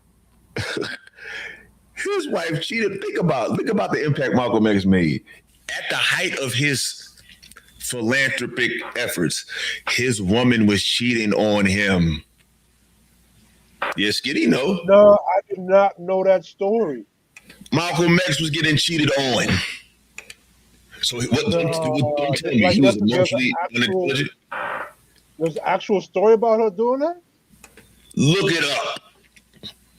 Google Malcolm X and Betty Shabazz. She had infidelity a lot. That was one of the biggest issues, her infidelity, dealing with other men in the Nation of Islam. Yes, Malcolm X, not Detroit Red. Malcolm X was getting cheated on by Betty Shabazz. He didn't read the signs. He was blind too. He was goofy. Let's keep talking. Let's keep going. PR agenda and women don't really love men. That's insane to me. That's PR. insane. It's PR. And let me just finish. I can be speaking from a very biased perspective because first and foremost, I'm going to speak from how I view men, how I love the man in my life, how I know men. For you, in the Godfather of Harlem with Bumpy Johnson, his wife Francine, and they showed it in the series, was cheating on a boxer in that series. They show who was getting Bumpy Johnson. See? Mind you, this was a gangster. Bumpy Johnson was a gangster in Harlem. This is one of the baddest niggas of that time. And they showed it in that series, Godfather of Harlem. Go check that series out. That's crazy. So, like, what do you do? What do you do? What do you do? Peace, Donovan. What's up? What's up? What's up? What's up? What's the deal? What's the deal? What's going, man? What's going on? Okay, you ain't mobile today. All right. Yeah. We at the crib. Hey, but open there, man. What's up? So first of all, that news you just dropped on me is crazy. I feel like that makes. I have to go look it up. I'm like, nigga, I ain't never heard that shit. But that make me say, ain't none of this shit worth it. None of it. Ain't none of. If I'm out here fighting for my people, being a good nigga, Martin Luther King out here fucking all the hoes, and I'm being the great guy, I'm being the diplomatic warrior for my people. Hello, guys. And my woman can't even hold me down. It's no point. What's going on? Malcolm X was a saint. You can't cam up. That's what I'm saying. That's what I'm saying. Hey, I have a cash offer. offer. Whoa. Okay, what's up, brother? Before you talk. Yes. Right now, because I've never seen you before. I don't know what your angle is, and I'm hoping you cool. If you on some trolling shit, on some funny acting shit, I'm gonna drop this shit out you. So I hope you just came to contribute to the conversation. I don't mind you disagreeing. I don't mind you giving. Yeah. You before, I never heard of you before. So I'm just hoping you cool. If you cool, you good. But I'm just giving you that disclaimer because I'm not playing. Oh, I understand the caution around strangers, but but this is the internet, so if you're gonna be social, you got to interact with strangers. If you understand. I didn't say not to interact. Oh, what's wrong with them? But anyways, the cash offer is this. I said something. I didn't say nothing about strangers. Because Kiss Yardy is a stranger. I don't know Kiss Yardy personally. I know Donovan, but I don't know him personally. So it's not a stranger thing. The issue is your intentions to come up here. And I'm telling you, if you're not coming up, you said you needed a camera. In a productive camera. I saw it in the comments. Like, I'm not playing with you goofy niggas, bro. I don't got time. I'm not playing with y'all, bro. That might have been some entertainment, though. I told him. I said, I gave him this. Was I fair, y'all? Was I fair? Nah, you straight up. He kept over talking me, which lets me know that he had an agenda. Because he could have said, "Oh, I understand. I'm not like that," and I would have let him talk. I don't care what y'all got to say.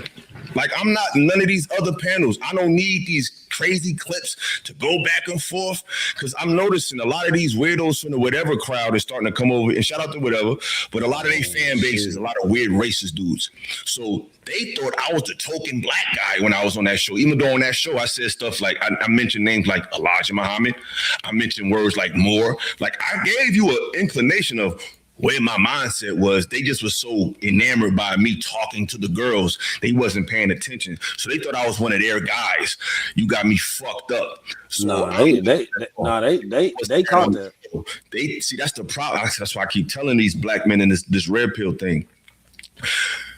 You have to connect with people over more than just what you don't like about life. Because we connected with so many different races of men through this red pill conversation. The only thing we got in common with them is women. That's it. Yeah. So bringing these other ideologies that have nothing to do with your bottom line, that have nothing to do with historical context. That's why I seen a lot of men when Pearlie came through, they was letting her say whatever. It's like talking about your woman is not the rite of passage to be able to talk to me. You got to be able to talk about more than just that. And if you're just locking arms, it's like as long as you talk about women in a negative way, they give you a pass for everything else you say. And I'm not that guy, bro. So it's a lot of remnants that see me on that show, and they're like, "Oh, I thought you were a good guy. You're not a good guy. You treated Pearlie things. Fuck Pearlie things, motherfucker. I don't care if I ever work with her or be on the screen with her ever again. I'm not trying to be a buddy, a friend, or nothing like that, bro. So you dudes, get the hell out of here. If you can't tell me your purpose on the channel, you're getting the fuck out. It ain't got nothing to do with being a stranger. It's got something to do with intention and purpose. But Picasso the South, the floor is yours. Oh well, I mean that shit just kind of threw me off because I knew he was on dirt when he first popped up talking about he got a cash offer. Like, man, you can't buy me, bro. That was just weird. But man, you was talking about what were you saying before? Malcolm X, Betty Shabazz. Oh yeah, that shit ain't worth it, bro. That shit is not worth it. If your woman gonna stab you in the back, like he had a quote about it. He said, you stab somebody in the back 6 inches and you pull it out 3 or something like that. You know what I'm talking about? That commentary he had is funny because if your wife gonna stab you in the back and your people gonna shoot you in the face, ain't no point. No, and the fact, and Malcolm X was a saint. When FBI was tapped into his phone, they said all he did was call his wife and talk to his wife and pray. That's all he did. And what's funny is that Martin Luther King, he was the one that was cheating, but he was able to keep his chick. And he was able to garner the favor of our people. That's what I'm talking about. He also was talking that Jesus shit. Yeah, he was. Oh, that's crazy to me. Like, I'm crazy. looking on some stuff on it right now. After I'm gonna go look into it. This is crazy. Yeah, that changed my whole perspective on a lot, bro. And the fact that you had the NOI, the monster told me this last night. Huh? I'm like, damn, because he was telling me, he said, yo, our women only got empathy for the downtrodden black man or the gangster or the can't get right because she feels like she's better than him. If she's not loyal to you, it's because she think you're better than her. Yeah. I told you it's a competition, bro. They have to make the guy that looks like he got the power, he got the influence. She wants to humble you. You ain't all that. But they always want to put the simp on a pedestal. They always want to put this sucker on a pedestal. They always want to put this drug dealer on a pedestal. Because ethically, she knows she's better than him. Because that's why I got drug dealer friends. As soon as they get caught, as soon as they have an argument, you just some drug dealing ass nigga. Who the fuck is you? Gotcha. You can't do that with a dude that makes 6 figures. You can't do that with a dude that got a business. You can't do that with a dude who's disciplined. What you gonna say? So they love to deal with those low-hanging fruit because they could throw it back in their face. You can't throw a Fortune 500 brother. What you gonna say? I don't like your shoes, some stupid shit. So it's a power play, and they're trying to sell it like, oh no, those guys understand us. No, those are let me tell you something. Some of the biggest simps and tricks are street niggas. I know for a fact. They don't get bag women, they buy women. You know what I'm saying? You got different levels of street. You got the hustler, you got the crash out, you got the mascot who just you know what I'm saying? Like it's different levels, you know what I'm saying? But the guy that they often deal with is a lot of times the crash out or the dude who got a lot of different chicks. They're buying these women, bro. They not really getting them like that. But go ahead. Question: If I go to my notes, will it take me off the stream? It might. I don't know. If you're doing this on your phone, no, Yeah. it won't. You could just try. Let me try right quick. Because I want to bring up a point. Okay. Just try it. All right. Yeah, you off the screen. Okay. But you can still get them. It's crazy to me to think of Malcolm. Let me know when you get them, and we can come back. I'm gonna go back to the video because there's a certain part of this I really want y'all to see. You found it? You got the note? Okay, go ahead. Okay. So unconscious power resists nature. Resist consciousness by nature. That's what it is. Unconscious power resists consciousness by nature. Now, it's been what you've been talking about the whole time with the women. The same thing you said with the black women like to get the downtrodden black man. There's an unconscious thing that's going on to where she know that she's better than him. She know that she got control over him if it ever came down to it. That's the power that she needs to have to feel validated, to exist, essentially, because if you put a name to the unconscious, it puts a limit to the unconscious, if that makes any sense. Once you make conscious of the unconscious can't move how it in free flow anymore, if that make any sense. And desire, attachment, all of that shit is unconscious in us, and that's where the feminine exists. And that's why these women have a problem with the red pill in general, because we revealing something that has been unconscious for so long. It's been underlining. It's been hiding in the surface, but we revealing that shit. This brother Reckless said they deal with Pookie, so they can always be the victim when it doesn't work out. When they're with a good man, they have to face accountability for the part they play. Exactly. That's my main gripe with sisters. It's not your kids, even though I'm not crazy about the baby mamas, but it's none of that. What my problem is with accountability. When I put up the mirror and say, yo, that's you. You really do got that scar on your face and you don't want to remove it. That's my issue. Because anybody like Bruiser did, this shows you that men deal on a higher frequency of empathy. Bruiser apologized in front of everybody. He made clear what it was in front of everybody. That's the power of men. That's love. That's empathy. That's all of those things encompassing what he did. Because that's who we are. That's conscious power. Like that. We know how to be accountable. He made that right. Because why not make that right when you're going to be on panels with people knowing it's underlying tension? So address it. And Donovan, you know what I know, how it wasn't addressed by somebody else. So that's what I'm talking about. Men have that ability to be empathic. We have foresight. Like, okay, I got to work with this brother. Let me get to the bottom of the issue so we could address it so it won't be uncomfortable next time. But go ahead, Donovan. We're responsible. We take responsibility for other people's misactions and you know what I'm saying? So because most of our jobs are dealing with something structural. Like I work in construction, which we deal with fiber optics. So we got to make sure all the fiber is running to the whole neighborhood and make sure everybody's getting internet. That's why I be telling these women, whether they be trying to define a man based on he got a wife and kids. Whether he got a wife and kids or not, 9 out of 10 times, he's working in an infrastructure that millions or hundreds of thousands of people depend on. So a man, even a single man, you're dependent on. He doesn't have to be engaged with you directly to be an assistant to your life, woman.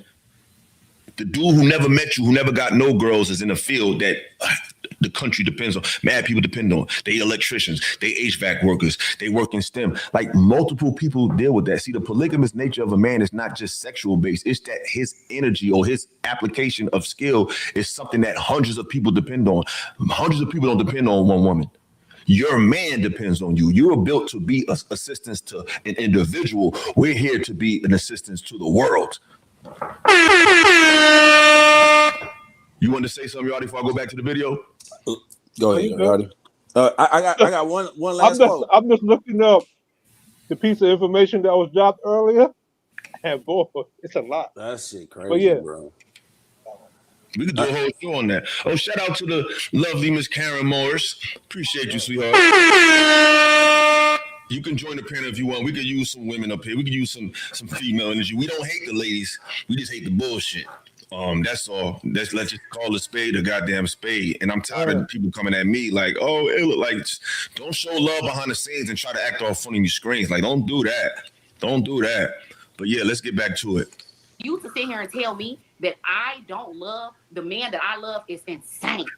No, I can't tell you that. I can't tell you that. But this is what I can tell you. That my friends who are married or engaged or with their man for 13 plus years don't love. Now, repeat what she said because they be talking. She said her friends who are married and engaged. Now later she's gonna talk about what her friends actually did. I ain't gonna spoil it. We're gonna let it ride. We're gonna let the beat build. They're in relationships with the sacrifice that they It sound good. But this Let us finish. For you to say that a woman will never fully sacrifice or give up her life or make those sacrifices for a man is false. That is a false narrative. Now, will the majority of women nowadays do it? Probably not. But do you still find women who will? Yes. So if the majority of them won't do it, what the flying fuck are you talking about? We're talking to a certain graphic of people. We're talking, most of us 35 and up. How much time do we have to go through the group to find Ty and her friends, if that's even how they move? What the fuck is she talking about? You proving our point. See, men are direct. We ain't got we deal in with the house. You can get your little report wrong. You can mess up in HR and have an overview and overlook a little stipulation with the procedures. But you cannot afford to make that bridge not work. So we ain't got time for what might happen or what could happen. We got to do what the hell we got to do. So I don't know what she's saying. You can't hear the show. You can't hear the show. Just refresh, bro, and come back. It's like what are you talking about? We don't have time to go through the masses. These women don't exist. She said all of that just to admit that. D. Yeah, I'm back. Did you hear what she said? Nah, I didn't hear it. I'm gonna take it back. I want you to hear this. Of course me. Even though he went out right against you, but of course me. You piggyback, so I'm just. So what? I piggyback. So talk to the piggy. I'm on the back. You always want to argue. I don't want to argue. Yeah, super pause. So I'm just saying, for you to sit here and say like I'm trying to push a PR agenda and women don't really love men. That's True said the same thing to me. That's PR. And let me just finish.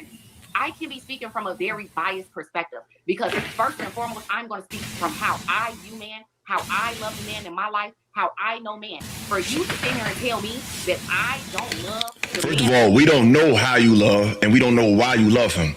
That's what they don't understand. You could be loving him because he's 6'5" and got a good job and played in the NBA or something. You don't know why you love that man.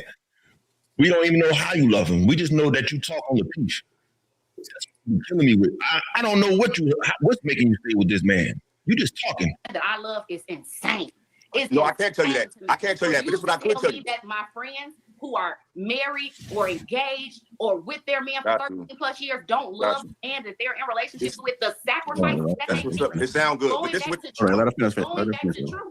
For you to say that a woman will never fully sacrifice or give up her life or make those sacrifices for a man is false. That is a false narrative. Now, will the majority of women nowadays? No, it's a unicorn nowadays. But she just said the majority won't do it. So if the majority won't do it, what are you talking about?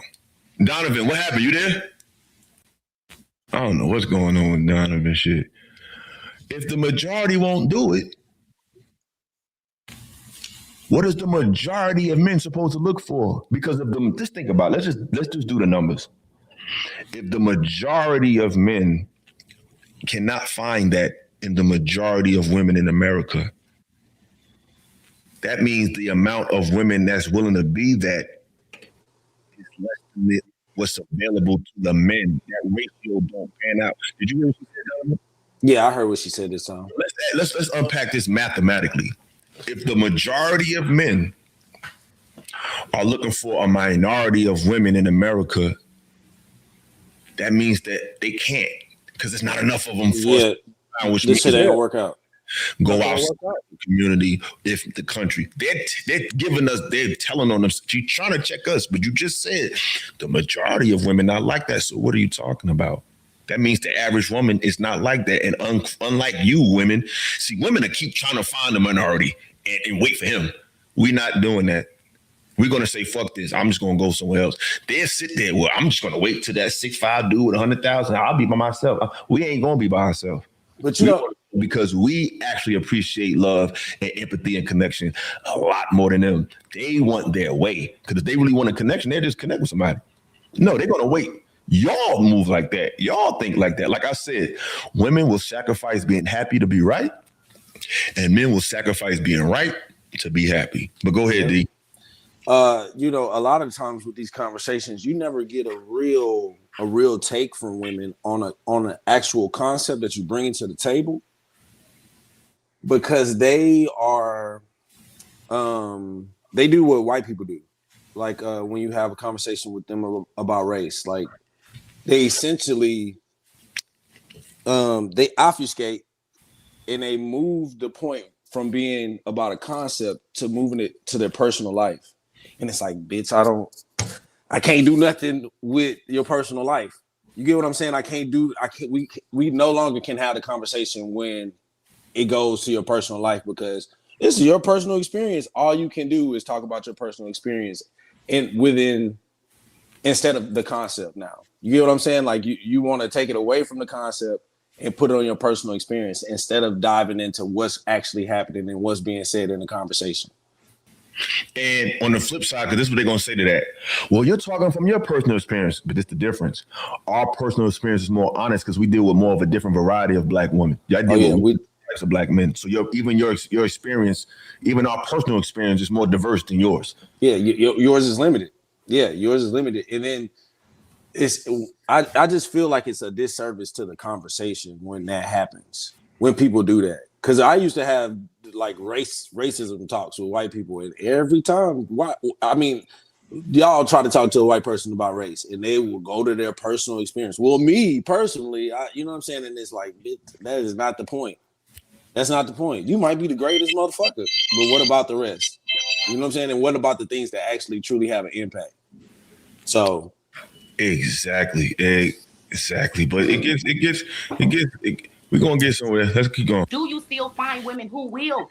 Yes, you. Yeah, yes, you do. I'm sorry. I know them. I live day to day with these people. Can I say something real quick that you can follow through? Can I just jump in real quick? See, we got an honest person in the room. Karen Marsh said, we do. I'm constantly trying to break that. See?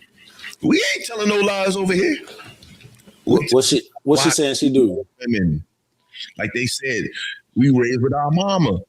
So we don't have no choice but to learn who black women is. We have to figure it out. We have no choice. They never had to learn who we are now. Women are learning about men now in their 30s and 40s and late 20s. I seen a clip of this woman was with this guy. He's like a therapist. He do like little content online. I ain't gonna say little content. He do content online.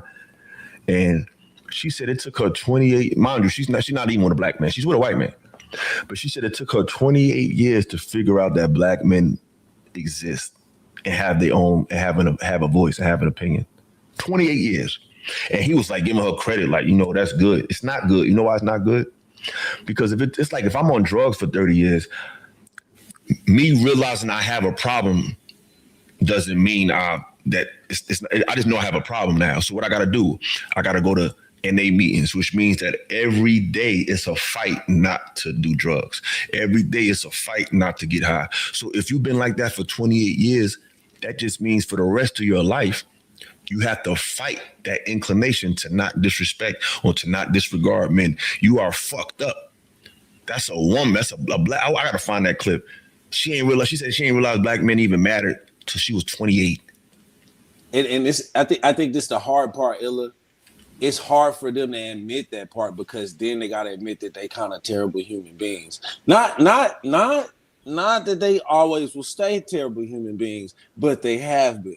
And I think that like that level of shame, people can't recover from that. And they freak out in the face of it. You know what I'm saying? That's why they never really address the concepts, because they know it exists. But they like, nah, nigga, we ain't finna get that to you today, because if we get that to you, we gotta admit we actually kind of, like you said, fucked up, but actually we terrible people, and nobody wants to admit that they're a terrible person. Yeah, or they have been a the terrible PR, person. and the PR is, like I was saying earlier, I don't know if you was watching, when I was I'm sorry to cut you off, but it's the Darwin thing. It's the Darwin effect. It's like Darwin might have been not the way he wanted to be seen, right?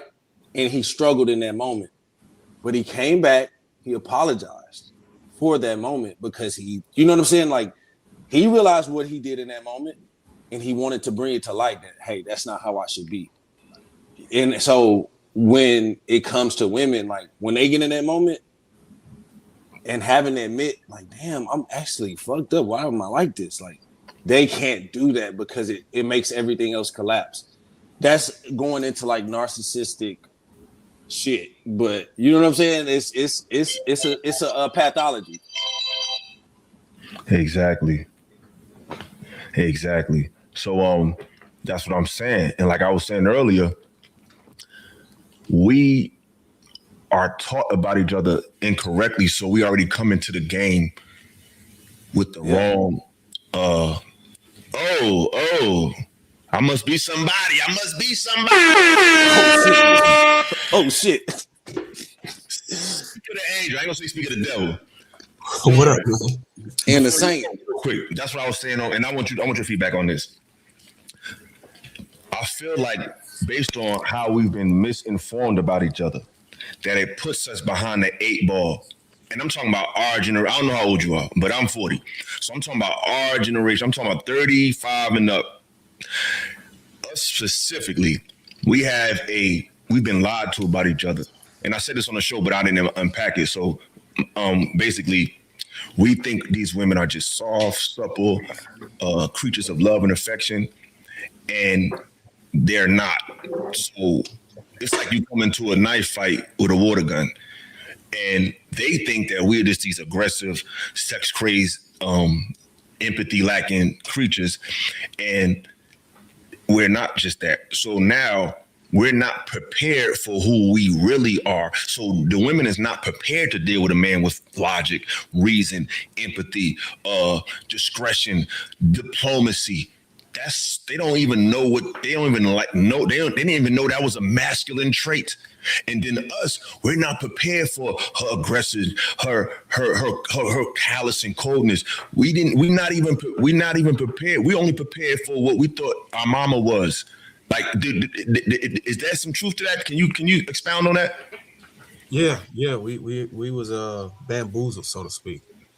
I think we had this painted impression of how we're supposed to be, but once we get into a relationship and pull back that character, we're able to see things how they truly are.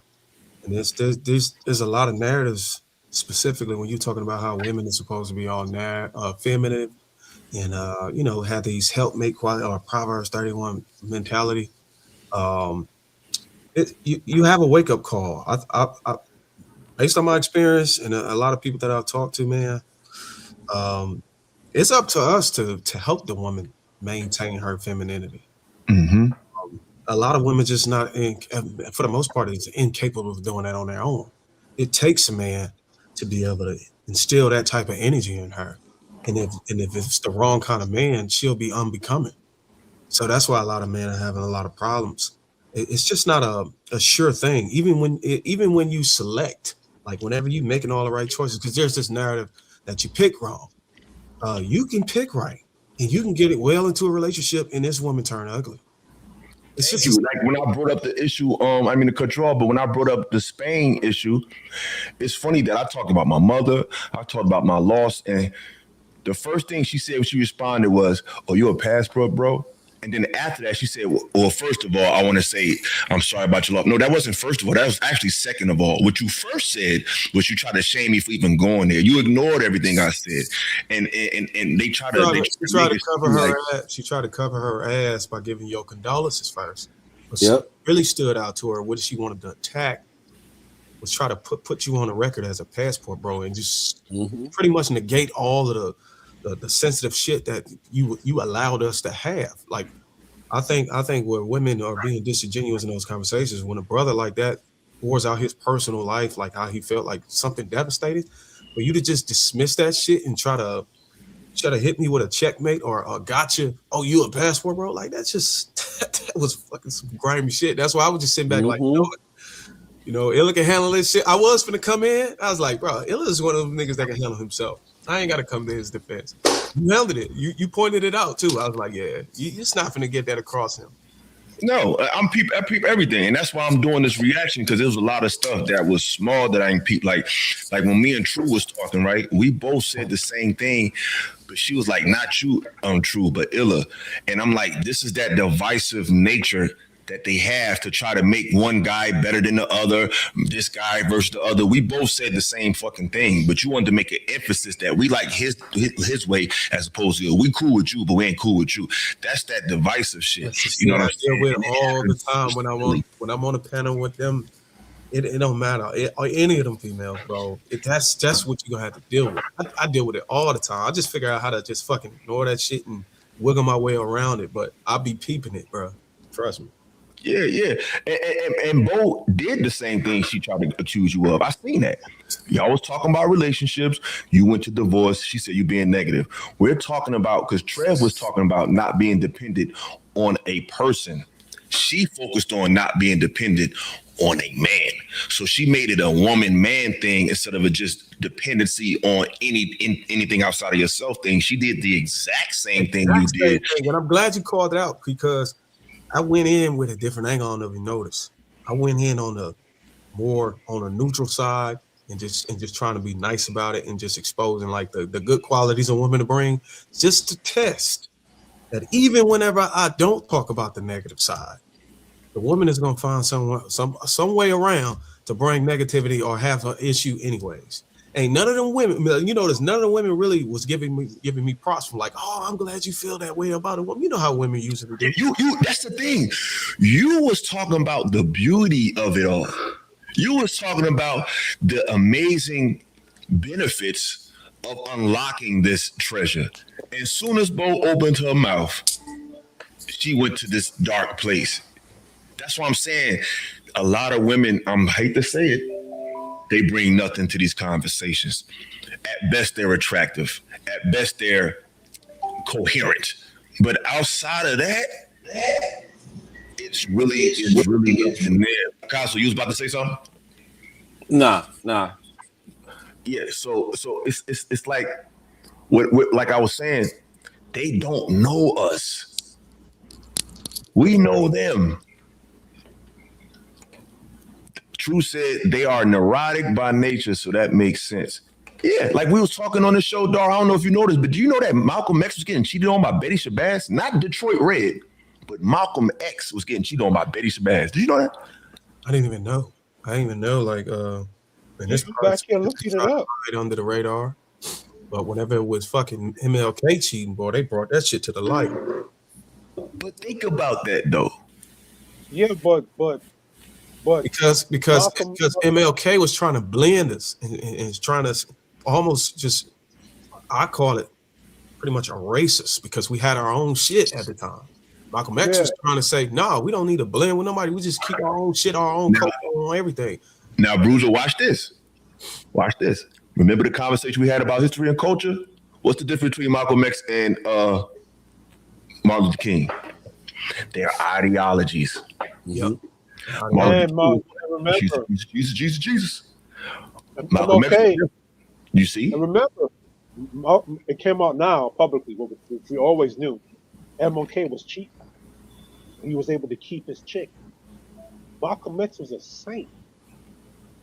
His woman cheated. She was getting knocked down. The FBI, the brother said that FBI said they was tapping his phone, right, Bruce? And they said all this man did was call his wife and pray. They said they couldn't find no dirt on him. That's sad.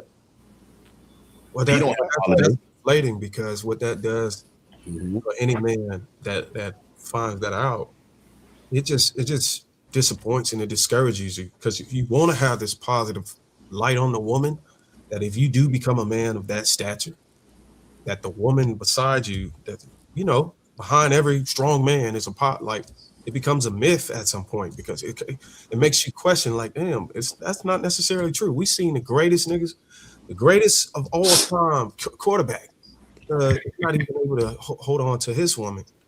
It's just deflated, and I think that I think men specifically should get more credit for still having a the audacity to deal with the women, despite how they, you know, can be unbecoming or not even like be loyal to us.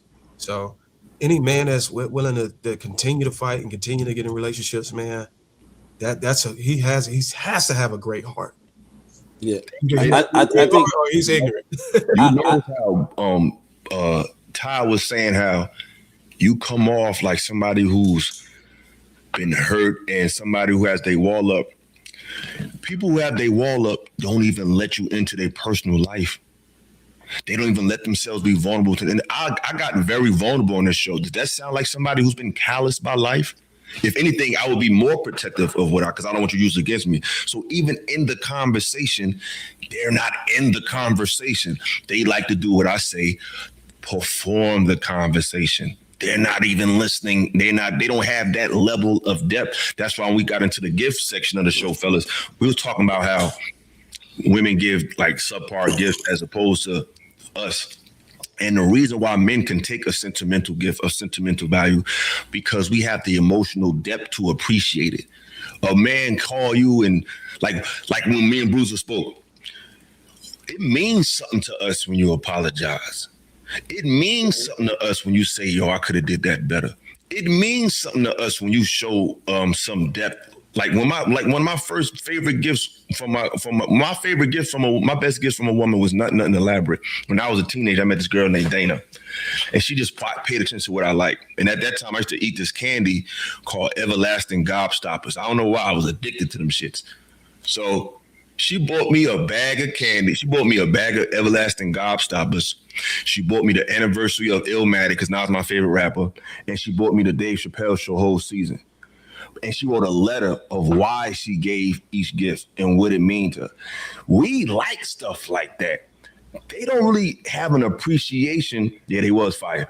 They don't have an appreciation for sentimental value.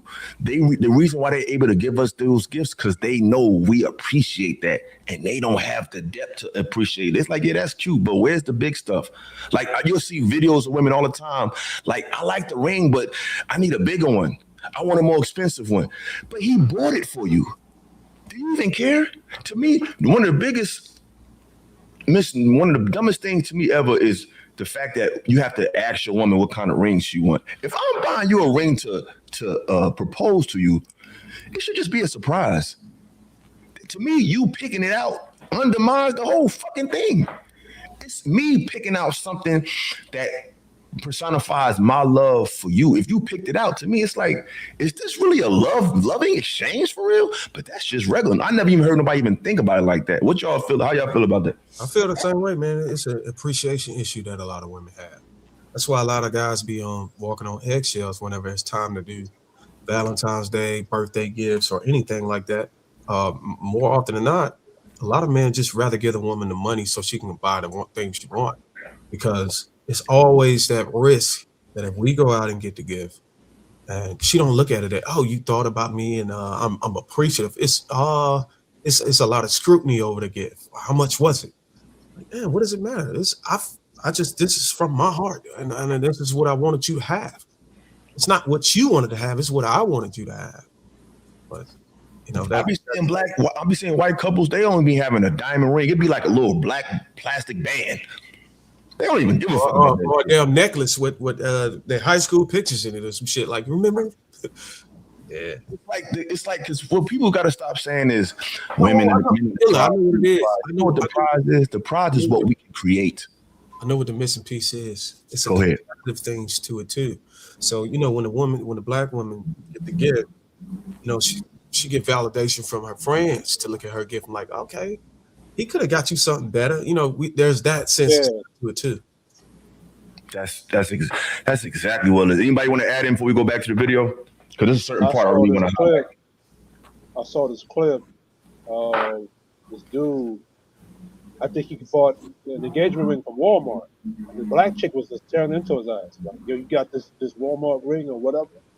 And he walked away from it. I said, yo, that's good. Could you imagine him getting married to a person that feel that way about, yo, he got a ring from you, but it came from Walmart, but it's a gesture of love. So, you know. Exactly. Let's get back to the video. and let the cap continue. Pause. You're right. You're right, Ty. I can't tell you that. You know why I can't tell you? Because I don't see what's going on. So this is what you can't tell me. You could tell me that, but what you will never show me, I don't see the dynamics. See, that's what we could say anything, but I don't know the dynamics of your relationship. I know what you're telling me about it, but I don't know what he's tolerating from you, and I don't know what you're tolerating from him. And a lot of times when you get a sneak peek in these relationships, most men, when we see the dynamic, like I know somebody who's a big content creator, and he tells me about other content creators they go on a big show, and he's married. But there's another one that he worked with that's online. They be pushing this, this black love shit and all this kumbaya shit. But when you see how she interact on the computer, they in love, and she's such a feminine woman. But when you see them interact, she's very physical and very flirtatious with other men. But if I never saw that, I would just think, oh. So women say, like I said, until I can see your relationship, I don't know what dynamics is making y'all stay together. Because the women they definitely do go hard and love men, but most of the time, not all the time. And I'm talking about these days, not of all time, because today is a different paradigm. When you get a snapshot into that relationship, that nigga taking a lot of bullshit, and he's being tolerated, not loved. All right, y'all, hold on. We gotta let Pearl and White get in there. I know they was trying to. I know, true. True wanted to respond. Yeah, true. Yeah, I'm actually go to Pearl. Miss Pearl, can I ask you a question? Thank you, True. You know I was drowning back there, right? Thank you for your life. Thank you. What's up? Yeah, okay. Because I want to try to approach Ty's perspective on saying we can't speak from a woman's perspective. Okay. Can you recall the best gift you've ever given a man that you've loved in your life? Oh. Okay. I'm sorry, I was putting my charger in my computer. You said, can I recall the best gift that I've done? Say the rest again. The best gift that you've given a man in your life. The best gift that I've given a man, his children. Okay, outside of biology. You know what's crazy about the children shit, though? We give them the goddamn children. If we want to be technical, he gave you that shit. You didn't give him you gave it back to him. He gave you the children, you gave it back. Man. Yes, like I'm throwing it in there. That's like, right? Right. We're talking adults, right? We're not talking about like kids though, right? Are you speaking like? I'm talking about the span of your life. You've obviously interacted with men, and I'm pretty sure that if somebody caught your attention, maybe made you giggle. And I'm trying to figure out, have you showcased care for him in the form of a gift? I mean, it was a care package. So for him, it was just like flip-flops, like deodorant, socks. Now let's unpack that. That's the typical thing. Socks and deodorant. Don't that sound like some jail shit? I did a show, but that sound like some jail shit.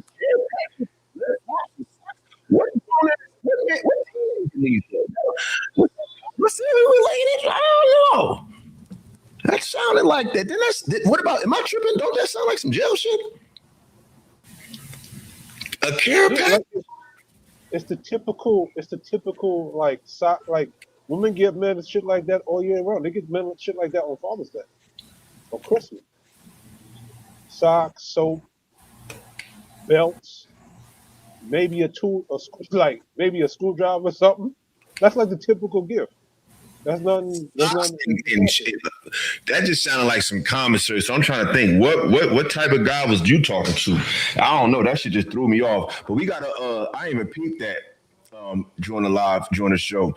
But we got a super chat.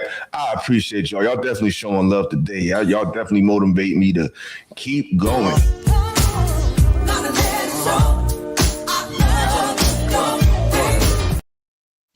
Brother said, yes, but you shouldn't pick a ring your woman won't like. She has to wear it for life. But you shouldn't pick.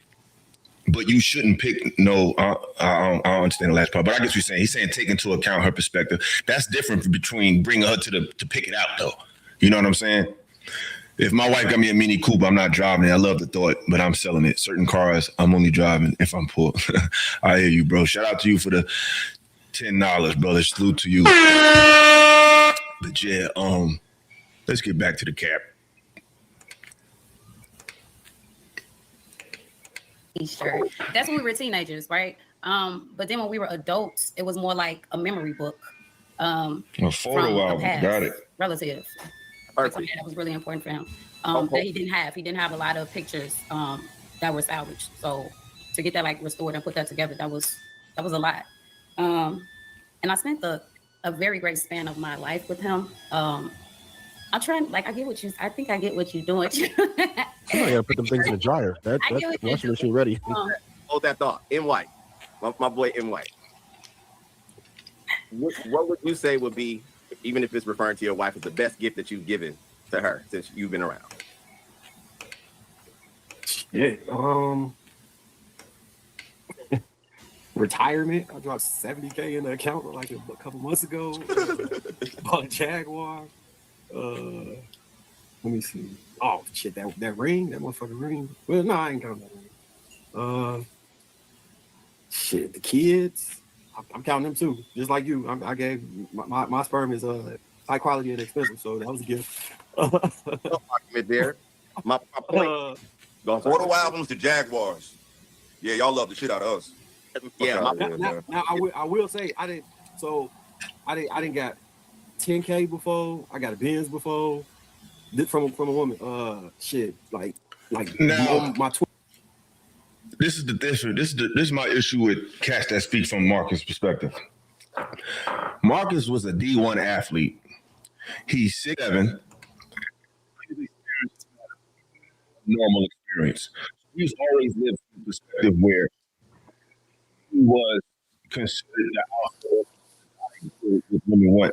That's not an honest and average perspective. This man was on a national championship team playing with Ben Gordon and NBA players. So yeah, you getting that doesn't mean that's what men get.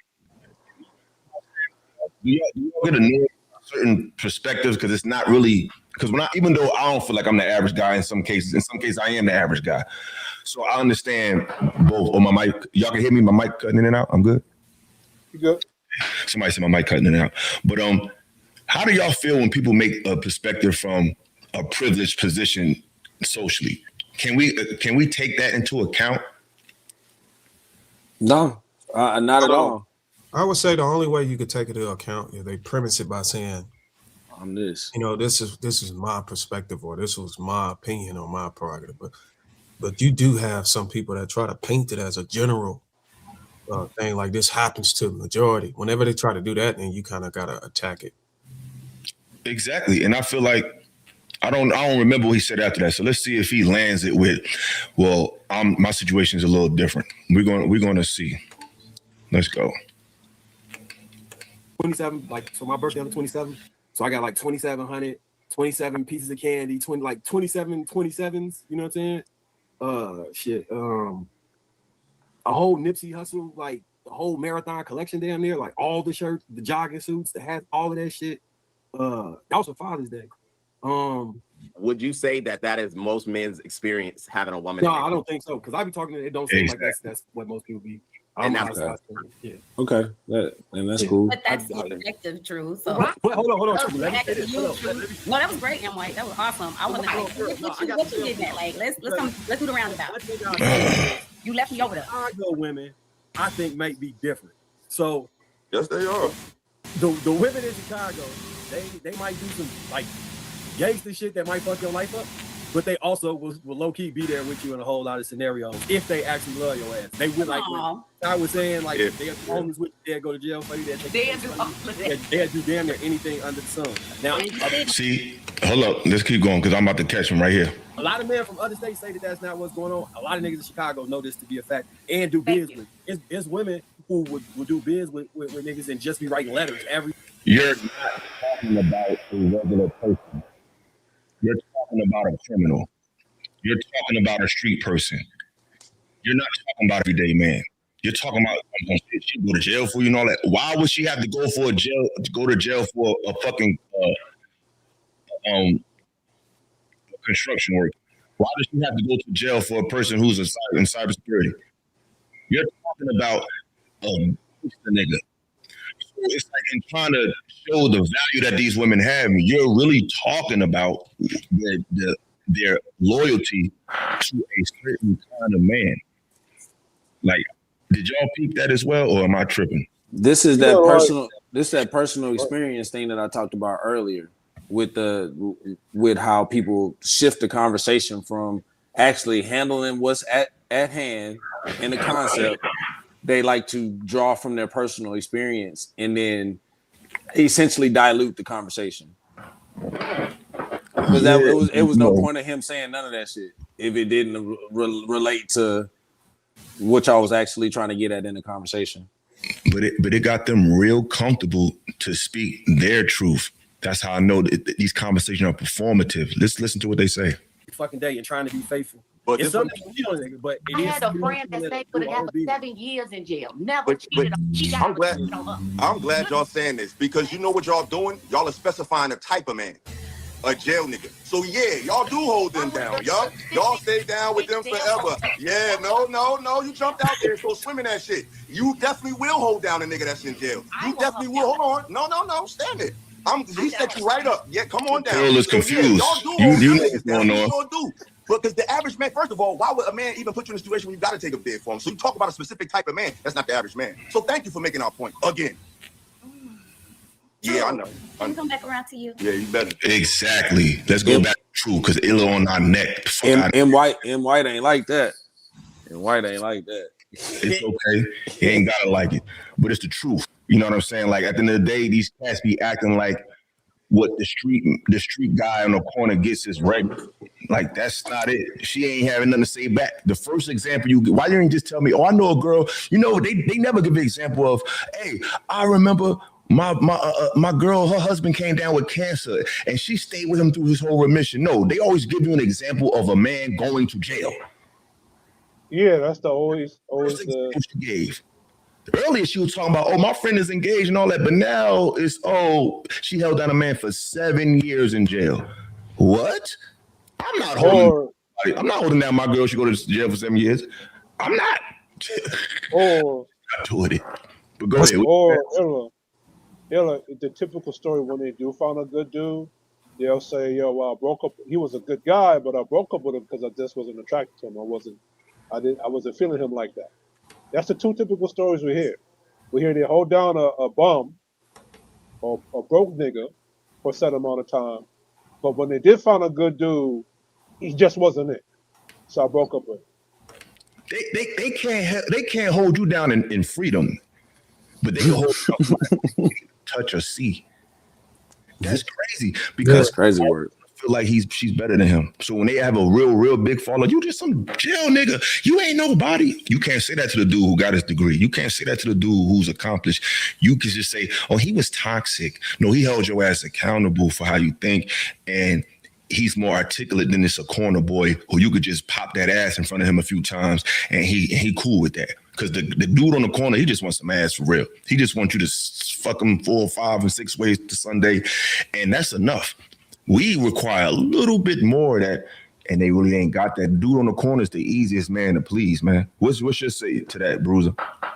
Yeah, I think it's disappointing whenever you hear women talk about the greatest gift. If it ain't biological, it's a nigga that's in his worst situation. It would have been soothing to hear women say, I held a man down for 20 years in marriage. You know, I cooked and cleaned, took care of the house. You just don't hear that stuff. You hear them.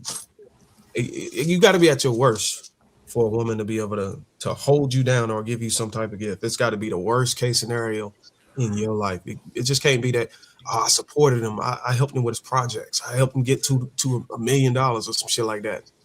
None of that stuff. So that goes to show you the dynamics of the relationships that people are exposing in their own life. And I'm just at a point, and I'm from the hood. But I'm convinced that our women are just predispositioned to have an affinity for just street guys. And I just wish they would just own it. And just own it. That's who you like. That's who you want. That's who you have more patience for. Is you need a man. Why you think there's so many men? Because I like tattoos. Nothing wrong with tattoos. But once upon a time, men who were like tatted up, mad crazy was just a certain kind of guy. Just like we said, the women standing too close. You could put a dude that worked at Best Buy, a dude that, still in school. You could line up 7 different men from 7 different lifestyles, and you could throw a thug in the middle. You will not know who is who. because we feel like we have to associate ourselves. Because it's different between having just art and just a whole bunch of shit on you, just ain't got nothing to do with nothing. But we feel a certain inclination to take on that look because our women are so crazy about the image of a thug. Every athlete, every football player, they are tatted up just like a rapper or a gangster. You don't know the difference if you just looking at them from the surface. Why? Once upon a time, you could delineate between men and women. Oh, this is a street dude, this is the cool dude. It was a look. Everybody is merging into one because that's these women only. You have to have some type of street aesthetic for you to even catch their eye, and that's because we subconsciously know they love the thug. And we saw it. We saw it in real time. We saw our favorite ball players back. I think when I was watching Iverson, I saw him pretty much start.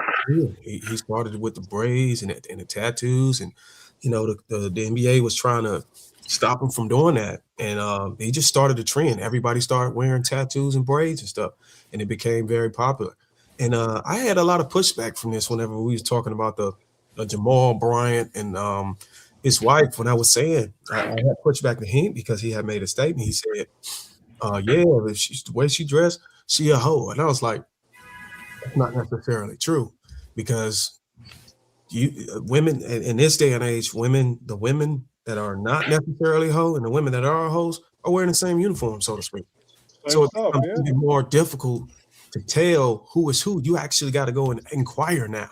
Back then, have to engage and pick their brain. On the street, it was a sure thing that they were prostitutes, but now all of them dress alike, and they were giving me pushback like, "No, man, you can tell she a hoe." I was like, okay. That was the issue with you go up to a woman dressed like that and you just automatically think she a hoe, you're gonna get insulted or slapped or get hit with a sexual harassment charge. And they just wasn't trying to hear it. That's why I was like, what the fuck is going on? It's supposed to be a group of men. I know you got tats, Bruiser. You got some tats. Do that mean you a fucking gangster? Oh, I got tats. Mean you a killer? Yeah, I got my nigga. I don't know if y'all know who some of these people are, but I know that KD. It's back. It's probably a mirror. It's I think that's LeBron. I got Kyrie. He changed. You know, I got Kobe. Don't nobody know who T-Mac is. Of course we know who T-Mac is, man. Some niggas don't know. You know, these young niggas don't know. We 40, so some of the niggas don't know who T-Mac was. But it's obvious where you coming from with those tats. So I think okay, he likes sports, but still, if a person didn't know no better, does that make you a thug because you got tats? So if we're going by their logic, then every man that got tats is a gangster and a thug and a killer. Exactly. But that I don't think that's at the premise. Tattoos have more to do with meaning than rampant as it is now. We talking about straight neck sleeves. These niggas work at Best Buy. I agree. Everything is morphed now. My dentist, I had a tooth extractor. My dentist had that nigga was tatted all the way from under his ears all the way up his arms. But that goes back to what you was talking about earlier, Illa, where everybody feel like they got to fulfill that aesthetic to get the hoes. And my thing is, I think that aesthetic and the thug in general is what women externally view their power as. Like when they see the thug operate, they like, yeah, that's what I want to fucking be, but I can't be it. So I'm gonna have this nigga be my mirror, or like I can live vicariously through this guy. Girls is tatted from neck to feet. Say it again. The girls is tatted up too. Well, I'm not talking about just the tats. I'm talking about the energy. I'm talking about like if somebody, this nigga step on my shoe, I'm gonna whoop this nigga ass. Energy. Oh, if he talk to me, I'm a, like how girls are now. Like they look. This is one of the conversations I have with my girl. Like I don't get how girls will go toe to toe with a man, knowing that a man is physically stronger than them. Right? She asked me, well, what about if it was another man that was just as strong as you? Like, would you handle him the same way a woman would handle a man that's stronger than her? And I'm like, no, I would respect the fact that this nigga could actually probably kill me with his physical, you know what I'm saying, with his physicality. I'm gonna respect the situation that I'm in. I'm not gonna be no bitch, but I'm gonna respect the situation I'm in. I think women, they don't even see that because inside they internalize themselves as thugs. Like they are the thug. You get what I'm saying? Like they feel like they are the person that can attribute violence to whoever they feel like. And it's violence to them is not always punching, man. It's getting somebody else to do the punching. It's triggering somebody to the level that they like crash out. You get what I'm saying? Like that's how women are violent.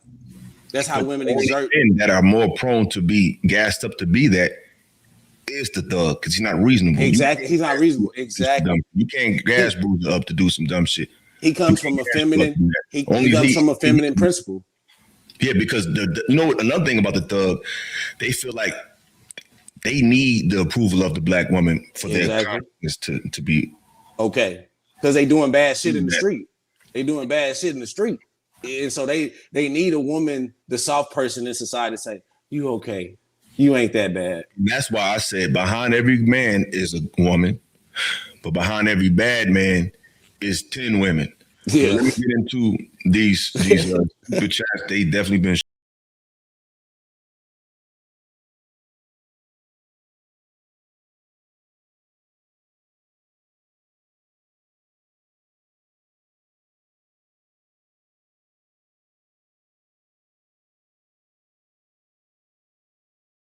Y'all youngins don't know nothing about that I Am, man. Go back and do your homework on that. Shout out to my favorite rapper, Nasir Jones. We got 18 letter with the super sticker. Appreciate you, brother. Always been showing love through the thick and thin.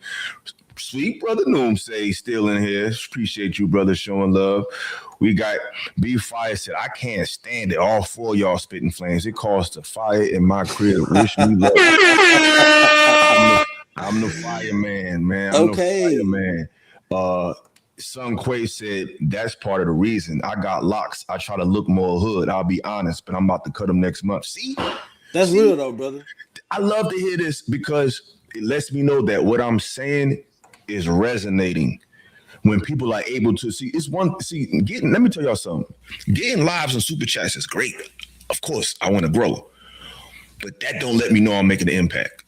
What lets me know I'm making an impact is statements like what Bruiser said on the show. Statements like what Karen said on the show. When people can reflect and admit, like, you know what, that's true. That's impact. Not retweets, not reactions, not just super chats, but people doing self-reflection in real time. Like, that's impact. So shout out to me because what I'm trying to do is being received, and I'm very appreciative of today's show. This is one of my best shows without no real preparation. I kind of came up with, I did all this at 4:30 this morning, and I didn't even want to do it. I said, no, I'm gonna go do something else. I'm gonna work my side job, but I'm like, no, I'm gonna do content and I'm gonna have faith in the people, and y'all showed up. So I really appreciate that. Because I'm not gonna hold y'all too much longer because I wanted to get to a part where they were just exposed. I just wanted to expose the cap that was in these conversations and how we talk about what we got. They say a lot of things about men, but when you get them to talk long enough, they don't have that true appreciation for a balanced, reasonable man. We have a short leash. The criminal, the can't get right. I think later on in the show, one of the women on the panel was talking about she was with a guy for 17 years. Matter of fact, I'm gonna go to that part because when I left the show, she said something that didn't make no sense. That really didn't add up. So I'm gonna fast forward that part when I left, and she said it right after I left. And then after that, we could, because I'm overwhelmed with the love, and I gotta go home. I gotta go walk this love off. Y'all done filled me up on love. I gotta walk it off. There was a panel, I think it was Fatty's panel. The chick was like, she was with a dude that was in a wheelchair. And I'm like, she said that she was with a dude that was in a wheelchair? Yeah, he somehow used her. I was like, what? Like he physically abused. How y'all bitches keep finding these type of dudes? Like, she got abused by a paraplegic? Yes, with no legs. For 12 years. I don't mean to laugh, bro, but you could have just kicked his chair over or something. Like I don't, bro. I don't know, bro. These chicks, they just get abused by everybody, just whooping their ass. You got beat by a dude who ain't got no legs.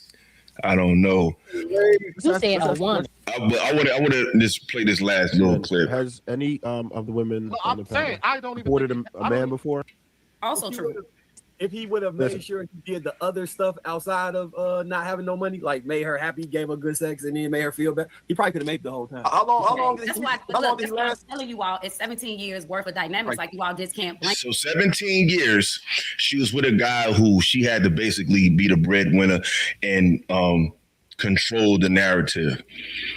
And now, when I watched the show, I didn't watch it, but I watched the show the other day, this morning when I left, and she said something that was like that didn't make any fucking sense. So let's just Get that. It's not just about the money, like the sex and everything else. Like because we he's can saying a go woman. both for both of that. It was fine. That's not what it is. That's I think all it's I'm saying. Sweeney's Like, example. The woman doesn't lift a finger. You said that the man during those 17 No, years. because I said, hold up, let me go back a little bit. Her example. Maybe it's undisclosed. He was. It'd be enthusiastic. It wouldn't be that, oh man, he can't. Like, even an attractive dude might have to sell her a dream or two.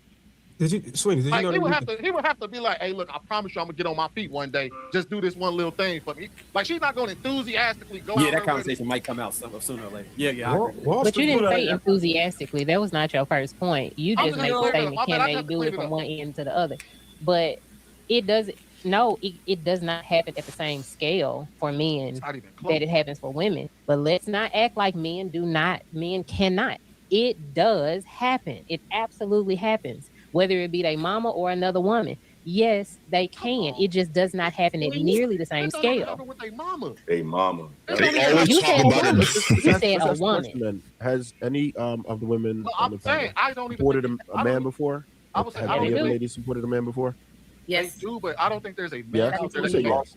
Long term. Pause. He asked her, did you support a man before? She said yes for 17 years. So let's just keep listening. Yes. What are we talking about here? Okay. Yeah. He wasn't. I'm not even saying like it's a bad part. I'm just I would say. Bro, don't expose that trail. That's not good for a woman to admit that you took care of a broke nigga for 17 years. I mean, go ahead. I mean, if that's what y'all wait a minute. Wait a minute. It was a lot of extra dynamics. Like you can't just take that and blanket it. Like He ain't had no job the whole 17 years. 17 years. Now she's trying to give context, but he asked her. They said, have any of you women ever took care of a man? She said yes for 17 years. So let's keep going because it gets worse. Wait. He was riding passenger princess, didn't have his own car. You bought all that. You took care of that. You was the money behind the house. He ain't had no job at all. Don't let him be ugly either. And you was like, okay, so 17 years. He had some finances in between. It just wasn't consistent. I made more money, and because we were in a relationship and we had children and we were building a family, I didn't look at it like I'm the man of the family. I mean, How do you build a family? How do you build? Am I tripping, y'all? Like, do y'all just see like the hole in this conversation? Like, what holes do y'all see? I'm gonna keep going, but y'all see any holes so far, or am I reaching? Because if I'm wrong, I'll admit it. Is there any holes y'all see? Well, the only thing I noticed was Sweeney premised it as, men take care of a woman without her having to provide any monetary resources. She flipped it and said, yeah, I've done it for 17 years. But then she tried to say, but he did have money at certain times. So like she moved the goalposts. And how do you build a family with somebody who works sometimes for 17 years? Can somebody tell me how you do it? Okay. What does sometimes mean? That's unstable. Yeah, she needed to add more clarity to whatever she was saying, whatever she was trying to get at, because it didn't sound too good. I mean, we're on camera. We're pretty, I'm on Lapeef. I'm being seen. Hey, I'm lit. Yeah, I mean, don't know that people want to unpack what you're saying, especially me, because I'm on everybody's neck now. Like every time I see a show, I'm on it. I'm unpacked because on the show I'm on a clock. I can't say too much. They got me on a shot clock, but it's cool. That's why I got my own channel, and we could come back and we can revisit these conversations. So we're gonna have this last little clip, and I'm gonna let y'all go. and we're gonna discuss this last little part right here. Emasculating him, it wasn't that. Like, we used to have arguments because he didn't make more, because I felt like I wasn't getting that treatment and couldn't relax as a woman. That's why I just said to Trev, like, that's So he didn't work, and you couldn't relax, and you will argue all the time, but you're building a family. Let's just keep not a going. badge of honor. He asked a question, and I just honestly answered. He asked if you ever appreciate you. What did he do for a living? What And did he I do? did. Like, y'all can get the judgment up out of here. It is what it is. What did he do for a living? What did he do for a living? What was his job title? Maybe it's undisclosed. He was. I just want to know, like, where he worked at. Like, I'm saying, 'cause what did he do? Like, he probably get job, like he was shifting. He's a hustle man. Oh, he was He did rapping. different jobs. He did different jobs. The crazy thing is, no, this seriously. The crazy thing is, Illa know this already. Like, he just asked I don't know. a personal I question. don't know nothing. in I front don't of know what y'all, they did. trying If you're telling us that I was with somebody who worked sometimes, and I asked you what did he do, is that asking a personal question? You just trying to get context. And I'm just saying, what did he do? I didn't say who is your man and how did he work. You said I had a man for 17 years who worked sometimes. So I said, well, it's the thing he did sometimes. Is that me asking a personal question, or that me is that me opening the door of the room you invited me to? You just asking for more transparency, more context. That's it. She said he would work sometimes, but what was his job? Because that can give us an understanding of why he may have not been able to maintain a job, depending on the nature of his work. I just like how she deflated though. How would I know what he do? That's interesting. You already knew, like she already told you some shit. Maybe. That's crazy. Why? I don't know, man. Shit is crazy. But let's keep going, man. Let's keep going. How would I know what he do? That's an interesting question, Chad. How would Illa know what her first guy did? to generalize it, but it's okay. Like, I don't know. How do I know? Anyway, I answered the question. Drink it out of McDonald's McCafe cup. Her example, he didn't make it the whole life. I throw them shits in the garbage. I don't keep them. He probably could have. I don't even eat McDonald's. That's true too, and right, that's also true. If he would have made sure he did the other stuff outside of not having no money, like made her happy, gave her good sex, and then made her feel better, he probably could have made it the whole time. How long? What did he just describe? The Pookie special. Make her feel good and give her good sex. If he would have did that ain't shit. That don't even mean nothing to me that much. Like, yeah. I don't need somebody to have the best sex for me to be with her. He just that's what I'm saying. You gotta listen to these people. He just gave you the Pookie special. Good old penis and feel good. If you would have gave her that shouldn't have did nothing either. That shouldn't equate. How does penis and emotion equate to not bringing something to the house? This is what it said. Am I reaching here? Am I reaching, ladies and gentlemen? Am I reaching? No, you're not reaching. This is show. This is exposing what women will give 17 years to. Exactly. They're vibing on this. They're all vibing in this. This is a vibe now. We got a vibe. Pookie. It's what they know though. It's what they know. Like I'm 2026 is up. Like if you saying some goofy shit, I'm just gonna call it out. Like I don't care. But he definitely broke down the Pookie special, man. Like I mean, he definitely did. That's why I'm telling you all, it's 17 years worth of dynamics. Right. Like you all just can't blanket that. It's not just about the blanket, like the sex and everything else. Like you can go blow for both of that. It was fine. That's not what it is. Shut up. I think it's Sweeney's example. The woman doesn't lift a finger. You said that the man during those 17 years old was off and on. I think Sweeney's argument is valid that a woman can do it and not even touch employment or even have to worry about bringing resources. If you add white girls to this, then yeah, it could be done by. But I think what's also shown, and I'm about to slide. I think what's also shown is there's more of a tolerance for the can't get right than the man that's already getting right.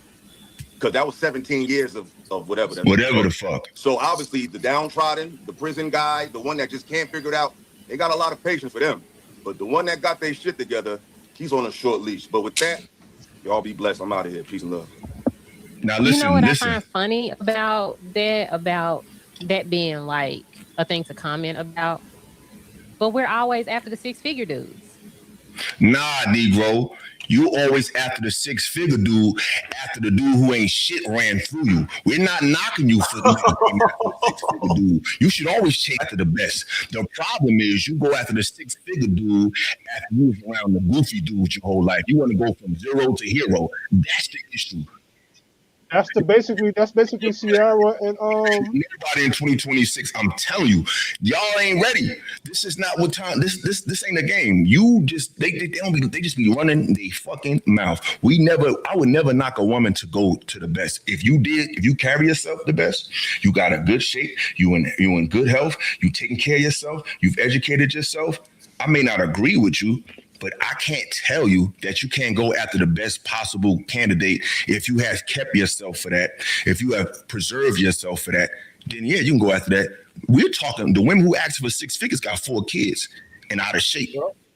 That's who asking for them. So but you see how they can just say some dumb shit?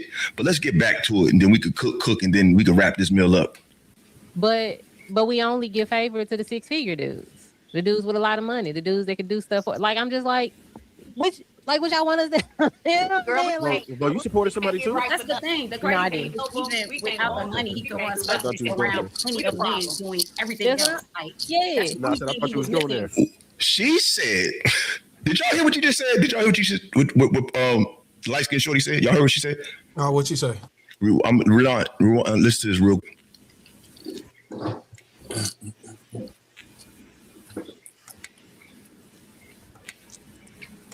Because I'm literally about to be 41 in 13 days, Jamie.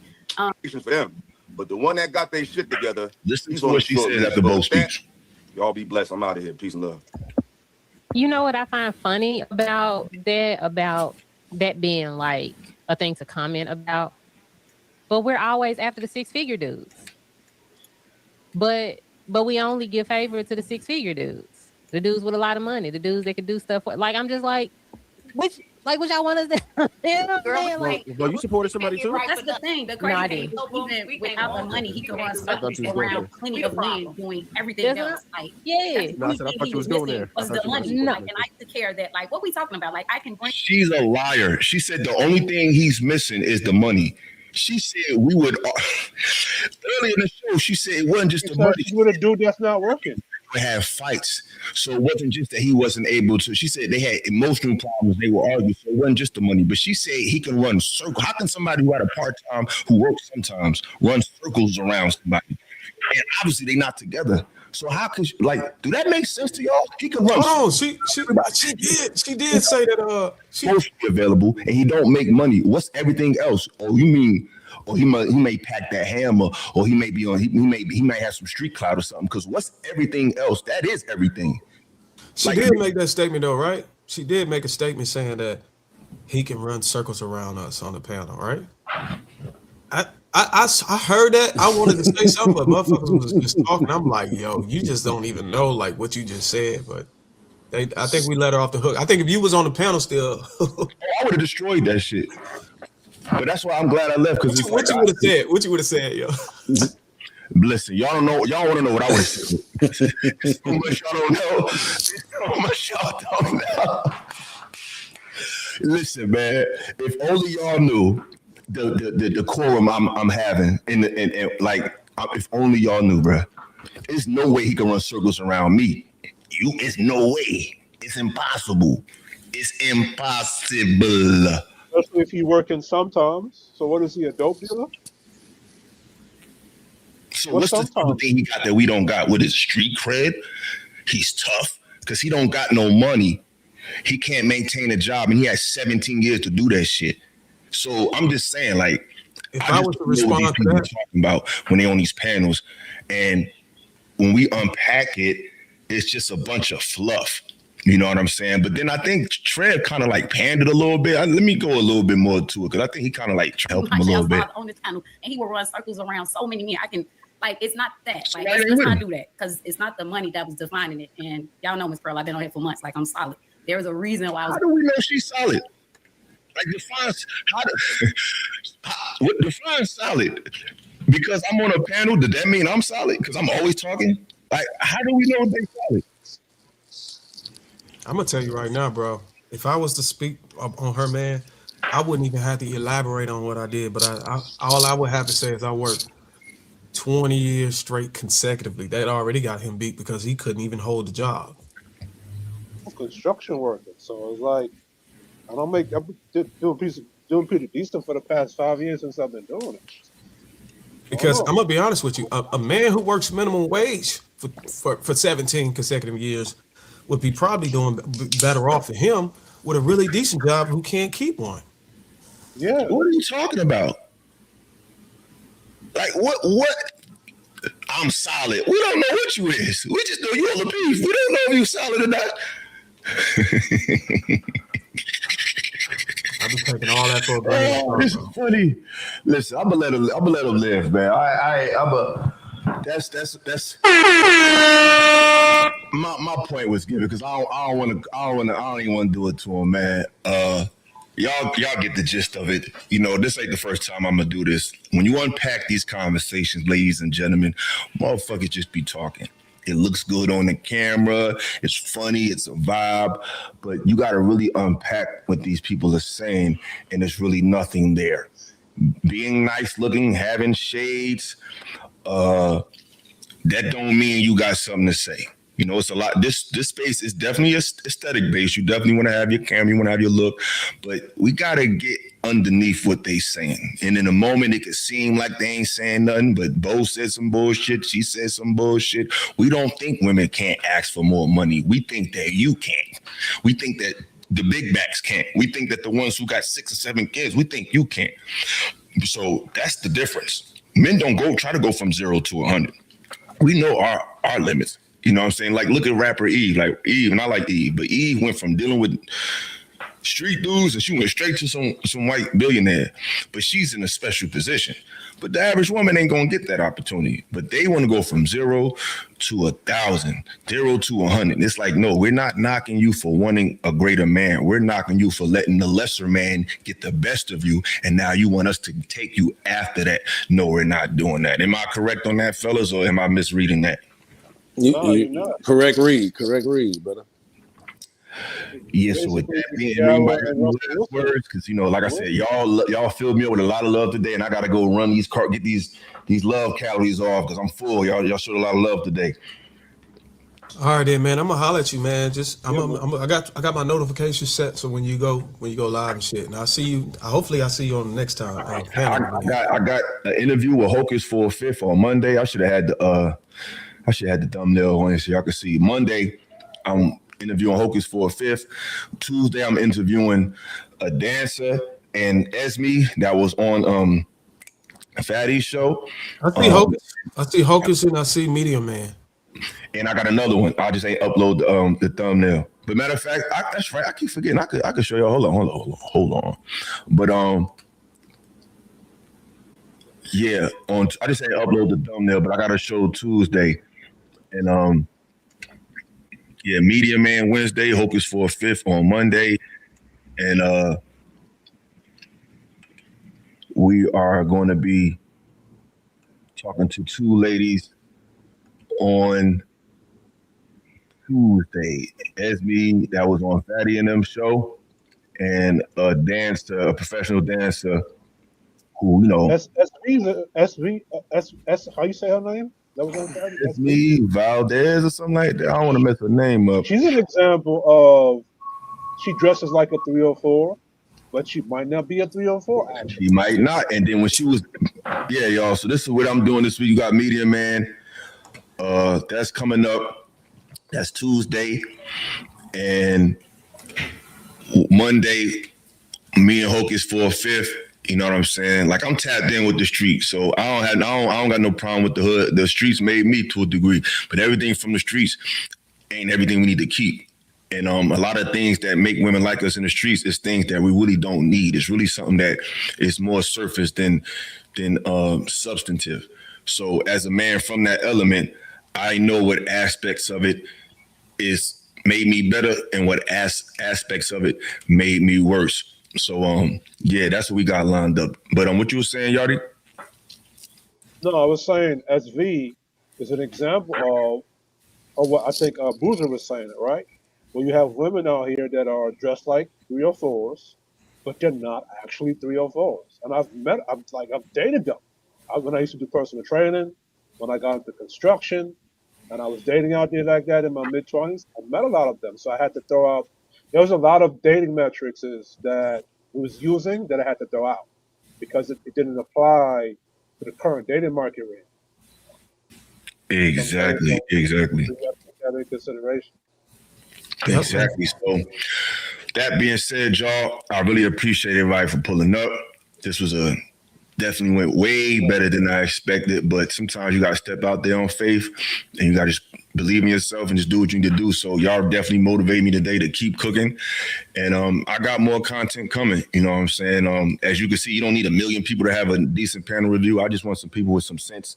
You don't have to agree with me. So I want y'all to know, if you want to give Illa pushback, come up here, just watch your mouth and don't say nothing crazy. But if you want to give pushback and say, Illa, I'm sorry, I don't agree with that, I think you was reaching, I'm open to all of that. You know what I'm saying? I'm just not open to no disrespect. So with that being said, peace and love. Thanks, Bruiser, Picasso of the South, Yardy. This was a beautiful demonstration. I love all y'all. Peace, and we are out of here. Them niggas shrink around you, man. You know what I'm saying? They just in the space probably before you was a little bit. You know what I'm saying? But them niggas shrink when you come around. That's why them niggas don't want you around. Situation with the genders and all of that shit that we've been hearing about. And there's nobody better than the gore. Philosophical to come set that bitch off. Yo, you know